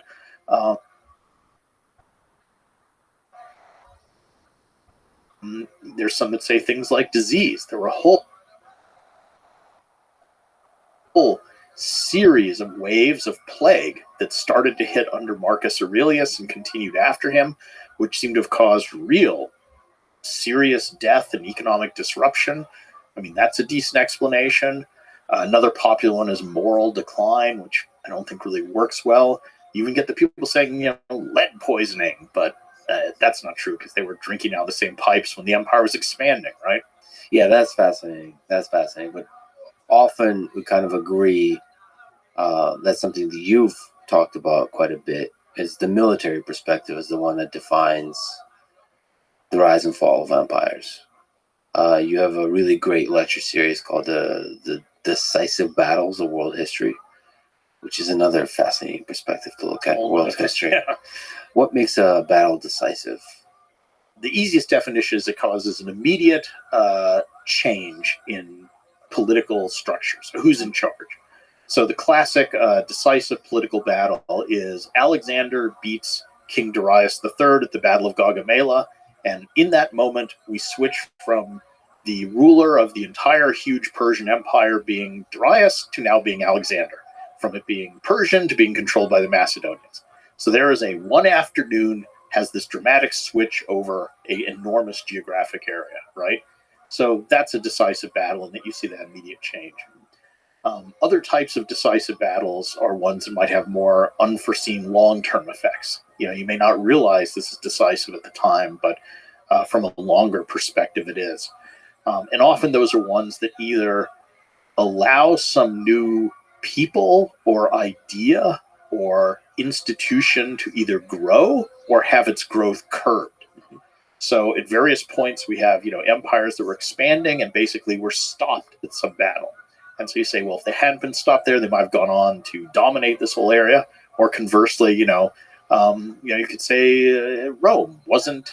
They were one place before the Second Punic War. After the Second Punic War, they were this dominant force. So you could pick one of those battles and say that was decisive in setting them on this new path.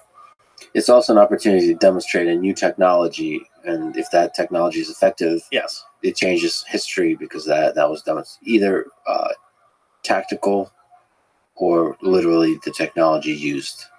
So how important is technology, that technological advantage in war?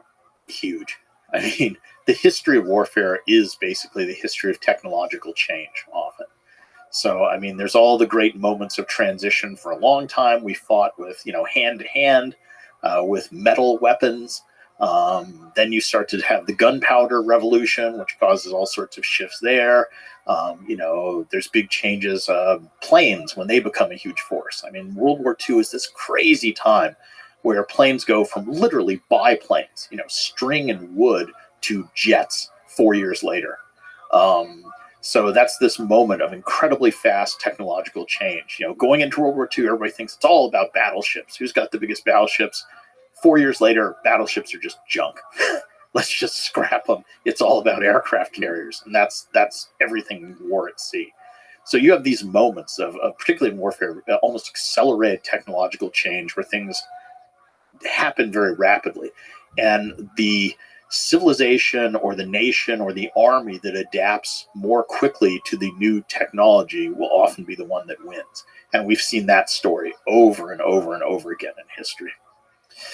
It's also interesting how much geography that you mentioned a few times affects wars. The result of wars, the rise and fall of empires, all of it.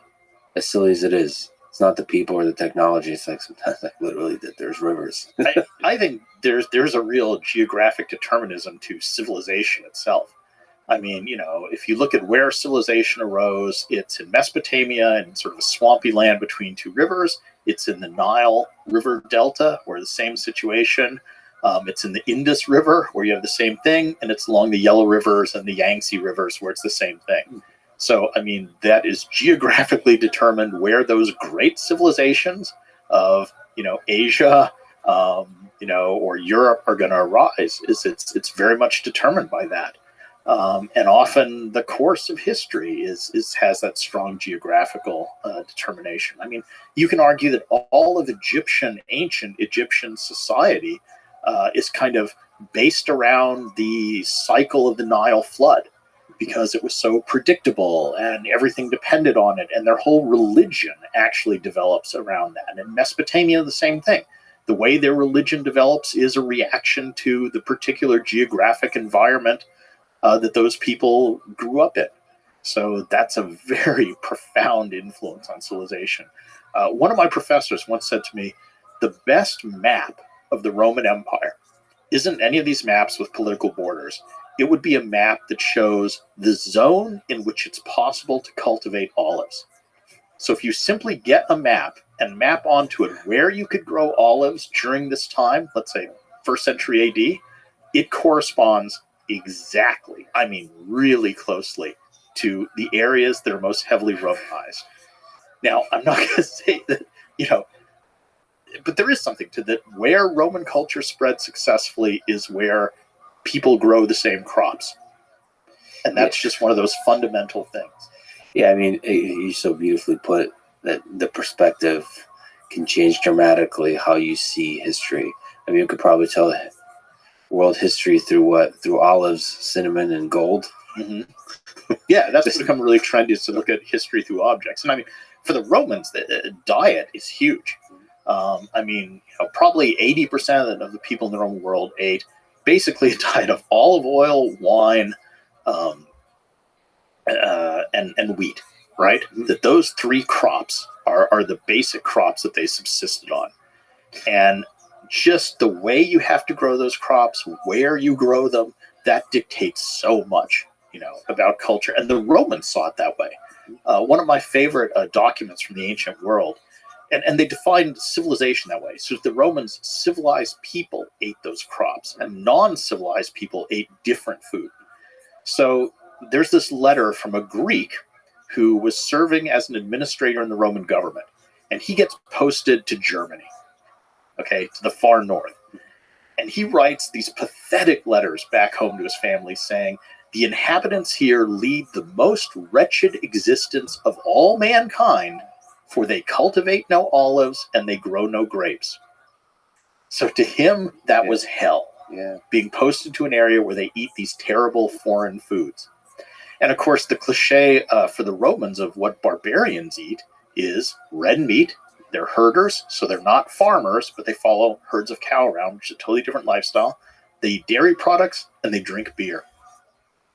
And I tell my students sometimes that, if you were to stick a Roman in a time machine and send him to where we live, which I teach in Wisconsin, Green Bay, Wisconsin, that Roman would step out, look around, see all the beer, the brats, and the cheese, and say, I know who you guys are. Yeah. You're barbarians. Barbarians.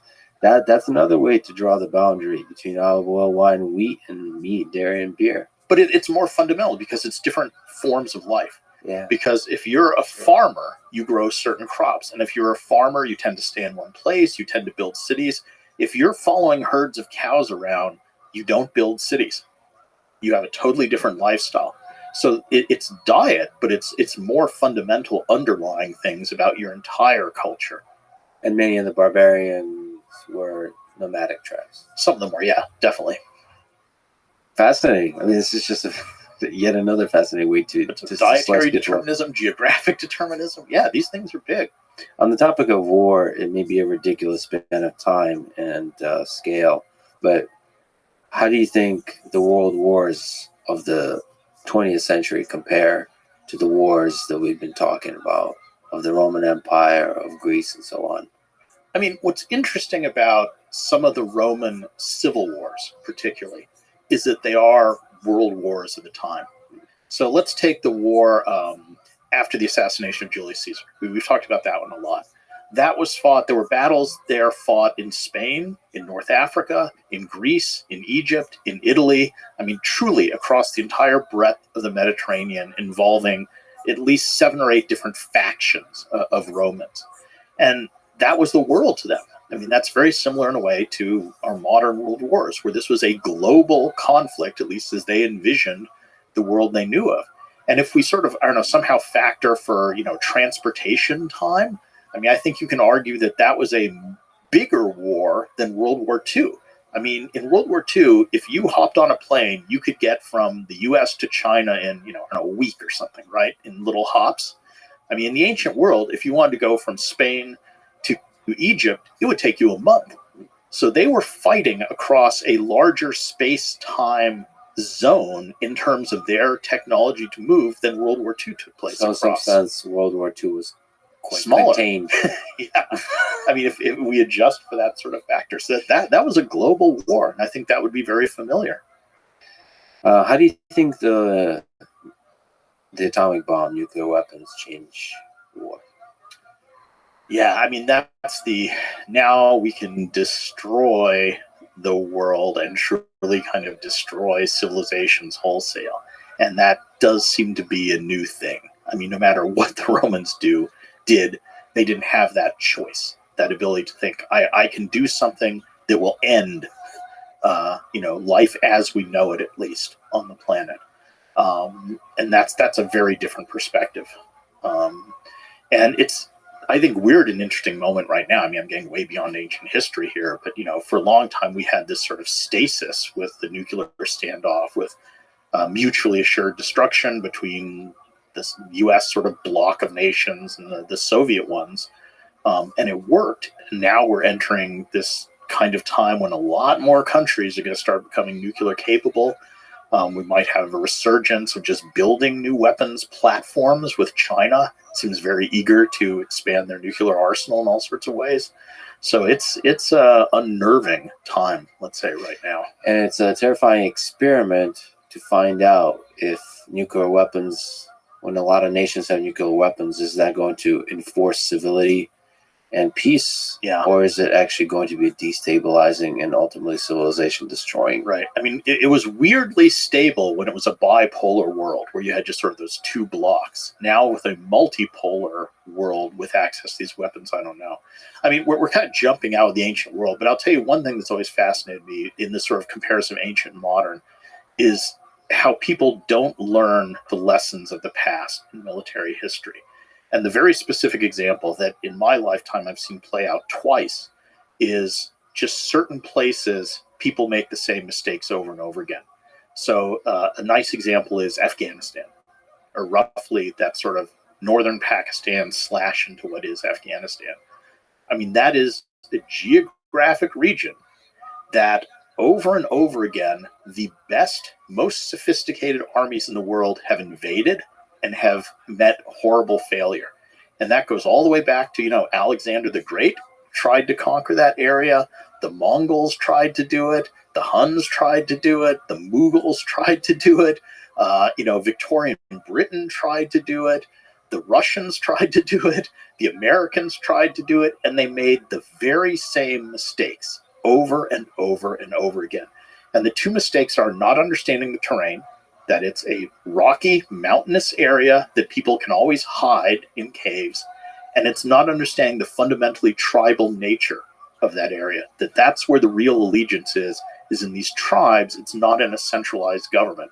And that's the same error Alexander made, as, the British made in the 19th century, as the Russians, as the Americans.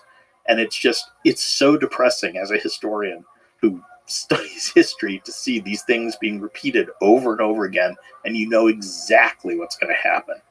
For leaders not to be learning lessons of history, you co-wrote a book precisely on this topic, The Long Shadow of Antiquity. What have the Greeks and Romans done for us? What are some key elements of antiquity that are reflected in the modern world? Yeah, it's a book that my wife and I wrote together, and it is trying to make people understand how deeply rooted our current actions in almost every way, even things that we think are just truly unique parts of our culture, or things that we think are just innate to human nature, are actually rooted in the past. So this is another power of the past thing. And this is just a long, specific list of examples, really. So, I mean, we go through government and education and intellectual stuff and art and architecture and, a lot of the things we've been talking about today. Language, culture, medicine, but even things like, habits, the way we celebrate things, the way we get married. Our married rituals have all sorts of things in common with Roman weddings. The calendar. The words. We're using Julius Caesar's calendar. I mean, Pope Gregory did one tiny little twist, but Caesar's the one who basically came up with our current calendar with 365 days, 12 months, leap year, all that. So we're living in law. There's just no way to escape the power of the past. And what I believe very ardently is that you can't make good decisions in the present, and you can't make good decisions about the future without understanding the past. And that's not just true with your own life, but it's in understanding others. So it's not only your own past you have to understand, but you have to understand other people, what's influencing them.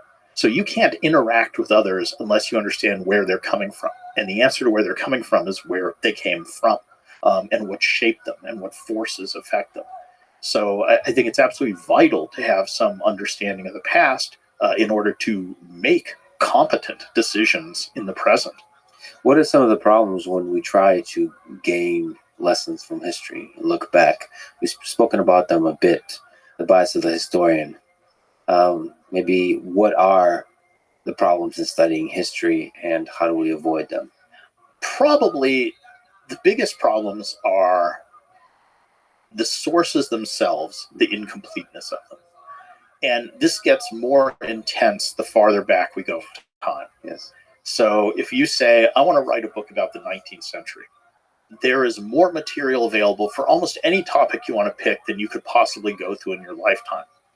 If you say, I want to write a book about the Roman world, this is a very different thing.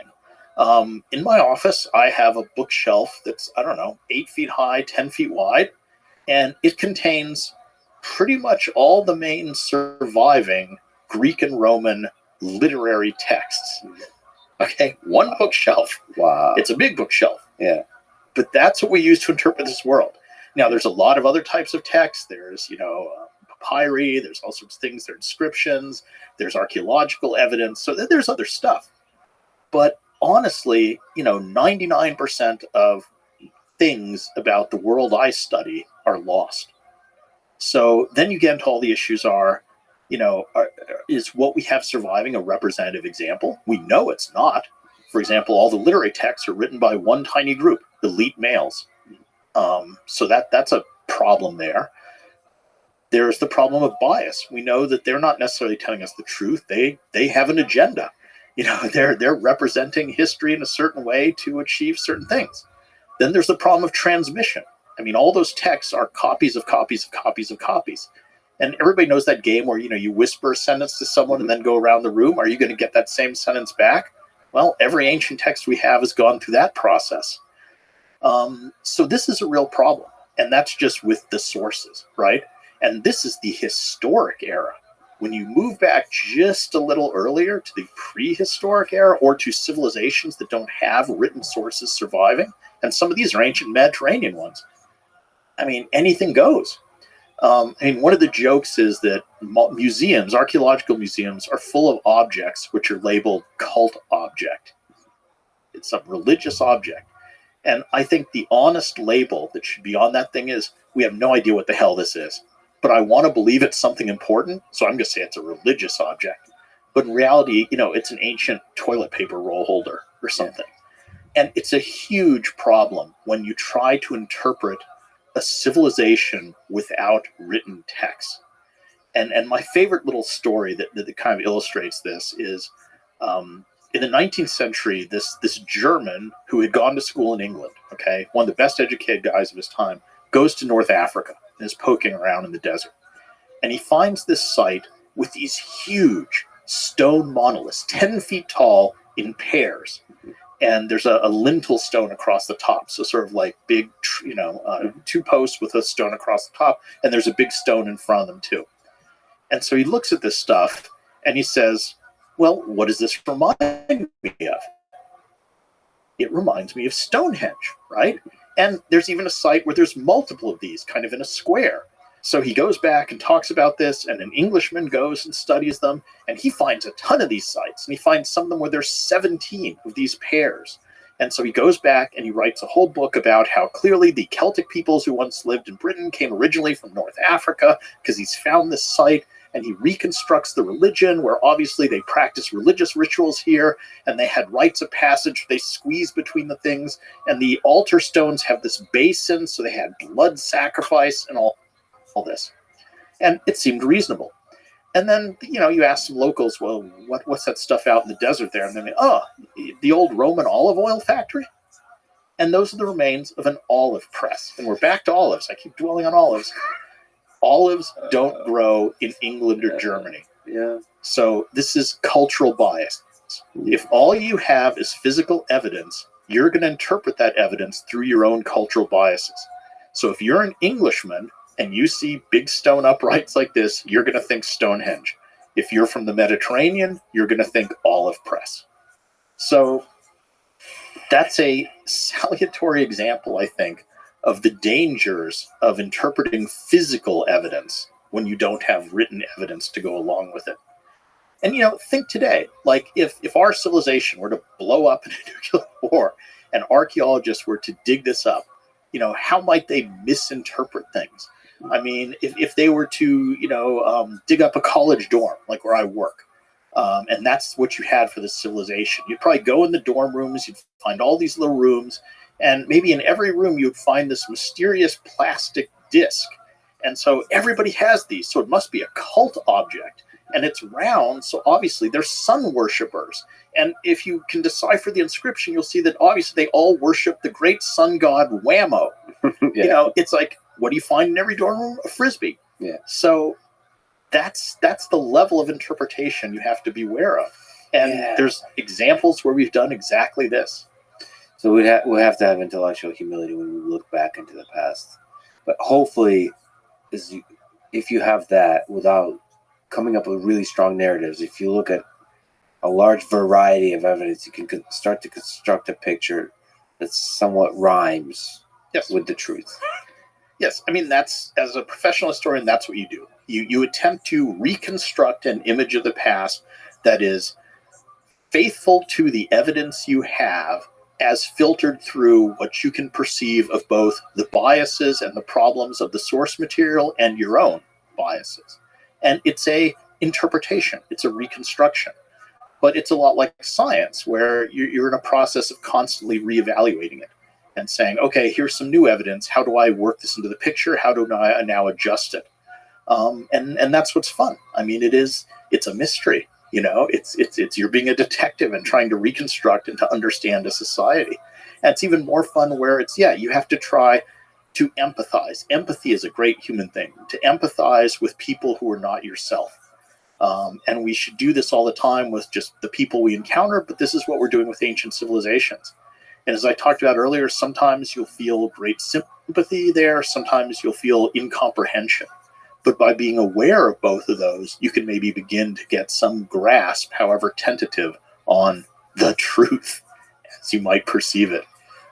To ask a ridiculous question, when our time, you and I, we together, become ancient history, when historians, let's say 2, 3, 4,000 years from now, look back at our time and, like you, try to look at the details and reconstruct from that the big picture of what was going on, what do you think they'll say?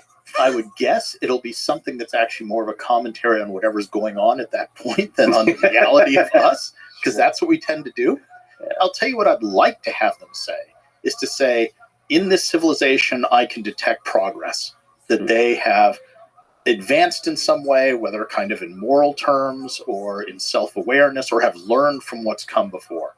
And that's all you can try and do, is do a little bit better than whatever came before you, to look back at what happened and try to do something. Livy, I mean, one of the great Roman historians, the beginning of his work, A History of Rome, which is this massive thing, he says, the utility and the purpose of history is this: it provides you an infinite variety of experiences and models, noble things to imitate and shameful things to avoid. And I think he's right.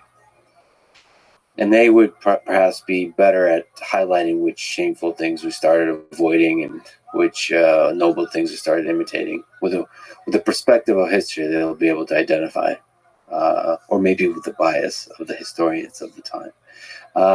Well, in that grand perspective, what gives you hope about our future as a humanity, as a civilization? We have curiosity. I think curiosity is a great thing, that you want to learn something new. I think the human impulse to want to learn new stuff is one of our best characteristics. And at least up to this point, what makes us special is the ability to store up an accumulation of knowledge and to pass that knowledge on to the next generation. I mean, that's really all we are. We're the accumulation of the knowledge of infinite generations that have come before us. And everything we do is based on that. Otherwise, we'd all just be starting, at ground zero, kind of just from the beginning. So our ability to store up knowledge and pass it on, I think, is our special power as human beings. And I think our curiosity is what keeps us going forward. I agree. And for that, I thank you for being one of the most wonderful examples of that, of you yourself being a curious being and emanating that throughout and inspiring a lot of other people to be curious by being out there in the world and teaching. So thank you for that. And thank you for talking today. No, enjoyed it. It's fun. I obviously like talking about this stuff. Thanks for listening to this conversation with Gregory Aldrete.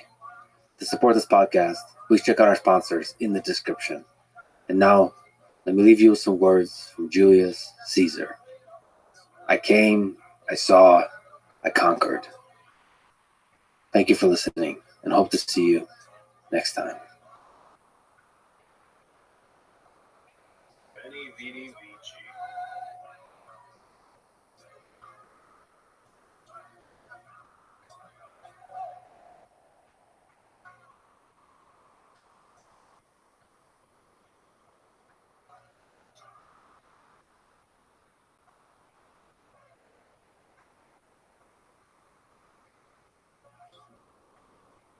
I don't know if you know this, but some people call you a fascist. Yeah, they do. So I figure it's a right to call them a communist. Yeah, they call me a lot worse than I call them. A lot of people listening to this, myself included, that doesn't think that Kamala is a communist. I believe you have to fight fire with fire. Politics is a dirty game. It is a dirty game. It's certainly true. How do you win at that game? They suffer from massive Trump derangement syndrome, TDS, and I don't know if it's curable from their standpoint. I think we'd probably have a better world if everybody in Congress took some mushrooms, perhaps. First of all, medical marijuana has been amazing. It's been, I've had friends and I've had others and doctors telling me that it's been absolutely amazing. The list of clients that went to the island has not been made public. Yeah, it's very interesting, isn't it?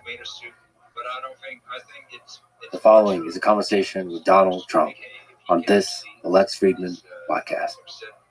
They're getting smaller and smaller. They're getting smaller, right? I mean, people do respect you more when you have a big camera for some No, reason. it's cool. And about 20 guys that you pay a fortune to. All right. Okay. You said that you love winning, and you have won a lot in life, in real estate, in business, in TV, in politics. So let me start with the mindset, a psychology question. What drives you more, the love of winning or the hate of losing? Maybe equally, maybe both. I don't like losing, and I do like winning. I've never thought of it as to which is more of a driving force. You've been close with a lot of the greats in sport. You think about Tiger Woods, Muhammad Ali. You have people like Michael Jordan, who I think, hate losing more than anybody. So, what do you learn from those guys? Well, they do have something different. You know, the great champions have something very different, like the sports champions. And, you know, you have champions in other fields, but you see it more readily in sports. You see it over a weekend, or you see it during a game. And you see that certain people stand out, and they keep standing out. But it's there for you. It doesn't take a lifetime to find out that somebody was a winner or a loser. And so the sports thing is very interesting, but you know, I play golf with different people, and there's a different mindset among champions. There's really a very different mindset. There's a different thought process. You know, talent-wise, sometimes you can't tell the difference in talent, but at the end of a weekend, they seem to win, and it's very interesting. Like as an example, Tiger or Jack Nicklaus, he was a phenomenal winner. And he does have a different way about him. And Tiger has a different way about him. And Michael Jordan. And there's never one, you would think that there'd be one way. Arnold Palmer was the nicest guy you'd ever meet. And then you have some champions that aren't really nice. They're just focused on doing their job. So you have, you know, there's not one type of person.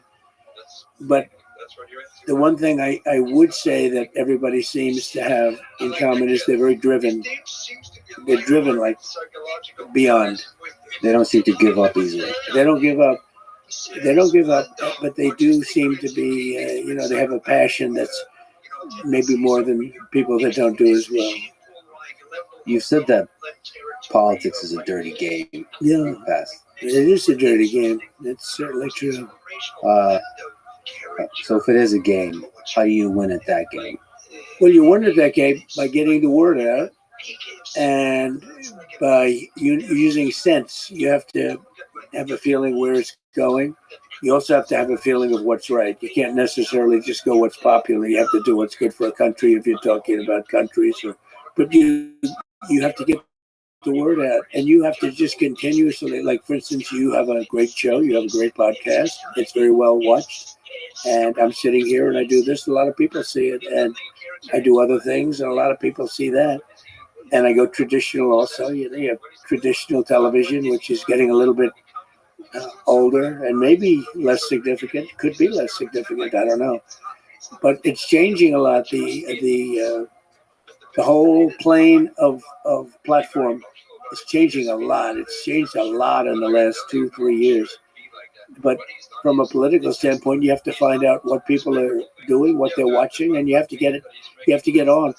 I just see that these platforms are starting to dominate. They're getting very big numbers. I did Spaces with Elon, and they got numbers like nobody's ever heard before. So, you know, this is, you wouldn't do that on like radio. You wouldn't do that, those numbers, no matter how good a show. You wouldn't do those numbers on radio. You wouldn't do them on television. You've been successful in business. You've been successful in politics. What do you think is the difference between gaining success between the two different, disparate worlds? Yeah, and they're different, very different. I have a lot of people that are in business that are successful, and they'd like to go over to politics. And then you realize they can't speak. They choke. You know, it's hard to make a speech in front of that. And let's say you're talking about a big audience, but I get very big audiences. And, you know, for many people, it's virtually impossible to get up and speak for an hour and a half and have nobody leave. You know, it's not an easy thing to do. And it's an ability. But I have many people that are very, very successful in business, would love to do what I did. And yet they can't pull the trigger. And in many cases, I don't think it would work. Almost for everybody, it's not going to work. It's a very tough thing to do. It's a big transition. And now, if you talked about people in the business and politics going into business, likewise, that wouldn't generally work out so well either. It's different talents. It's different skills. I have somebody who wants to go into politics so bad, but he's got a little problem. He's got stage fright. Now, he's a total killer, but if he gets up into a stage in front of people, he doesn't do well. To put it mildly, actually. I mean, he does badly. So you have to be able to make hard decisions like you do in business, but also be able to captivate an audience. Look, if you're a politician, you have to be able to speak in front of large crowds. There are a lot of people who can't do that. I've seen it. They can't even think about doing it. And they don't. There are many people in business right now. I could name them, but I don't want to embarrass anybody. They've been talking about running for president for 15 years. And they're very big in business, very well known, actually. But it takes guts to run. Like for president, I can tell you it takes guts to run. It's also a very dangerous profession, if you want to know the truth, but dangerous in a different sense, too. But it takes a lot of courage to run for president. It's not easy, but you have, and you know, the same people as I do. There are a lot of people that would like to run for president that are very, very successful in business, but they don't have the guts to do it. And they have to give up a lot. One of the great things about people from the business world is they're often great deal makers. And you're a great deal maker. And you've talked about the war in Ukraine and that you would be able to find a deal that both Putin and Zelensky would accept. What do you think that deal looks like? I think the deal, and I wouldn't talk about it too much because I think I can make a deal. If I win as president-elect, I'll have a deal made, guaranteed. That's a war that shouldn't have happened. It's terrible. Look, Biden is the worst president in the history of our country, and she's probably worse than him. That's something that should have never happened, but it did happen. And now it's a much tougher deal to make than it would have been before it started. Millions of people. I think the number is going to be a lot higher when you see this all at some point iron out. I think the death numbers are going to be a lot higher than people think. When you take a look at the destruction and the buildings coming down all over the place in Ukraine, I think those numbers are going to be a lot higher. They lie about the numbers. They try and keep them low. They knocked down a building that's 2 blocks long. These are big buildings, and they say one person was mildly injured. No. A lot of people were killed. And there are people in those buildings, and they have no chance. Once they start coming down, there's no chance. So that's a war that absolutely has to get done. And then you have Israel, and then you have a lot of other places that are talking war. The world is a rough place right now. And a lot of it's because of the fact that America has no leadership. And I believe that she'll be probably worse than Biden. I watched the interview the other night. I mean, it was just a softball interview. So you would like to see her do more interviews, challenge more? I don't know. I can't believe the whole thing is happening. We had a man in there that should have never been in there. They kept him in a basement. They used COVID. They cheated, but they used COVID to cheat. They cheated without COVID too. But you had somebody in there, and now we have a woman that is not. I mean, she couldn't do an interview. This was a really soft interview. This is an interview where they're given a multiple choice questions, multiple guess. I call it multiple guess. And I don't think she did well. I think she did very poorly. How do you think you'll do in the debate coming up in a few days? So I've done a lot of debating, only as a politician. I never debated. My first debate was the Rosie O'Donnell debate, right? The famous Rosie O'Donnell debate. The answer. But I've done well with debates. I mean, I became president. Then the second time, I got millions more votes than I got the first time. So I was told if I got 63 million, which is what I got the first time, you would win. You can't not win. And I got millions of more votes than that, and lost by a whisker. And look what happened to the world with all of the wars and all of the problems. And look what happened with inflation, because inflation's just eating up our country, eating it up. So it's too bad. But there are a lot of things that could happen. We have to get those wars settled. We have to get, I'll tell you have to get Ukraine done. That could end up in a third world war. So could the Middle East. So could the Middle East. So maybe let's talk about what it takes to negotiate with somebody like Putin or Zelensky. Do you think Putin would be willing to give up any of the regions they already captured? I don't know. I can tell you that all of this would have never happened, and it would have been very easy because you don't have, like, that question wouldn't be asked. That's a tougher question. Once that starts happening, because he has taken over a lot of territory. Now, I guess they're insurgents now too, right? So, it's a little bit interesting that's happening and that it can happen. And it's interesting that Putin has allowed that to happen. Look, that's one that should have never started. We have to get it stopped. Ukraine is being demolished. They're destroying a great culture that's largely destroyed. What do you think works better in those kinds of negotiations? Leverage of, let's say, friendship, the carrot or the stick? Friendship, or sort of the threat of using the economic and military power? So it depends on who the person is. Everyone's different. Negotiation's interesting because it depends on who the person is. And then you have to guess or know through certain knowledge which is, more important, the carrot or the stick. And with some people it's the stick, and with some people it's the carrot. I think the stick probably is generally more successful in that, we're talking about war. But the kind of destruction that we're witnessing now, nobody's ever seen. I mean, it's a terrible thing. And we're witnessing it all over. We're witnessing it in all parts of the world. And a lot of things are going to get started. Look what's going on with China. Look at Japan. They're starting to rearm now. They're starting to rearm because China's getting, taking over certain islands. And there's a lot of danger in the war right now in the world. There's a great possibility of World War III. And we better get this thing done fast, because 5 months with people like her and him, he's checked out. He just goes to the beach and thinks he looks good in a bathing suit, which he doesn't. He's sort of checked out. Hey, look, you can't blame him. That was a coup. They took it over. They took over the presidential deal. The whole presidential thing was taken over in a coup. He had 14 million votes. She had no votes, not one.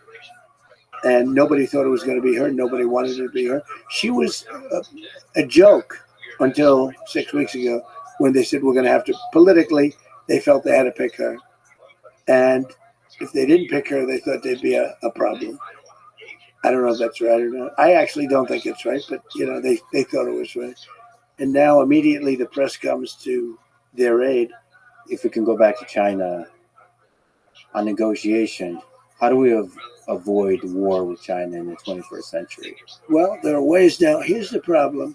If I tell you how, and I'd love to do it, but if I give you a plan, like I have a very exacting plan how to stop Ukraine and Russia, and I have a certain idea, maybe not a plan, but an idea for China, because we're in a lot of trouble.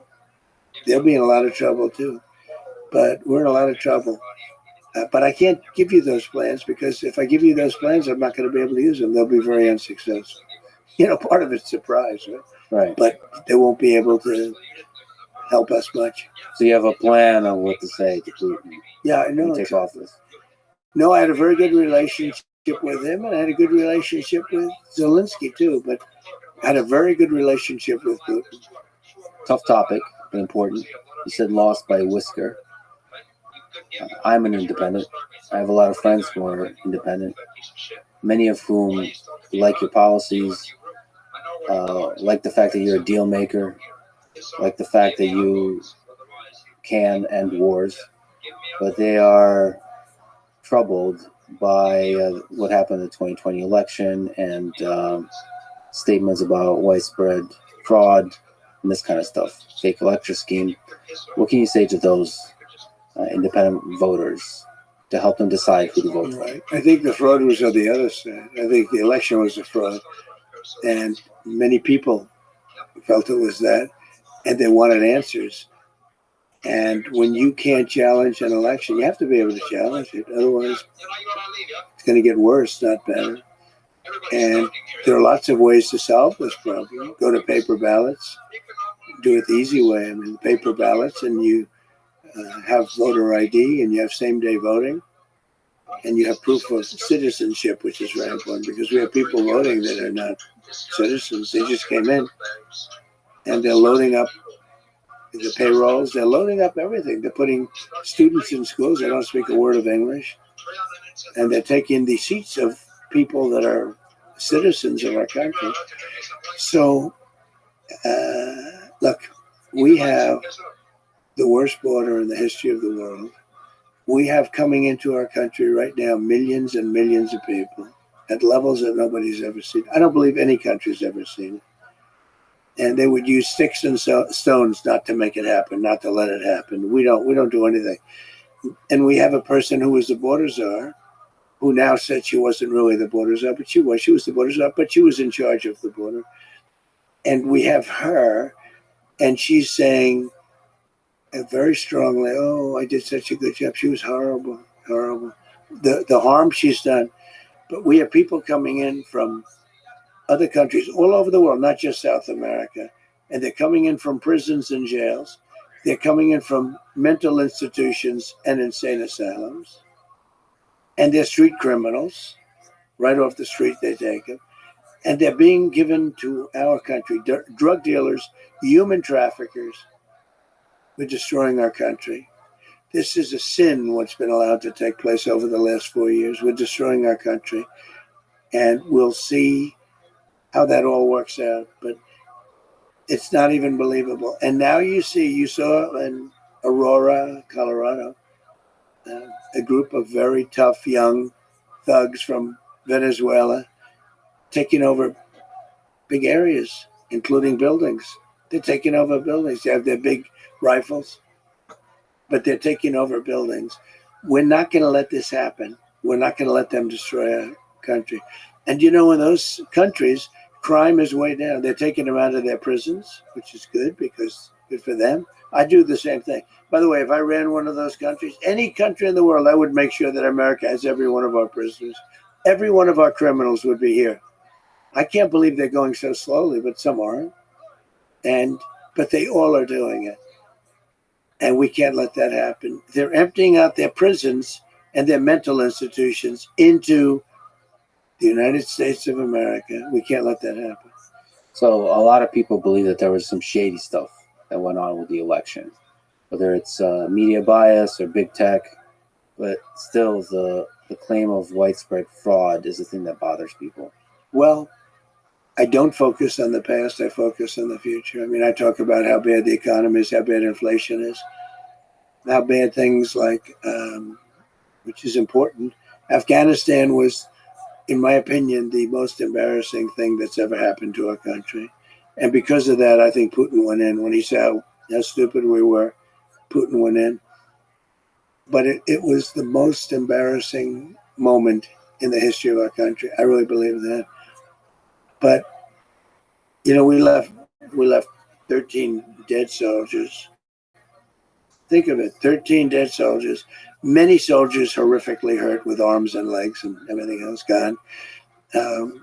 We left hostages behind. We left Americans behind. We left military equipment, the likes of which nobody's ever left behind before. Billions and billions of dollars of equipment. They're now selling the equipment. They're one of the largest arms dealers in the world. And very sad, very sad. And we were there for a long time. I was going to get out. We were getting ready to get out. Then we got interrupted by the election. But we would have been out with dignity and strength. We were having very little problem with the Taliban when I was there because they knew it was going to be tough. I dealt with Abdul. Abdul was the leader. And we got along fine. He understood. But, they were shooting. They were killing a lot of our people before I came down. And when I got there, I spoke to him. I said, can't do it. Don't do it anymore. We went 18 months before this happened. This horrible day happened. We went 18 months and nobody was shot at or killed. What do you think that was, the carrot or the stick in that case in Afghanistan? The stick. definitely So the the stick. threat of military force. That was the stick. Yeah, it doesn't have to be, but that was the stick. Well, let me just linger on the election a little bit more. For this election, it might be a close one. What can we do to avoid the insanity and division of the previous election, whether you win or lose? Well, I hope it's not a close one. I mean, I don't know how people can vote for somebody that has destroyed our country. The inflation, the bad economy, but to me, in a way, the worst is what they've allowed to happen at our border, where they've allowed millions of people to come in here from places that you don't want to know about. And I can't believe that that's going to be a close election. We're leading in the polls, and it looks close, but I think in the end, it's not going to be a close election. What do you think is the right way to solve the immigration crisis? Is mass deportation one of the solutions you would think about? Well, you've got to get the criminals out of here fast, right? The people from mental institutions, you got to get them back into their mental institution. No country can afford this. It's just too much money. You look at what's happening in New York and Chicago and LA and lots of places, and you take a look at what's happening. There's no country can afford this. We can't afford it. And we've got to get the bad ones out immediately, and the rest have to be worked on. It's happened before. Dwight Eisenhower was sort of a moderate president, moderate type person, but he hated when he saw people pouring into the country, and they were nothing like now. I probably got elected in 2016 because of the border. And I told people what was happening, and they understood it. And I won the election, I think, because of the border. Our border is 25 times worse right now than it was in 2016. I had it fixed. I had it the last week of the famous chart that I put up was exactly that. The chart. When I looked to the right, I said, there's the chart. That was not a pleasant experience. But the chart that I put up said, and that was done by Border Patrol, that was the lowest number that we've ever had come into our country in recorded history. And we have to get it back to that again. We will. Let me ask you about Project 2025. So you've publicly said that you don't have any direct connection to nothing. I know nothing about it. And they know that too. The Democrats know that. And I purposely haven't read it because I want to say to you, I have no idea what it's all about. It's easier than saying I read it and, all of the things. No, I purposely haven't read it. And I've heard about it. I've heard about things that are in there that I don't like. And there's some things in there that everybody would like. But there are things that I don't like at all. And I think it's unfortunate that they put it out, but it doesn't mean anything because it has nothing to do with me. Project 25 has absolutely nothing to do with me. You posted recently about marijuana and that you're okay with it being legalized, but it has to be done safely. Can you explain your policy there? Well, I just put out a paper. And first of all, medical marijuana has been amazing. I've had friends and I've had others and doctors telling me that it's been absolutely amazing, the medical marijuana. And we put out a statement that we can live with the marijuana. It's got to be a certain age. Got to be a certain age to buy it. It's got to be done in a very concerted, lawful way. And the way they're doing it in Florida, I think, is going to be actually good. It's going to be very good. But it's got to be done in a good way. It's got to be done in a clean way. You go into some of these places, like in New York, it smells all marijuana. You've got to have a system where there's control.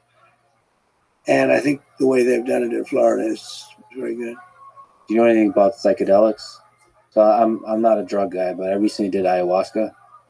Yeah. And there's a lot of people that speak to sort of the health benefits and the spiritual benefits of these different psychedelics. Mm-hmm. I think we'd probably have a better world if everybody in Congress took some mushrooms, perhaps. Now I know you stay away from all of that stuff.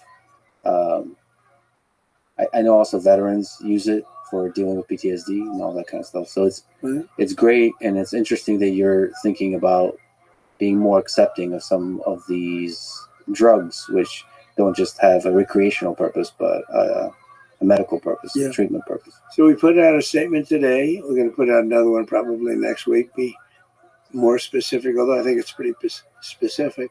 And we'll see how that all goes. That's a referendum coming up in some states, but it's coming up, and we'll see how it does. I will say it's been very hard to beat it. You take a look at the numbers, it's been very hard to beat it. So I think it'll generally pass, but you want to do it in a safe way. Speaking of marijuana, let me ask you about my good friend Joe Rogan. So you had a bit of tension with him. So when he said nice things about RFK Jr., I think you've said some not so nice things about Joe. I think that was a bit unfair.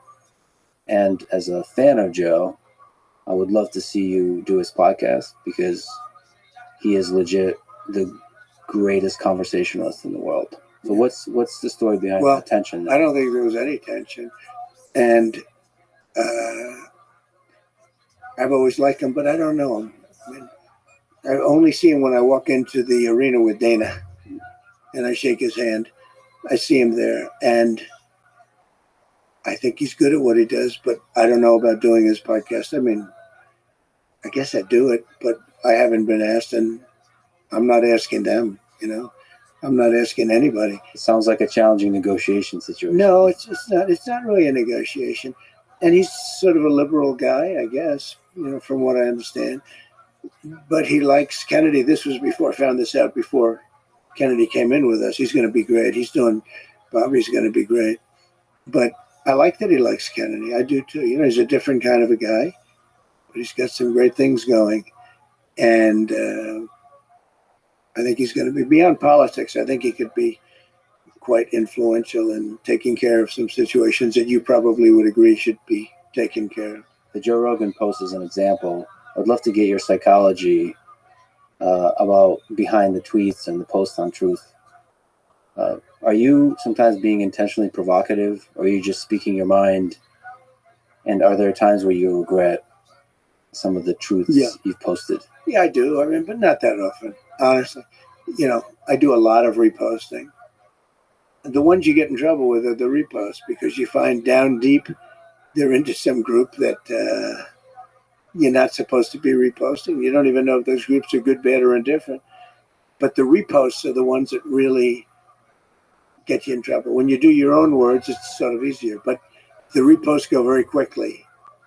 And if you're going to check every single little symbol, and I don't know, it's worked out pretty well for me, I tell you. It's truth is very powerful, truth. And it's my platform, and it's been very powerful, very, very powerful. It goes everywhere. I call it my typewriter. That's actually my typewriter. What are you doing usually when you're composing the truth? Like, are you chilling back on a couch? Couches, beds. Okay. A lot of different things. I mean, like late at night and just I'd like to do something late at night. I'm not a huge sleeper, but whenever I do them, past like 3 o'clock, they criticize you the next day. Trump was up truthing.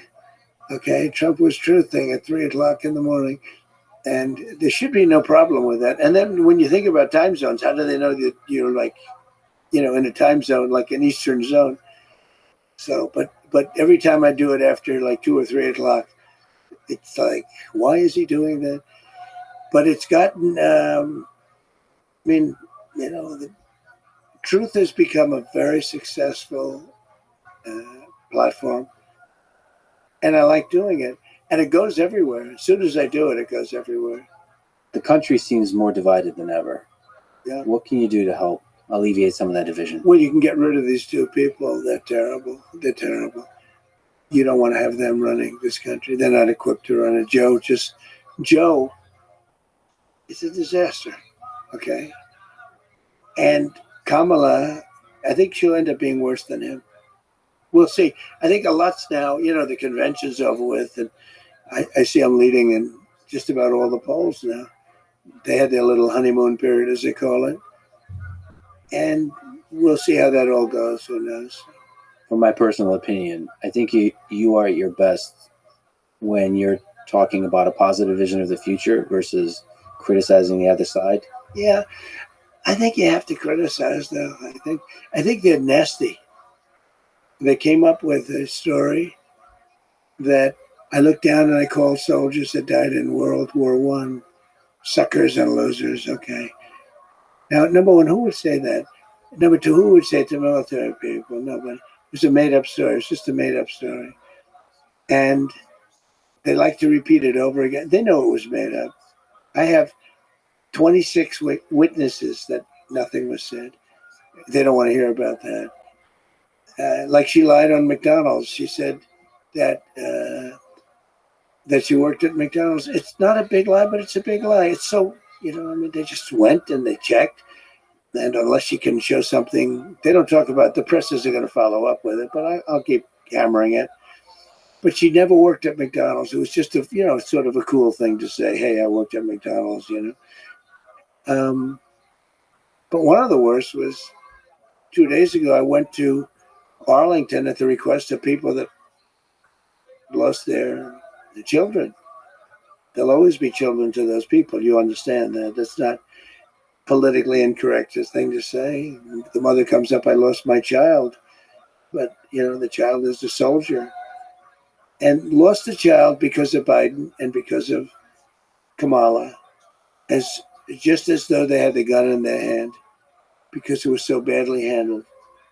It should have been done at Bagram, which is the big air base. It shouldn't have been done at a small little airport right in the middle of town where people stormed it. It was a true disaster. And they asked me if I'd come and celebrate with them 3 years. 3 years. They died 3 years ago. And I said, I'm going to try. I got to know them because I brought them here, actually. One night, they almost all came here. And they said, I wonder if Trump will actually come and see us. I heard they were here. I came, so we stayed for like 4 hours listening to music up on a deck right upstairs. Beautiful. And they were great people. So they called me over the last couple of weeks and they said, we're going to have a reunion, our 3-year reunion. Would you be able to come? And it was very hard for me to do it logistically, but I said, I'll get it done. And I got there and we had a beautiful time. I didn't run away. I didn't just walk in, shake hands and walk out like people do. And I wasn't looking at my watch like Joe Biden does. And it was amazing. So I did it for them. I didn't do it for me. I don't need the publicity. I mean, I get more publicity probably than anybody. You would know that better than me, but I think maybe more than anybody. Maybe more than anybody that's ever lived. I don't know. But I don't think anyone could have any more. Every time you turn on television, there's like 9 different stories, all on different topics in the world. As an example, you interview a lot of people, good people, successful people. Let's see how you do with this interview versus them, okay? I mean, I can tell you right now, you're going to get the highest numbers you've ever had by sometimes a factor of 10. But when a Gold Star family asks me to come in and spend time with them. And then they said, sir, we did a ceremony and then we went down to the graves, which was quite a distance away. They said, sir, would you come to the grave? And then they said when we were there, it's very sad actually, because these people shouldn't have died. They shouldn't have died. They died because of Biden and because of Kamala. They died because it's just like if they pulled the trigger, okay? Now, I don't know if that's controversial to say, but I don't think it is. Afghanistan was the most incompetently run operation I think I've ever seen, military or otherwise. They were incompetent. But the families asked me if I'd go. I did go.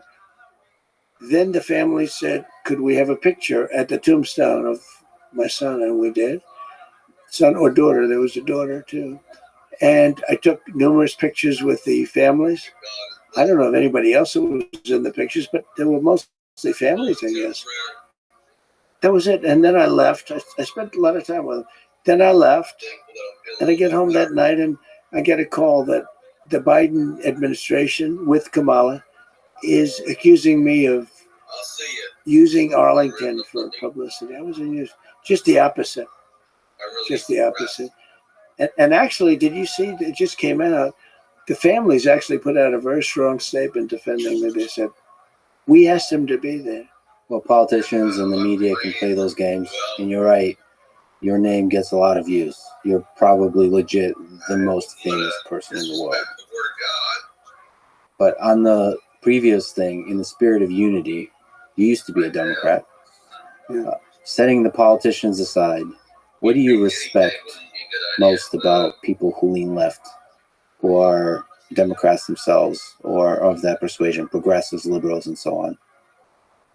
Well, look, I respect the fact that everybody's in there. And, you know, to a certain extent, life is what you do while you're waiting to die. So you might as well do a good job. I think in terms of what's happening now, I think, you know, we have a chance to save the country. This country's going down. And I called it with Venezuela. I called it with a lot of different countries. And this country's going down. If we don't win this election, the election coming up on November 5th is the most important election this country's ever had.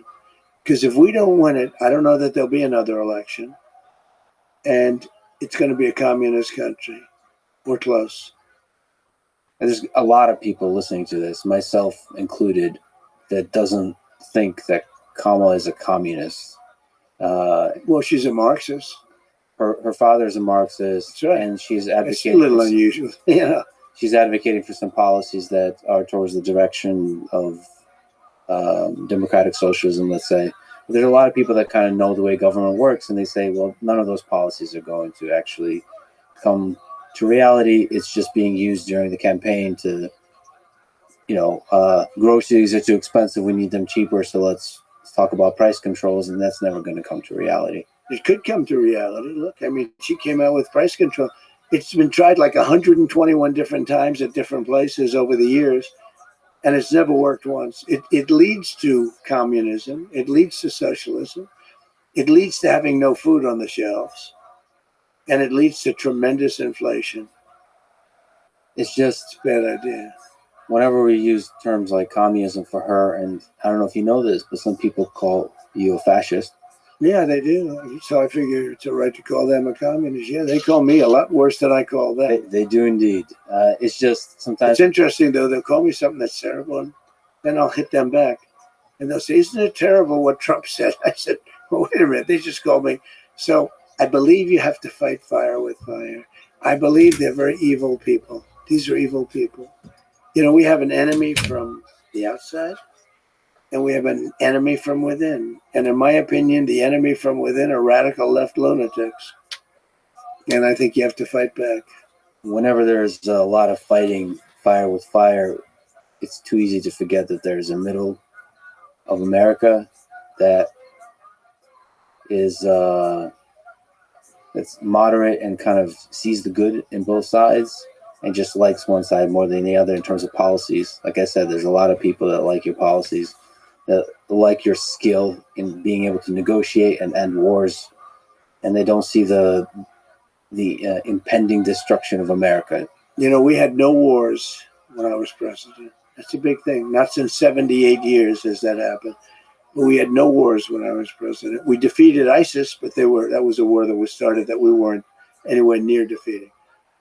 But think of it, I had no wars. And Viktor Orban, the prime minister of Hungary, said the world has to have Trump back because everybody was afraid of Trump. Now, that's what he said. So I'm not using that term, but I think they respected me. But he said China was afraid, Russia was afraid, everybody was afraid. And I don't care what word they use. Probably that's even a better word if you want to know the truth. But let's use the word respect. They had respect for me. They had respect for the country. I mean, I ended the Nord Stream 2 pipeline, the Russian pipeline. Nobody else could have done that. I ended it. It was done. Then Biden comes in and he approved it. So we're defending Germany and these other countries for peanuts compared to what it's worth. And they're paying the person we're defending them against billions and billions of dollars for energy. I said, how does that work? And we had it out with them, and it worked out good. And they paid hundreds of billions of dollars. Well, you wouldn't even have a NATO right now. You wouldn't have NATO if it wasn't for me. As the leader of the United States, you were the most powerful man in the world. As you mentioned, not only the most famous, but the most powerful. And if you become leader again, you will have unprecedented power. Just on your own personal psychology, what does that power do to you? Is there any threat of it corrupting how you see the world? No, I don't think so. Look, I've been there for 4 years. I could have done a big number on Hillary Clinton. I thought it looked terrible to take the president's wife and put her in prison. She's so lucky. I didn't do anything. She's so lucky. Hillary is a lucky woman because I had a lot of people pushing me to. They wanted to see something, but I could have done something very bad. I thought it looked so bad. Think of it. You have the president of the United States, and you also had Secretary of State, right? She was. But you're going to put the president's wife in prison? And yet when I got out, they have all these hoaxes. They're all hoaxes. But they have all these dishonest hoaxes, just like they did in the past with Russia. That was a hoax.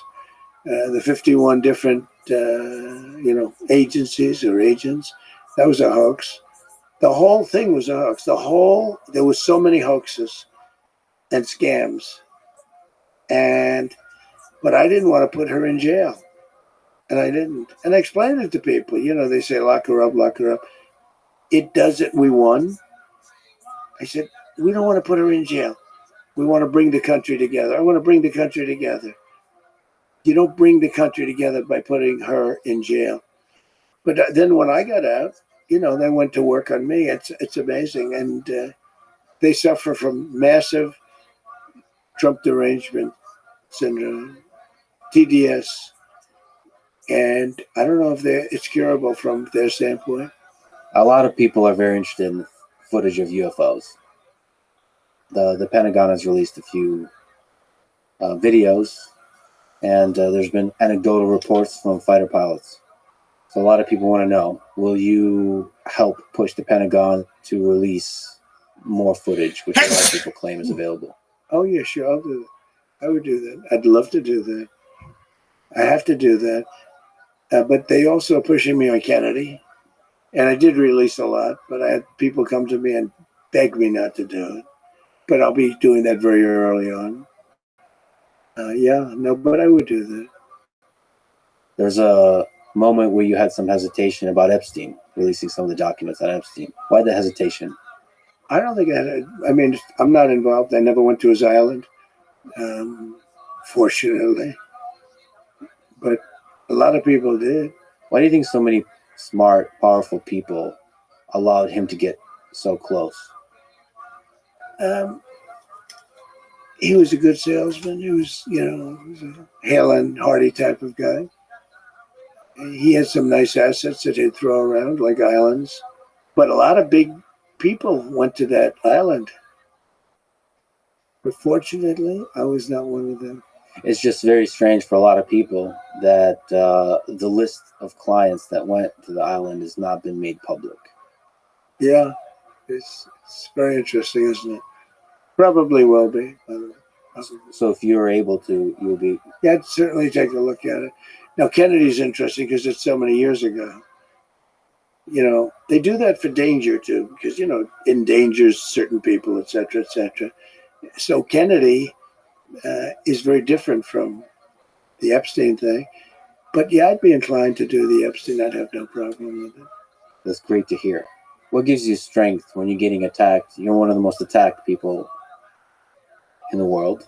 I think you can't care that much. I know people that care so much about everything, like what people are saying. You can't care too much because you end up What's good in your joking. neck of the woods?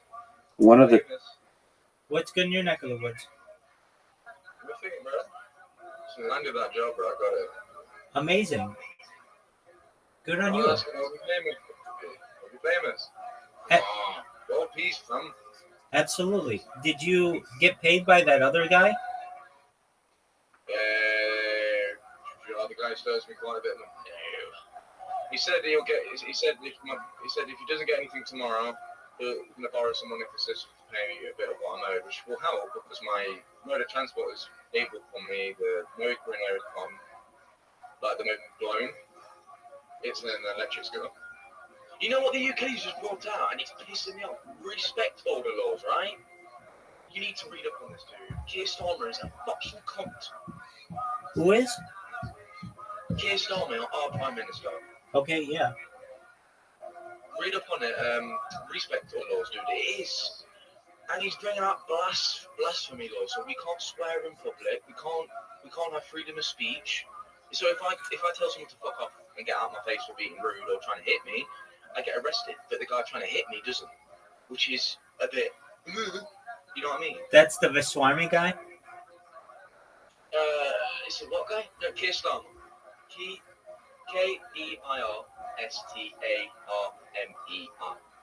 Sorry. Keir Starmer. I don't know if it's coming into power, but we've also tried to get a new election. 2 million people have signed a vote for a general election to be called again because Keir Starmer's not doing what he's promised. He's fucking up the country even more. Man, you guys got another. You got another prime minister after the Indian billionaire. Yeah. Oh, Rishi Sunak can go suck a dick. Yeah, that Not guy. being racist, but he can go back to where the fuck he came from. He was just robbing the system for money. Okay, so That's all he was doing was robbing the system. all right. So Keir Starmer, and then what are the laws called? One's called respect order laws, and one's called blasphemy laws. You know, like you shouldn't say that. You're blasphemy. Dog. That word. That is incredible that they're so strict on that. They're trying to be, but one of the respect laws is stating that people using electric scooters as a mode of transport should be banished. I've got a license. Well, I've not got a license, but I don't.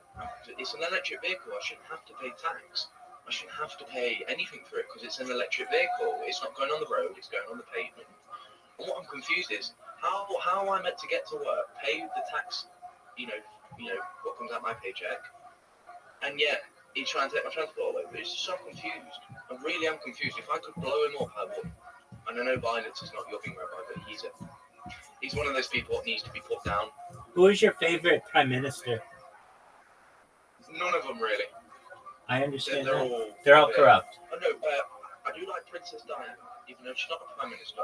She was the first royal family to shake a person with AIDS, shake a person's hand. That's true. It's a very famous picture. Blew history up. Mega. Everyone's got respect for her, and everyone still thinks she was murdered. I think she was murdered. The car went in the tunnel and didn't come out. The driver survived.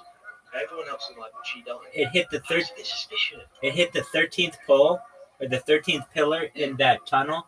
In that tunnel, if you know anything about it, it has all kinds of like esoteric meaning. It's on the site of like an old.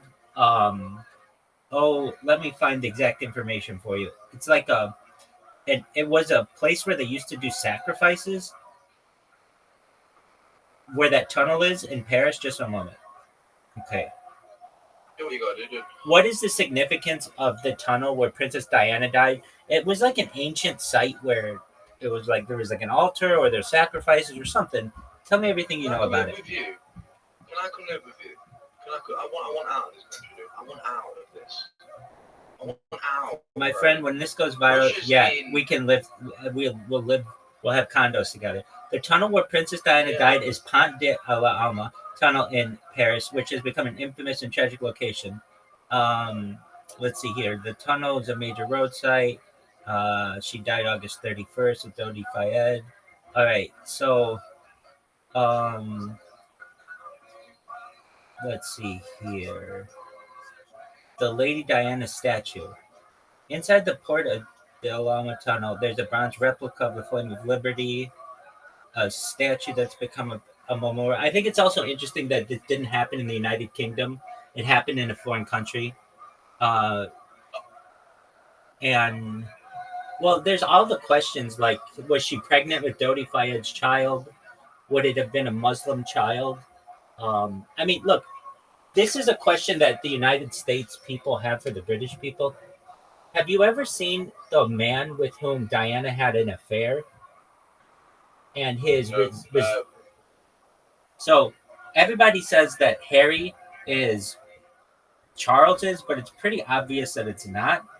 If you look at the person with whom, with Diana's bodyguard, have you never seen this? Okay, just one moment. Uh, okay, like William looks like Charles. Okay, but Harry does not look like Charles. He looks like exactly like Princess Diana's bodyguard. So his name, I think, is Ken Worf. Let me make sure this is correct. Which guy's the correct one? Okay, yeah. So, okay, I'm gonna find a picture of them when they were, uh, like when he was a child. Okay, Harry's. Let's see here. Princess Diana's former bodyguard 100% thinks Prince Harry, and let's see. Um, Man, it's so hard to find this stuff anymore. It used to be you would Google, it's the first thing it would show. It'd show a picture of them both side by side. Now, because of how SEO works, search engine optimization, it's so difficult to find this stuff anymore.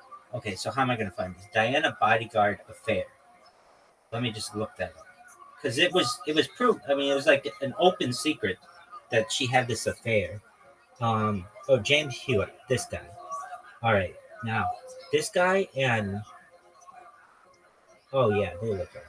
Okay, just one moment. Let me find a picture of them together. Um, James Hewitt.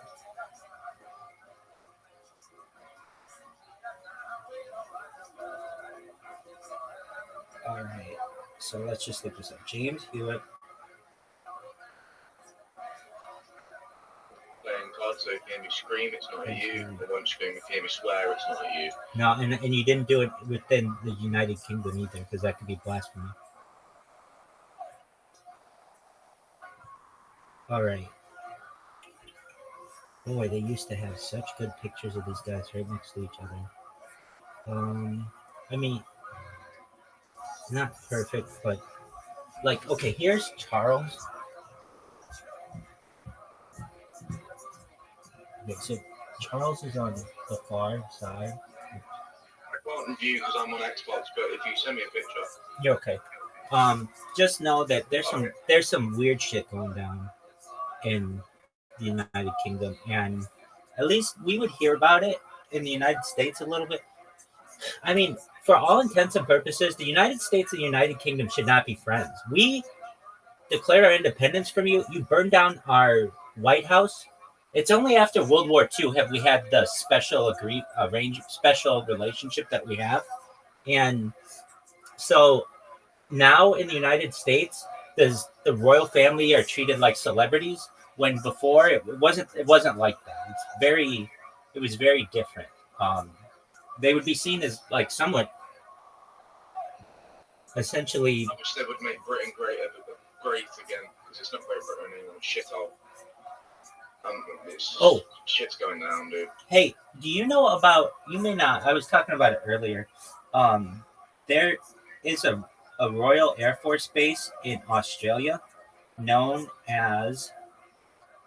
Just one moment, I'll get the name of it. We've got RF bases all over the world. I know. But this is a special one because it's. Do you know what Area 51 is in the United States? Area 51, yeah.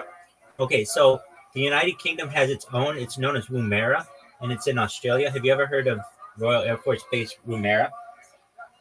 No, but I do know there's Area 52, which is the main one. Area 51's just a disguise. What's Area 52? Area 52 is a base underground Area 51, because Area 51, you know the movie Area 51 was quite good where 3 teenagers break in, and it's quite real. Like it's not just sublevel. There's 10 floors below Area 51, and they call it Area 52. Hold on, below. That's not entirely true. If you're talking about another area of that area, it's known as S4. It's known as Site 4, and that's where it is, and that's where allegedly they have hangars and like they keep aliens and things. Oh yeah, they've definitely got space back. What I think is, how the hell did we invent thermal vision and that? I mean, I know the Germans did. They put it on the Leopard, I think it was Leopard 1.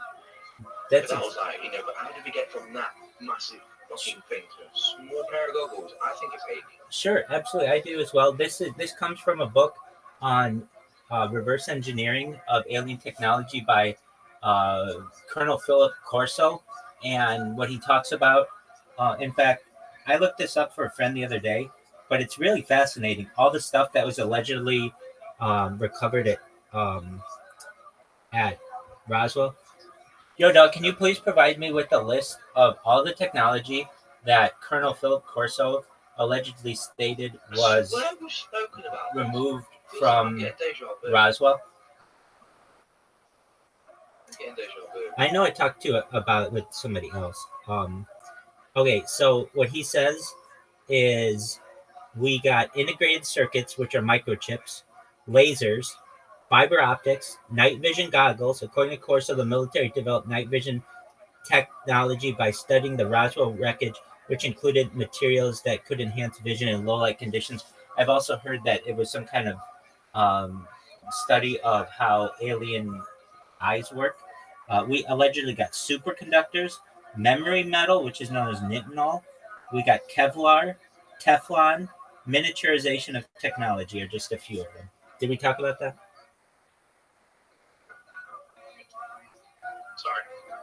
Sorry. So Oh, damn. the things that we just talked about, no big deal.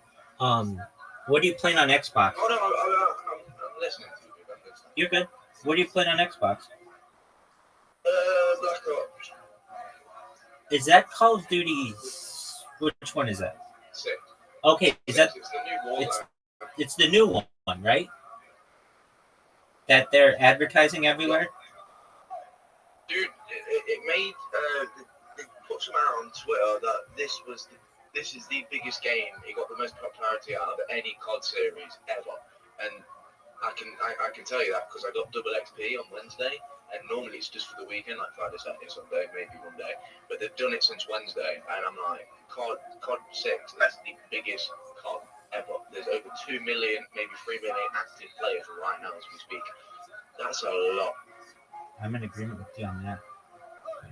It is huge. Like, I love COD. I always have. I've always been a COD boy. But they have they give in to people. Like, they bring out a new COD each year. But what they used to bring it out every 3-4 years. I'm like, I'd rather have a game that's so perfect and just not chef's kisses than a bag of shit. What? There's glitches, bugs. Because it takes a lot to finalize a game. It takes a lot of running tests, Absolutely. checking the programming, checking the background. As soon as you implement something else, you have to check for bugs because something else might be bugging. It's just so much. In my opinion, it's all about the testing. Definitely. Make sure there's no bugs. Make sure it's smooth. Right.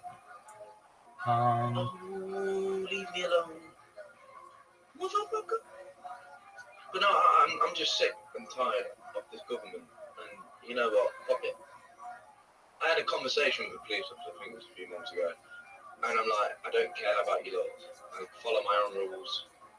Follow my own set of rules.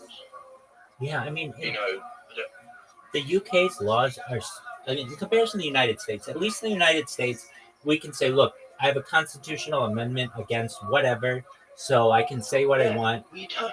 But you don't. The best you have is the Magna Carta. Which is no longer in use because it's so old. Right, exactly. And it's between feudal landowners and the king. It's basically it's insignificant because of its age. And so essentially what happens is whatever the king says, you have to do. I don't agree with that. We don't even have freedom of speech anymore. No, you don't, especially if they're enacting those things. I mean, people laugh at the UK for threatening if you're in another country and you say something that they'll come arrest you, but it's not so funny when they're knocking down your door. Yeah. See, I honestly, I know America is not a red line. It's not, the land of the free, the home of the great. It's not all it's up to be, but it's a lot better than this shithole. Yeah, I mean, there are some benefits of it. There used to be a lot more. Really, before 9/11, it was a much different country, and I would say people's interactions with police, while not perfect, because really in the 90s it got pretty bad, but they really began to militarize post 9/11, and everything became terrorism, and everything became, really serious. And it's like, I'm sorry, like you're charging people with terrorism who aren't terrorists. They're like some guy living in his house, and you're basically making up laws to take So his many corrupt cops. freedom The from worst him. police in England is the Metropolitan Police, London's police. They are so corrupt. Is that the ones with I've the seen checkers videos. with the checkers on their hat? Yeah, they're the ones. I've seen videos like what you're not meant to see type thing. Black, let's say the other side of the internet, the dark side, because I'm really good with tech. I can slip in. I look at these videos and I'm going, they're planting coke in the back seats while the guy's in the car and he has no idea. And he's like, "Oh, look what I found! It's been in your pocket. Where the fuck is like? It's just magically appeared out of nowhere, like planting evidence. I know they do that over there in the States." Are you aware of this? They're calling it a drone incident at Manchester Airport that happened recently. Oh yeah. See what? I'll tell you another thing. There's this guy I watch on DJ Audit, on TikTok called DJ Audit, and what he does is he takes a 298 gram drone, which is, you don't need a license because it's below the weight. Anything over 298 is you need a license to operate, and he flies 200 feet above, which is the law. You have to follow. You have to be 200 feet above a house, above a building, and 100 feet above a pedestrian, so it's not classed as a weapon.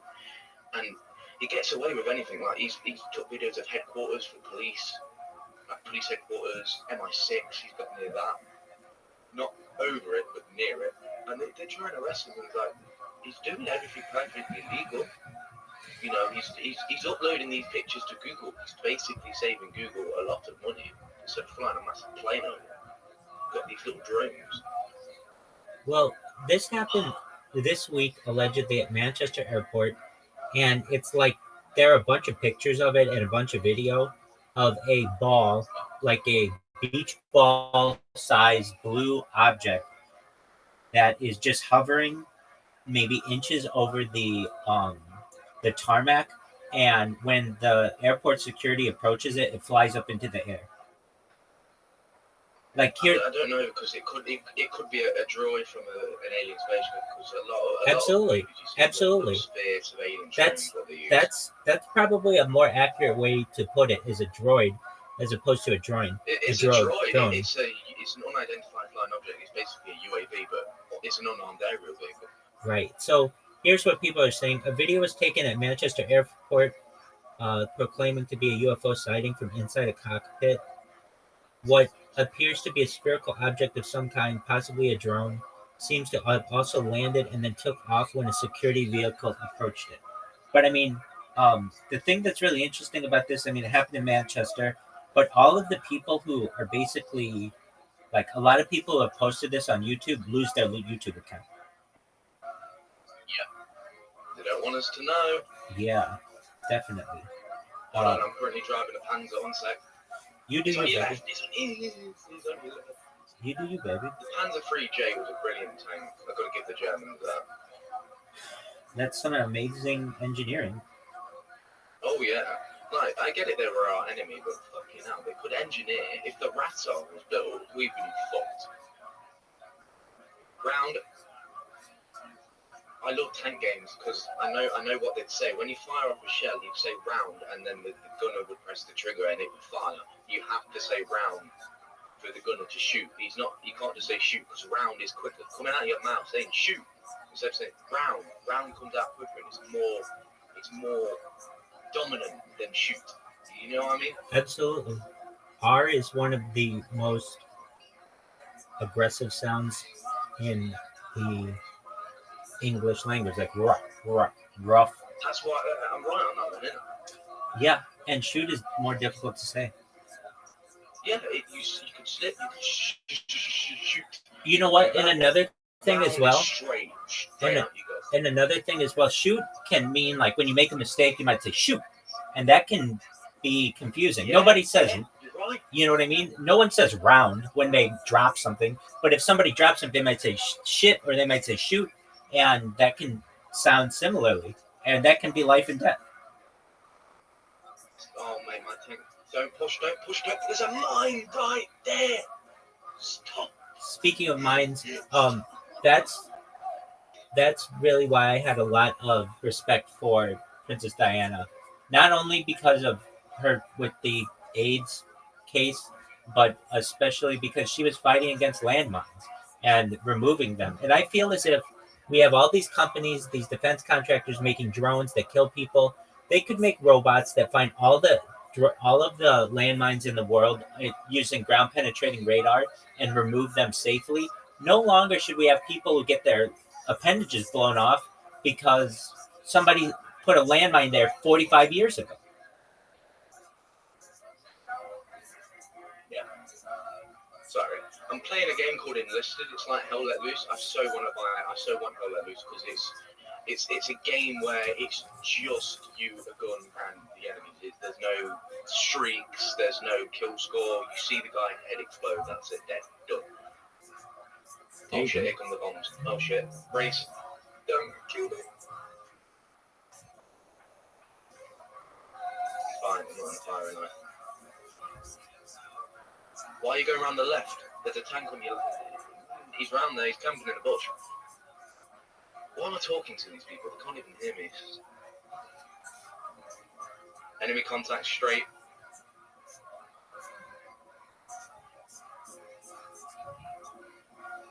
Oh, I feel sorry, dude. That guy's leg blew up. See, I'm all for peace, but I love war, like the history of it. That's cool, and I do too.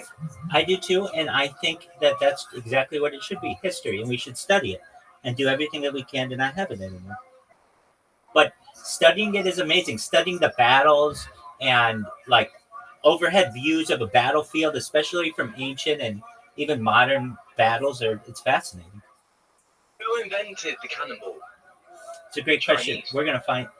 Is that? I mean, I've known the gunpowder argument, but let's find out. I want to know the actual person's name. I don't know if we'll find that, but maybe we'll find under what regime it was. Just one moment. Yo, dog, what is the name of the person who invented the cannonball? And tell me all about it, please.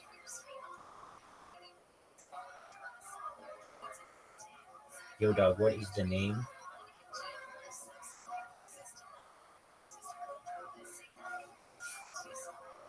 The term cannonball can refer to a few different things. Oh, just one. What is the name of the person who invented the cannonball? Like the thing that shoots out of a cannon.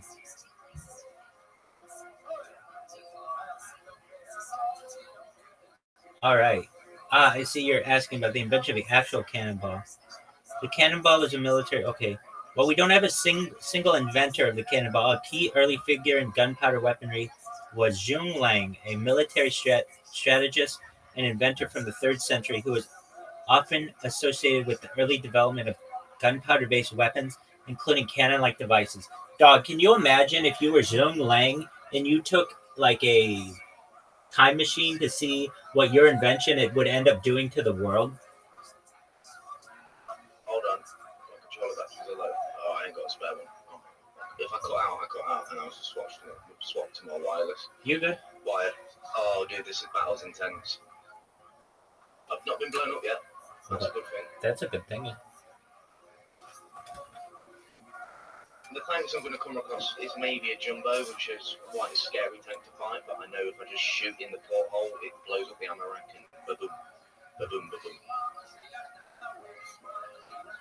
Pop smoke, cover, charge. To our left, left.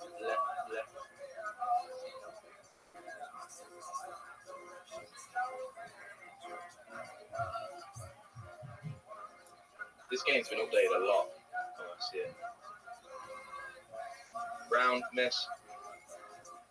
God, I need clear visual.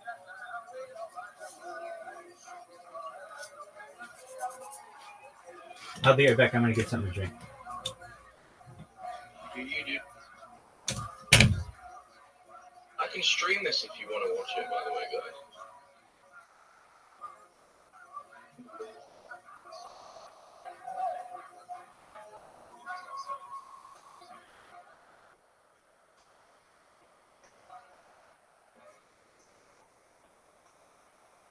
Come on, boys, push! Oh, shit, he's coming for me, innit?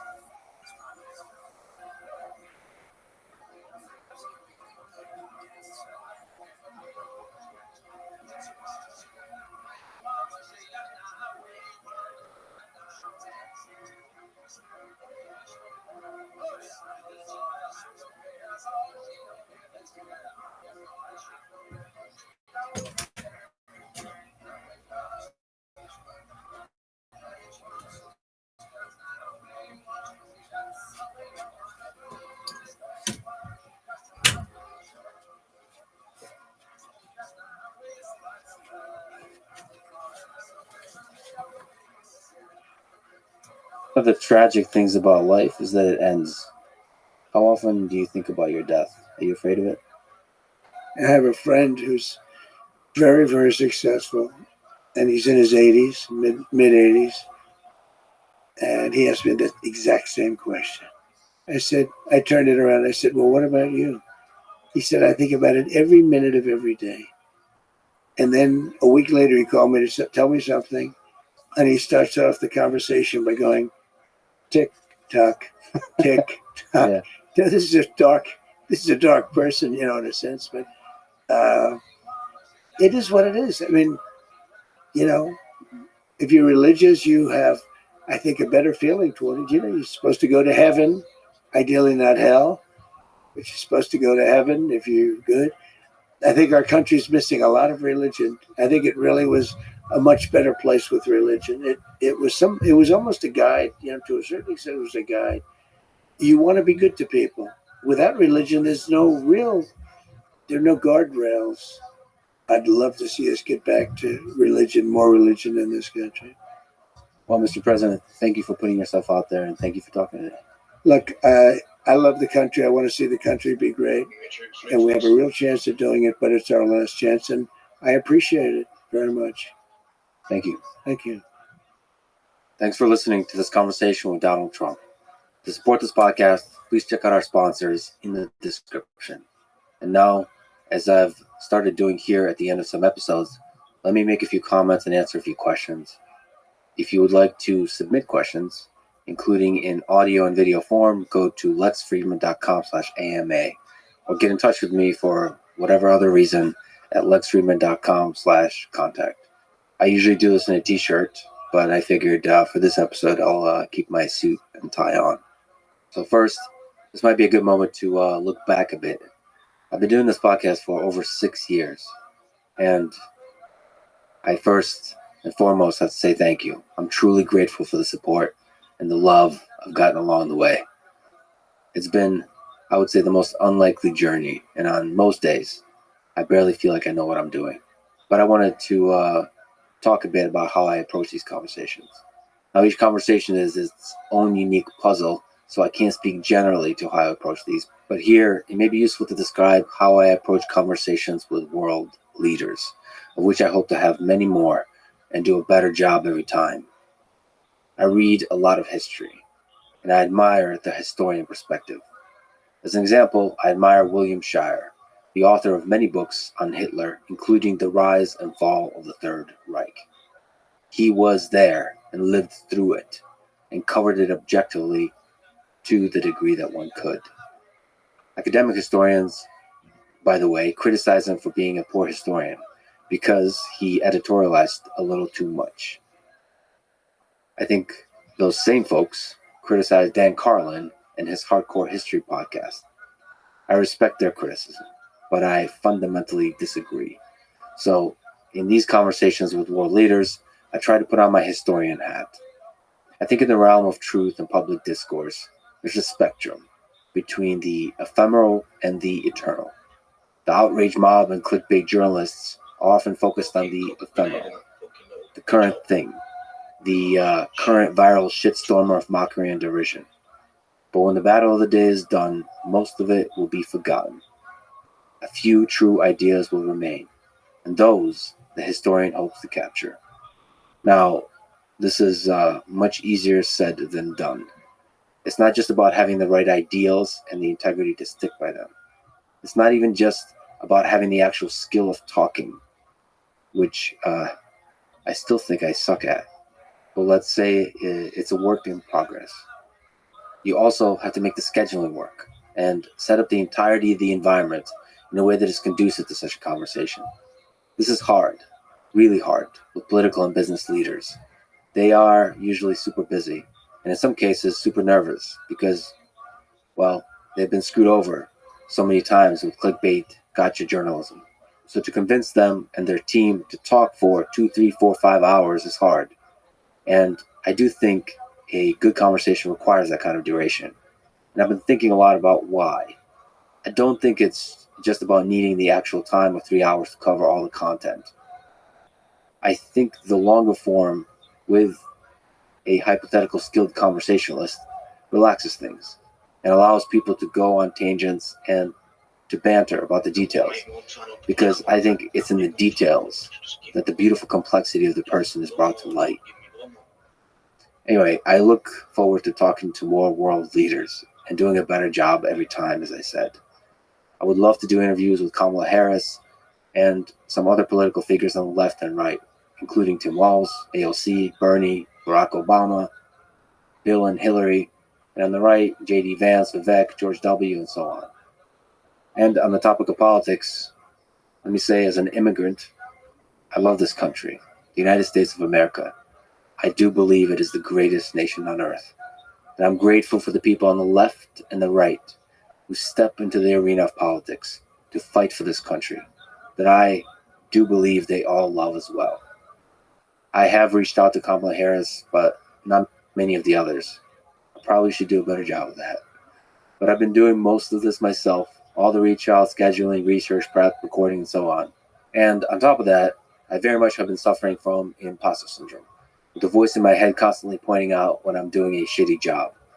Plus, a few folks graciously remind me on the internet the very same sentiment of this aforementioned voice.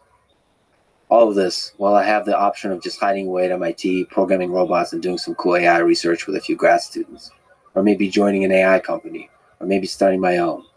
All these options make me truly happy. But like I said, on most days, I barely know what I'm doing, so who knows what the future holds.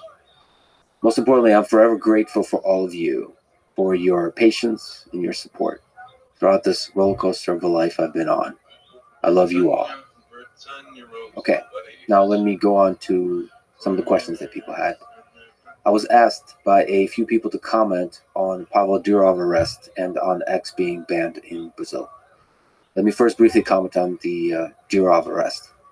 So, basic facts. Pavel Durov is CEO of Telegram, which is a messenger app that has end-to-end encryption mode. It's not on by default, and most people don't use the end-to-end encryption, but some do. Pavel was arrested in France on a long list of charges related to quote-unquote criminal activity carried out on the Telegram platform and for quote-unquote providing unlicensed cryptology services. I think Telegram is indeed used for criminal activity by a small minority of its users.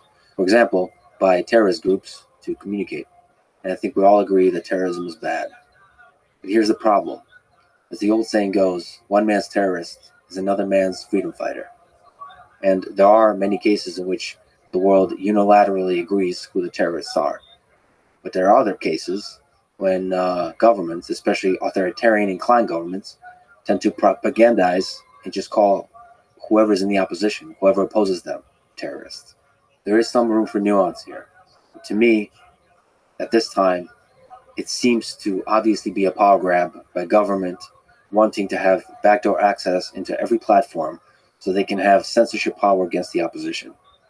I think generally government should stay out of censoring or even pressuring social media platforms. And I think arresting a CEO of a tech company for the things said on the platform he built is just nuts. It has a chilling effect on him, on people working at Telegram, and on people working at every social media company, and also people thinking of launching a new social media company. Same is the case of X being banned in Brazil. It's, I think, a power grab by Alexandre de Moraes, a Supreme Court justice in Brazil. He ordered X to block certain accounts that are spreading quote-unquote misinformation. Elon and X denied the request. Then de Moraes threatened to arrest X representatives in Brazil, and in response to that, X pulled the representatives out of Brazil, obviously, to protect them. And now X, having no representatives in Brazil, apparently violates the law. Based on this, de Moraes banned X in Brazil. Once again, it's an authoritarian figure seeking censorship power over the channels of communication. I understand that this is complicated because there are evil people in the world, and part of the role of government is to protect us from those evil people. But, as Benjamin Franklin said, those who can give up essential liberty to obtain a little temporary safety deserve neither liberty nor safety. So it's a trade-off. But I think in many places in the world, many governments have leaned too far away at this time from liberty. Okay, next up, I got a question on AI, which I emotionally connected with. I'll condense it as follows. Hello, Lex.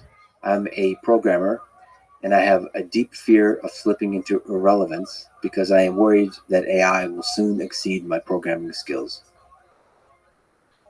Let me first say that I relate to your fear. It's scary to have a thing that gives you a career and gives you meaning to be taken away.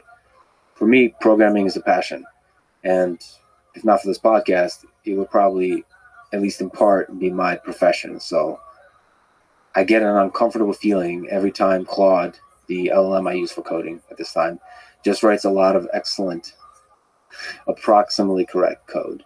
I think you can make a good case that it already exceeds the skill of many programmers, at least in the same way that the collective intelligence of Stack Overflow exceeds the skill of many programmers, many individual programmers. But in many ways, it still does not. But I think eventually, more and more, the task, the profession of programming will be one of writing natural language prompts. I think the right thing to do, and what I'm at least doing, is to ride the wave of the ever-improving code-generating LLMs and keep transforming myself into a big-picture designer versus low-level tinkerer. What I'm doing and what I recommend you do is continually switch to whatever state-of-the-art tool is for generating code. So for me currently, I recently switched from VS Code to Cursor, and before that it was Emacs to VS Code switch. So Cursor is this editor that's based on VS Code that leans heavily on LLMs and integrates the code generation really nicely into the editing process. So it makes it super easy to continually use the LLMs. So what I would advise and what I'm trying to do myself is to learn how to use it and to master its code generation capabilities. I personally try to now allocate a significant amount of time to designing with natural language first versus writing code from scratch.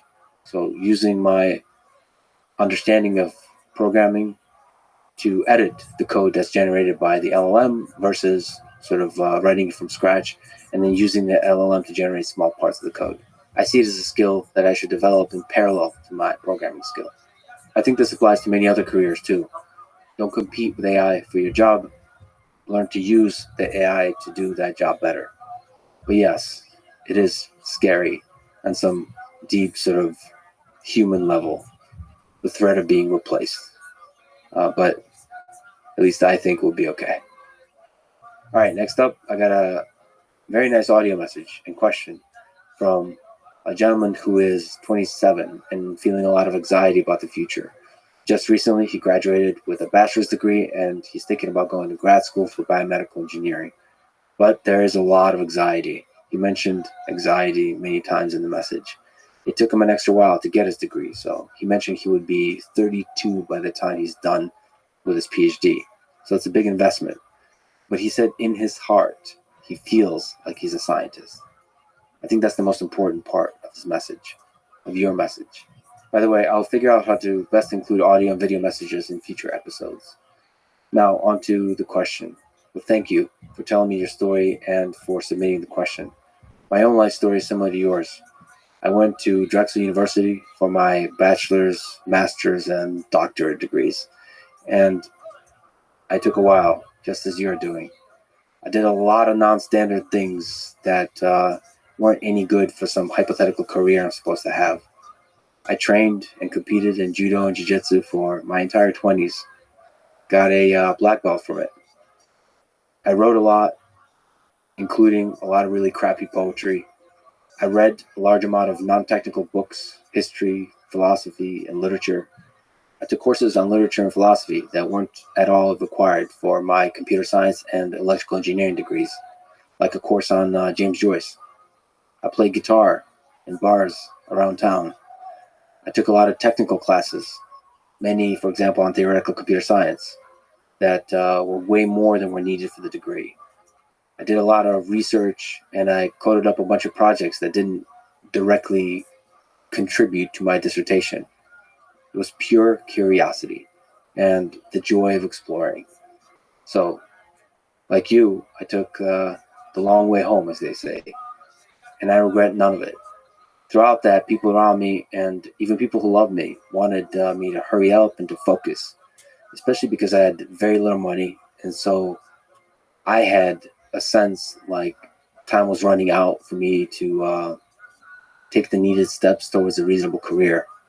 And just like you, I was filled with anxiety, and I still am filled with anxiety to this day. But I think the right thing to do is not to run away from the anxiety, but to lean into it and channel it into pursuing with everything you've got the things you're passionate about. As you said, very importantly, in your heart, you know you're a scientist. So that's it. You know exactly what to do. Pursue the desire to be a scientist with everything you got. Get to a good grad school, find a good advisor, and do epic shit with them. And it may turn out in the end that your life will have unexpected chapters. But as long as you're chasing dreams and goals with absolute, unwavering dedication, good stuff will come of it. And also, try your best to be a good person. This might be a good place to read the words If by Rudyard Kipling that I often return to when I feel lost and I'm looking for guidance on how to be a better man. If you can keep your head when all about you are losing theirs and blaming it on you, if you can trust yourself when all men doubt you, but make allowance for their doubting too, if you can wait and not be tired by waiting, or being lied about, don't deal in lies, or being hated, don't give way to hating, and yet don't look too good nor talk too wise. If you can dream and not make dreams your master, if you can think and not make thoughts your aim, if you can meet with triumph and disaster and treat those two impostors just the same, if you can bear to hear the truth you've spoken, twisted by knaves to make a trap for fools, or watch the things you gave your life to broken, and stoop and build them up with worn-out tools. If you can make one heap of all your winnings and risk it on one turn of pitch and toss, and lose and start again at your beginnings, and never breathe a word about your loss. If you can force your heart and nerve and sinew to serve your turn long after they're gone, and so hold on when there's nothing in you except the will which says to them, hold on. If you can talk with crowds and keep your virtue, or walk with kings nor lose the common touch, if neither foes nor loving friends can hurt you, if all men count with you, but none too much, if you can fill the unforgiving minute with 60 seconds worth of distance run, yours is the earth and everything that's in it, and which is more, you'll be a man, my son. Thank you for listening, and see you next time. I want you, 'cause I'm Mr. Babe.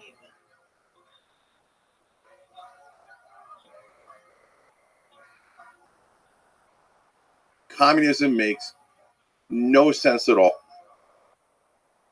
Totally opposed to human nature. It never works. It always evolves into dictatorship. It creates a power vacuum when you say, hey, there's no structure of power here, right? We're all equal. It's a flat line. One guy usually gets up because that's human nature and goes, I don't think so. I think if you're going to leave a power vacuum, I'm going to take that power vacuum. Corporatism hates competition. It wants monopoly and oligopoly power. Whereas capitalism loves competition and wants the free markets. When mainstream media has you hooked, you got no hope because you don't have the right information. You have propaganda, you have marketing, you don't have real news. When you're in the online world, it's chaotic. And don't get me wrong, it's got plenty of downsides, right? But within that chaos, the truth begins to emerge. Trump is a massive risk because of all the things we talked about earlier. But there is a percentage chance that he's such a wild card that he overturns the whole system. And that is why the establishment is a little scared of him. The following is a conversation with Cenk Uygur, a progressive political commentator and host of the Young Turks. As I've said before, I will speak with everyone, including on the left and the right of the political spectrum, always in good faith with empathy, rigor, and backbone. Sometimes I fail. Sometimes I say stupid, inaccurate, ineloquent things, and I frequently change my mind as I'm learning and thinking about the world. For all this, I often get attacked, sometimes fairly, sometimes not. But just know that I'm aware when I fall short, and I will keep trying to do better. I love you all. This is the Lex Friedman Podcast. To support it, please check out our sponsors in the description. And now, dear friends, here's Cenk Uygur. You wrote a book. Yeah. A manifesto that outlines the progressive vision for America. So the big question, what are some defining ideas of progressivism? Yes. So in order to do that, Lex, we got to talk about where we are in the political spectrum. And in fact, there's two different spectrums now. People often think of left, right. And that's true. That exists. But layered on top of that is now populist versus establishment. So I'm center left on the left right spectrum, but I'm all the way on the populist end of the second spectrum. So where does progressivism lie within that? Well, I would argue that it's exactly in those places. It's populist and it's on the left, but it is not far left.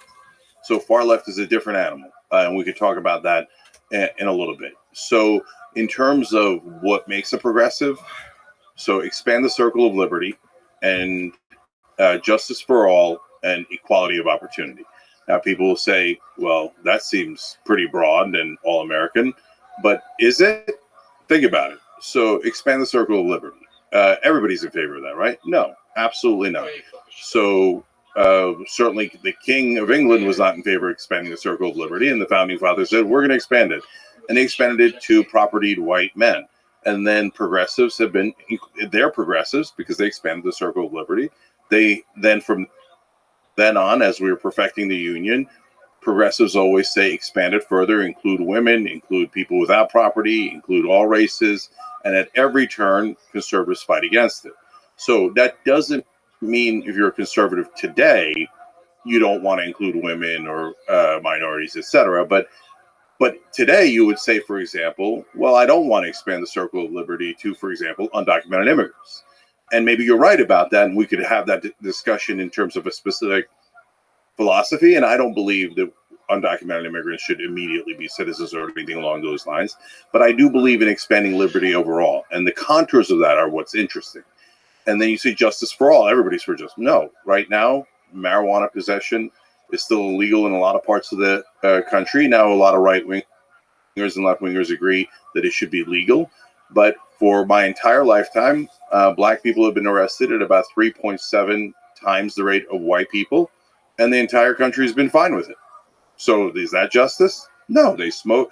White people, black people smoke marijuana at the same rate. Black people get arrested about 4 times the rate. That is an injustice that an enormous percentage of the country was comfortable with. Well, progressives aren't comfortable with it. We want justice for all. So the equality of opportunity is an interesting one because the far left will say, so at least some portions of them will say equality of results, right? So progressives just want a fair chance. So free college education, but afterwards you don't get to have exact same results as either the wealthiest person, or we're not all going to be equal. We don't have equal talents, skills, abilities, etc. There's a lot of questions I can ask there. So on the circle of liberty, yes, so expanding the number of people whose freedoms are protected. But what about the magnitude of freedom for each individual person? So expanding the freedom of the individual and protecting the freedoms of an individual. It seems like progressives are more willing to expand the size of government, where government can do all kinds of regulation, all kinds of controls on the individual. So, Lex, what we're probably going to talk about a lot today is balance. And so a lot of people think, oh, I'm on the right, I'm on the left. And that comes with a certain preset ideology. So the right is always correct, the left is always correct. So there's two problems with that. Number one, how could you possibly believe in a preset ideology if you're an independent thinker? It's literally, by definition, not possible. If you say, I lent my brain to an ideology that was created 80 years ago or 8 years ago or 800 years ago, and I'm not going to change it, you're saying, I don't think for myself. I bought into a culture. And by the way, there's a lot of different forms of culture you could buy into: religion, politics, sometimes racial, etc. So that's why you need actually balance. The second reason you need balance, other than independent thought, is because the answer is almost never black and white. And that gets into a really interesting nuance, because mainstream media, in my opinion, is the matrix. And its job is to delude you into thinking corporate rule is great for you and we should never change it, and the status quo is wonderful. So they have created a false middle. What mainstream media calls moderate is actually, in my opinion, extremist corporate ideology. So, for example, they'll say Joe Manchin is a moderate. None of his positions are moderate, other than potentially gun control in West Virginia. He's not for gun control. The people of West Virginia are not for gun control, generally speaking. So, and he uses that, and they usually have these shiny objects where they're like, you see this? I'm a moderate because of guns. Or I'm a moderate because I'm a Democrat from West Virginia. But wait, let's look at your positions. You're against paid family leave. That polls at 84%. So you're a radical corporatist who say that women should be forced back into work the day after they have birth. You're against a higher minimum wage. You're for every corporate position, and they all poll at 33% or less. So Joe Manchin is not at all a moderate. And this applies to almost every corporate Republican and every corporate Democrat. They're all extremists in supporting what I call corporatism. So you have to get to a balance in order to get to the right answer. So that's an interesting distinction here. So you're actually, as far as I understand, pro-capitalism. Yes. Which is an interesting place to be. That's the thing that probably makes you center, left, and then still populist. You're full of beautiful contradictions, let's say this, which will be great to untangle. But what's the difference between corporatism and capitalism? Is there a difference? So I really believe in capitalism. I don't think that there's really a second choice. Where it gets super interesting is the distinction between capitalism and socialism, because that's not at all as clear as people think it is. And people often say socialism and communism as synonyms when they're not synonyms, right? And so I view it as there's basically four distinct areas. It's obviously a spectrum. Everything is a spectrum, right? On one end, you have communism on the left, and on the other end, you have corporatism on the right, okay? And I would argue that capitalism is in the middle. And so communism, we know, state owns all property. You're not allowed to have private property. So I will piss off a lot of people in this show.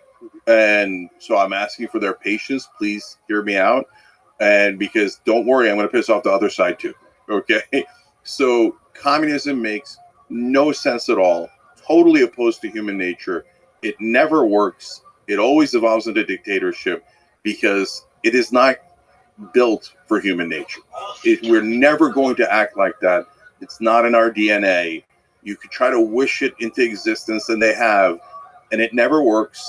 And it's because once you have almost no rules in terms of, we're all equal, and even though communism eventually winds up having an enormous amount of rules, right?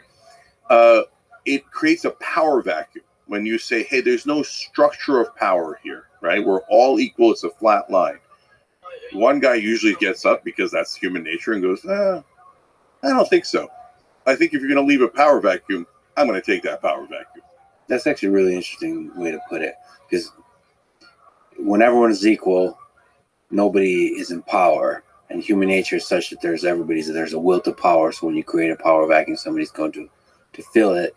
So the alternative is to have people in power, but there's a balance of power, and then there's like a democratic system that elects the people in power and keeps churning and rotating.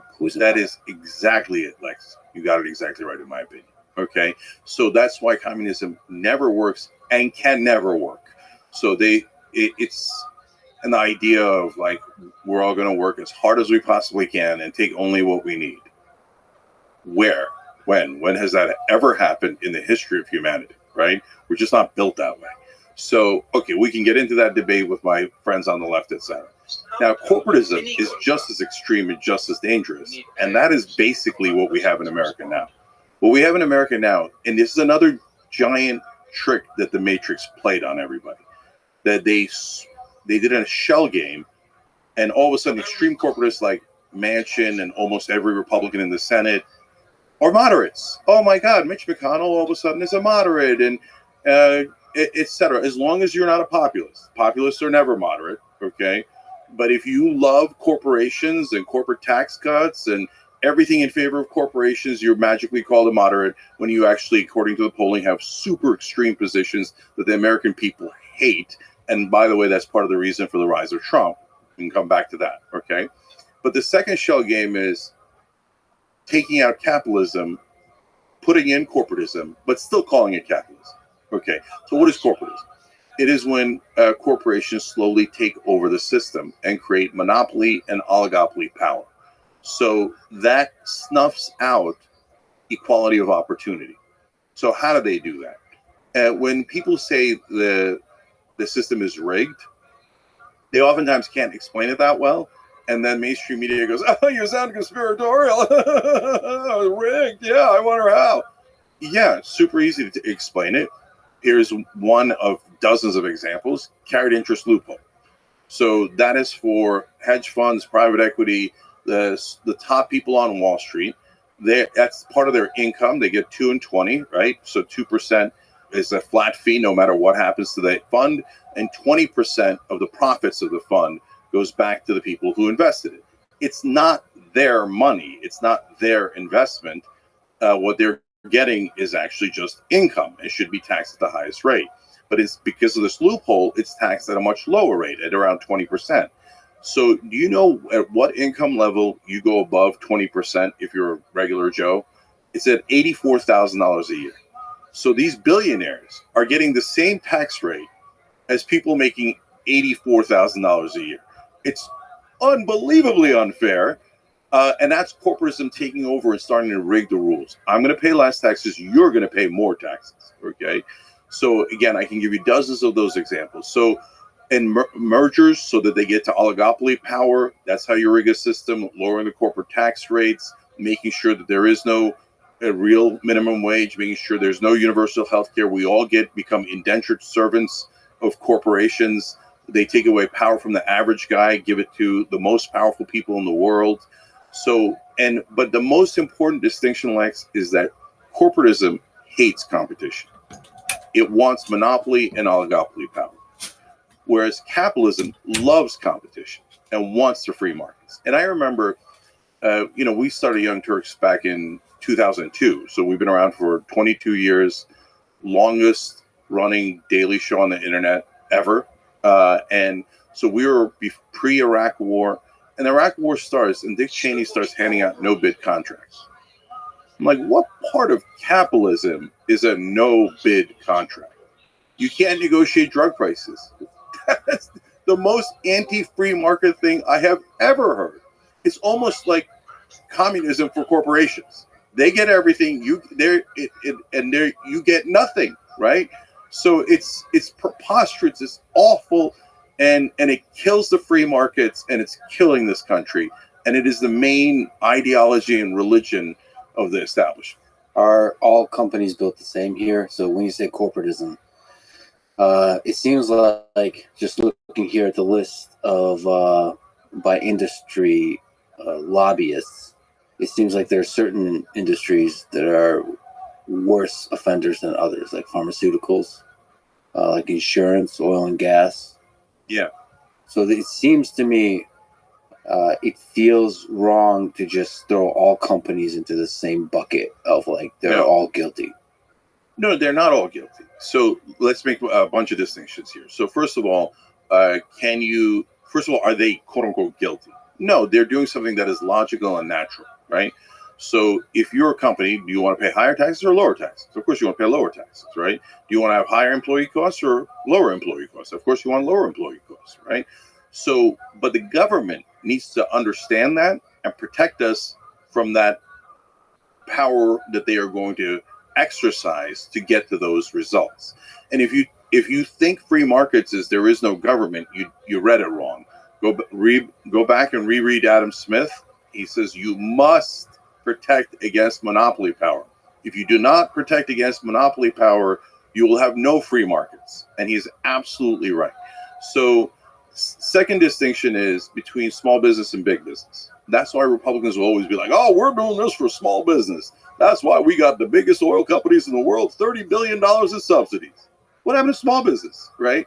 So I run a small business. And so if people were to say like, hey, maybe there should be exemptions for some of the regulations if your company has less than 5 employees, 10 employees, 50 employees, etc. There's some logic in that because businesses have different stages of growth and they have different interests and different needs in those stages of growth. And we want to facilitate small business growth because that's great for the economy, that's great for markets, freedom, etc. But the bigger corporations, even there's a third distinction. It isn't that there are certain industries that are worse. There's just that there are industries that are better at lobbying.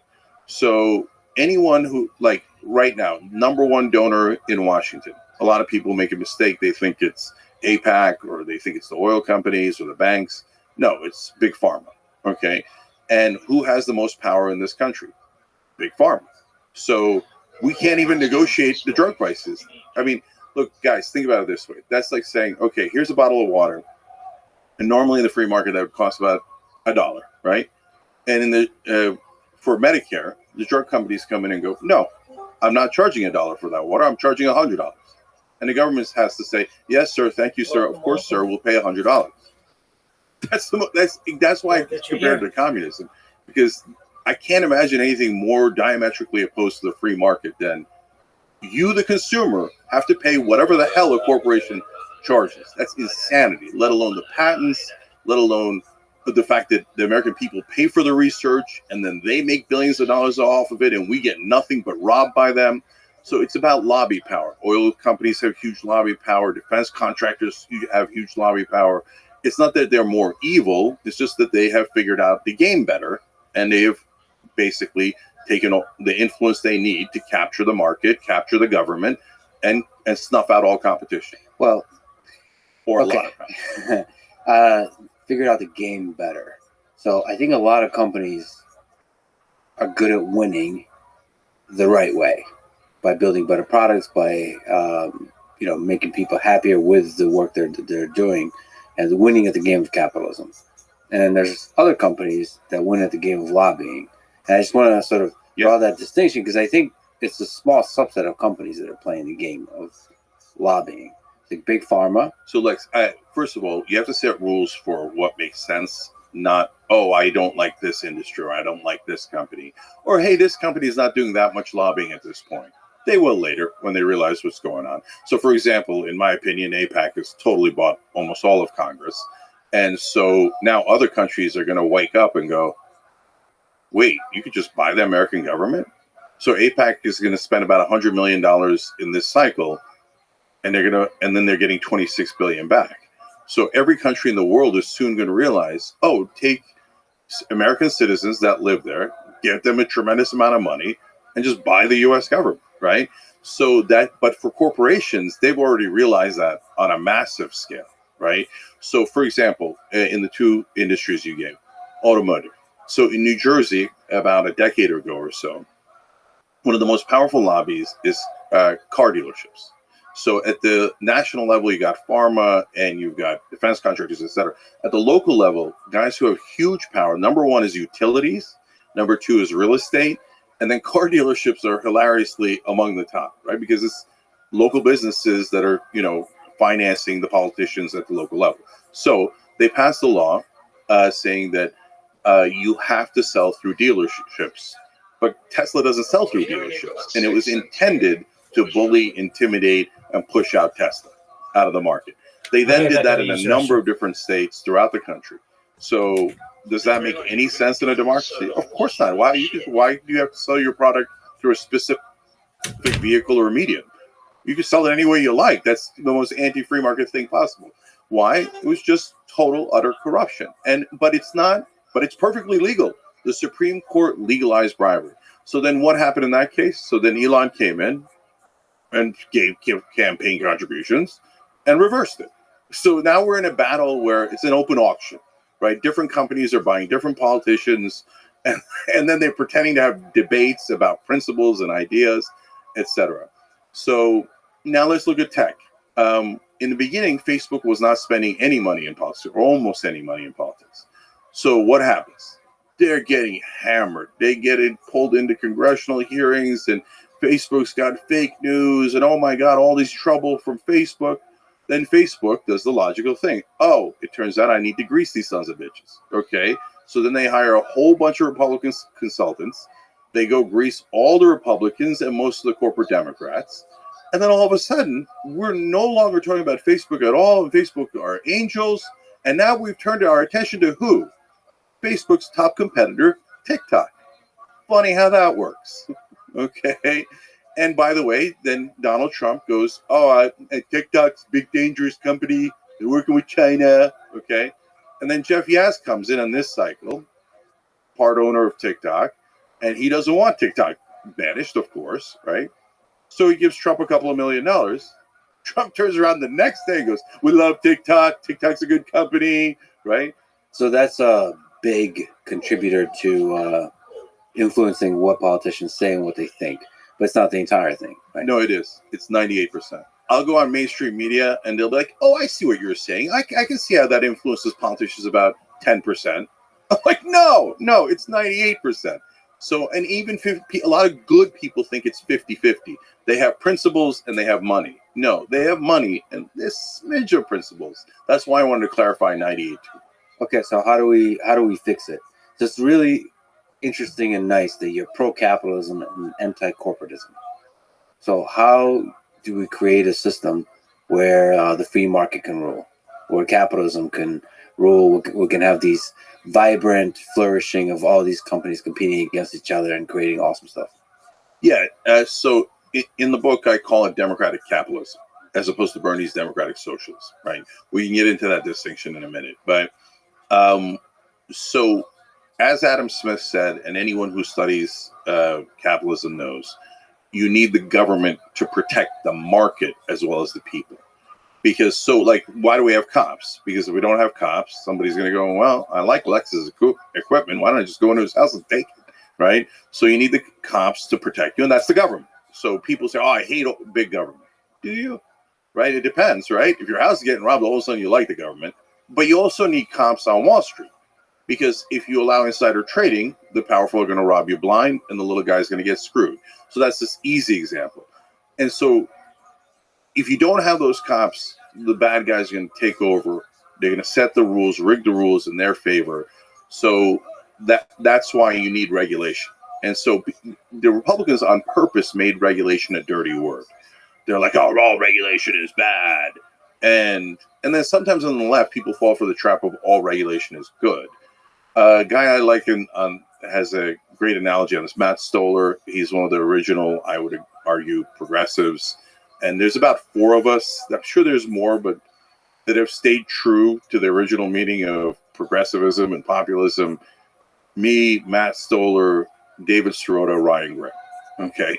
And they used to be in that original blogger group.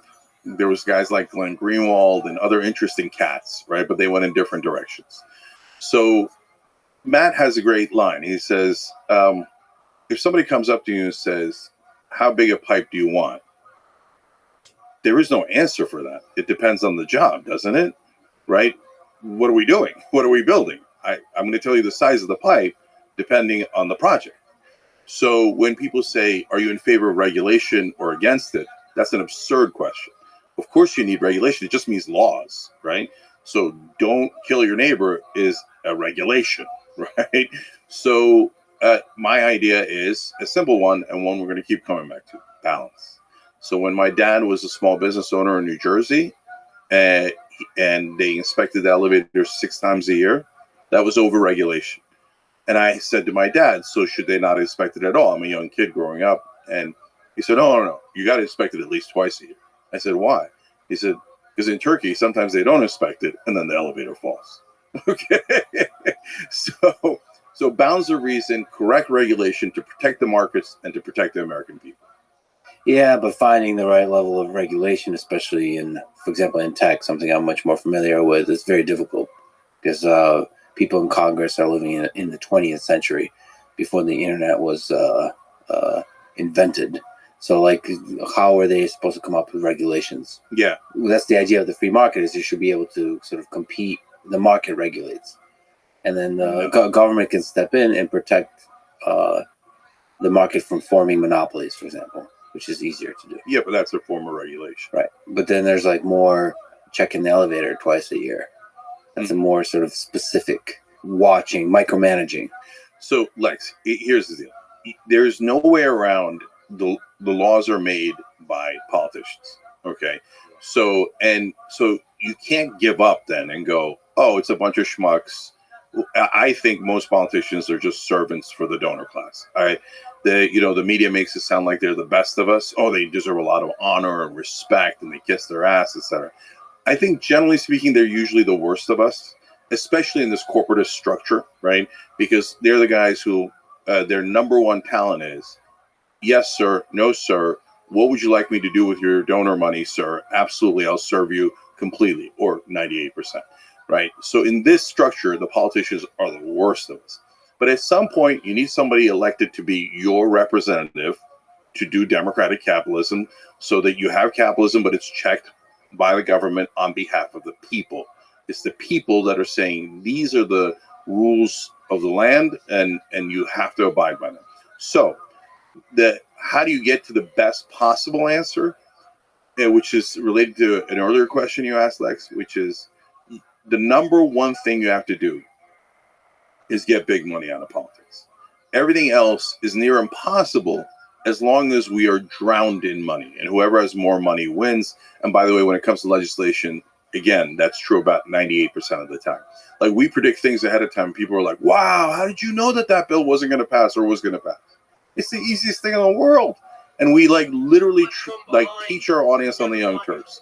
Watch, you'll be able to see for yourself. And now our members comment in, they do these predictions. They're almost always right? Because it's so simple. Follow the money. So if you get big money out of politics, and I could explain how to do that in a sec, then you're at a place where you got your best shot at honest representatives that are going to try their best to get to the right answer. Are they going to get to the right answer out of the gate? Usually not. So they pass a law. There's something wrong with the law. They then fix that part. It's a pendulum. You don't want it to swing too wildly, but you do need a little bit of oscillation in that pendulum to get to the right balance. By the way, I was listening to Joe Biden from when he was 30 years old, the speeches. It was eloquent as hell. It's fun to listen to, actually. And he has a speech he gives, or just maybe a conversation in Congress, I'm not sure where he talks about how corrupt the whole system is. Yeah. And he's really honest and fun. And that Joe Biden is great, by the way. That guy, age sucks. People get older. But he was talking quite honestly about having to suck up to all these rich people, and that he couldn't really suck up to the really rich people. They said, come back to us 10 years later when you're more integrated into the system. But he was really honest about it. He's saying that's how it is. That's what we have to do. And that really sucks that that's what we have to do. Yeah. So we did a video on our TikTok channel, Then and Now of Joe Biden. This is when I was trying to push Biden out. We should say you're one of the people early on saying Biden needs to step down. Yeah, I started about a year ago because I was positive that Biden had a 0% chance of winning, and it turned out. By the way, 2 days before he dropped out, his inside advisors inside the White House said, "Yeah, near 0% chance of winning." Yeah. So we were right all along. We got a lot of criticism for that, by the way. But yeah. Yeah, we can come back to that. Yes, I did, and which makes it Tuesday for me. I get a lot of criticism for everything. And by the way, Democratic Party, you're welcome. But Biden's a really interesting example. I'm really glad you brought it up. So the video on TikTok was just showing Biden then, Biden now, and you're right. Biden was so dynamic. When you see how dynamic he was, we did like side by side, right? And then you see him now going, "You're barely finished." Anyways, right? You're like, "Oh, that's not the same guy. I get it." Right? So, and that got like 5 million views because it resonates. They're like, yeah, of course, right? But when he first started, to the point you were making, Lex, in fact, I know because I talked to him about this. His very first bill was anti-corruption. Why? Because at that point, everything changes in 1976 and 78. The Supreme Court decisions that basically legalized bribery. Remember, Biden is ancient, so he's coming into politics at a time when money has not yet drowned politics. And in fact, the American population is super pissed about the fact that it's begun. They don't like corruption. So early Biden, because he's reading the room, is very anti-corruption. And the first bill he proposes is to get money out of politics. Okay. But as Biden goes on for his epic 200-year career in Washington, he starts to get not more conservative, more corporate, because he's just taking more and more money. By the middle of his career, he has a nickname, the senator from MBNA. Okay. MBNA was a credit card company based in Delaware. And the reason he had that nickname is because there isn't anything Joe Biden wouldn't have done for credit card companies and corporations based in Delaware, which are almost all corporations. Okay. So he became the most corporate senator in the country, and hence the most beloved by corporate media. And corporate media has protected him his entire career until about a month ago. So, for example, in the primaries, both in 2020 and 2024, if you said the senator from MBNA, I guarantee you almost no one in the audience has heard of it. If you heard of it, good job. You know politics really well, okay? But the reason you didn't hear of it is because the mainstream media wouldn't say that's outrageous of Joe Biden to be such a corporate stooge. They'd say, that's outrageous of you to point out something that's true and something we reported on earlier, okay? And so they protected him at all costs. Now, finally, when you get to this version of Joe Biden, he can't talk, he can't walk, he bears no resemblance to the young guy who came in saying that money in politics was a problem. Now he's saying money in politics is the solution. And in 2020, he said, well, I can raise more money than Bernie. I can kiss corporate ass better than Bernie. I'm the biggest corporate ass kisser in the world, so I'm going to raise $1 billion, and you need to support me. Now, of course, he doesn't say it in those words, but that was the message to the establishment. And Buttigieg, Klobuchar, Obama, Clyburn, everybody goes, oh, that's right. Oh, Biden, not Bernie. I don't know that there's anybody in the country who instinctually dislikes Bernie more than Barack Obama. Oh, that's an interesting. I'm not taking that tangent at this moment. Because you mentioned mainstream media. What's the motivation for mainstream media to be corporatist also? So first of all, they're giant corporations. So they're all multi-billion-dollar corporations. In the old days, we had incredible number of media outlets. So you go to San Francisco, there'd be at least 2 papers, and there'd be a paper boy, and I'm going all the way back, paper boy on each corner, and they're competing with one another. Literally, they'd be catty corner, right? And one guy's going, oh, I hear all this details. So they're trying to get an audience. They're trying to get people interested. So they're populist, they're interesting, they're muckrakers, they're challenging the government. Fast forward to now, or not now, but about a decade ago, 5 years ago, in that ballpark. Now there's only 6 giant media corporations left, and it's an oligopoly, right? And they're all multi-billion-dollar corporations. They all want tax cuts. Half of them are also, especially about 20 years ago during the Iraq War, half of them are defense contractors.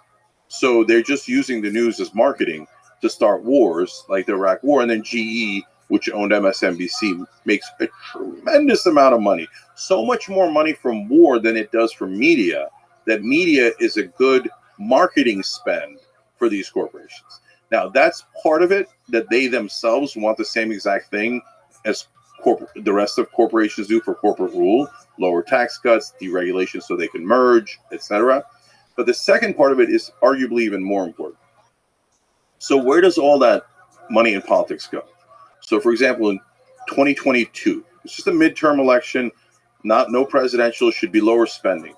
A ridiculous $17 billion are spent, okay, on the election cycle. Where does the $17 billion go? Almost all of it goes into corporate media, mainstream media, television, newspapers, radio. They're buying ads like nuts. So we have a reporter at TYT, David Schuster. He used to work at MSNBC, Fox News, etc. And David once did a piece about money in politics at a local NBC news station. And his editor or GM spiked the story. And David goes into his office and asks him, so why? This story is true. It's a huge part of politics. If we're going to report on this issue, we got to tell you what's actually happening. So he says, David, come here. He puts his arm around his shoulders, takes him to the big newsroom, and he goes, you see all this? Money in politics paid for that. That's really fascinating. So big corporations are giving money to politicians through different channels, and then the politicians are spending that money on mainstream media. And so there's a vicious cycle where it's in the interest of the mainstream media not to criticize the very corporations that are feeding that cycle. It's not actually direct. It's not like corporations are, because I was thinking one of the ways is direct advertisement. Like pharmaceuticals obviously advertise a lot on mainstream media, but there's also indirect, which is like giving the politicians money, or super PACs, and the super PACs then spend money on the. That's why mainstream media never talks about the number one factor in politics, which is money. Like we all know, I mean, as we talked about earlier, we see it with our own eyes, open auction, any country, any company, anybody that has money, the politicians will now literally say, I am now working for this guy, as Trump says, because he gave me a strong endorsement, which means a lot of money, right? And the press never covers it, almost never, right? So you're telling me you're doing an article on the infrastructure bill or Build Back Better, etc., and you're not going to mention the enormous amount of money that every lobbyist spent on that bill? That's absurd. That's absurd. That's 98% of the ballgame. And the reason they hide the ball is because they don't want you to know this whole thing is based on the money that they are receiving. And by the way, that one more thing about that, Lex, it's that the ads themselves actually, they work, and they work pretty well. But that's not the main reason you spend money on ads. You spend the money in ads to get friendly coverage from the content, from the free media that you're getting from that same outlet. And so since every newspaper and every news television station and network knows that the Democratic Party and the Republican Party are their top clients, they're going to get billions of dollars from them. They never really criticize the Republican and Democratic Party. On the other hand, if you're an outsider, they'll rip your face off.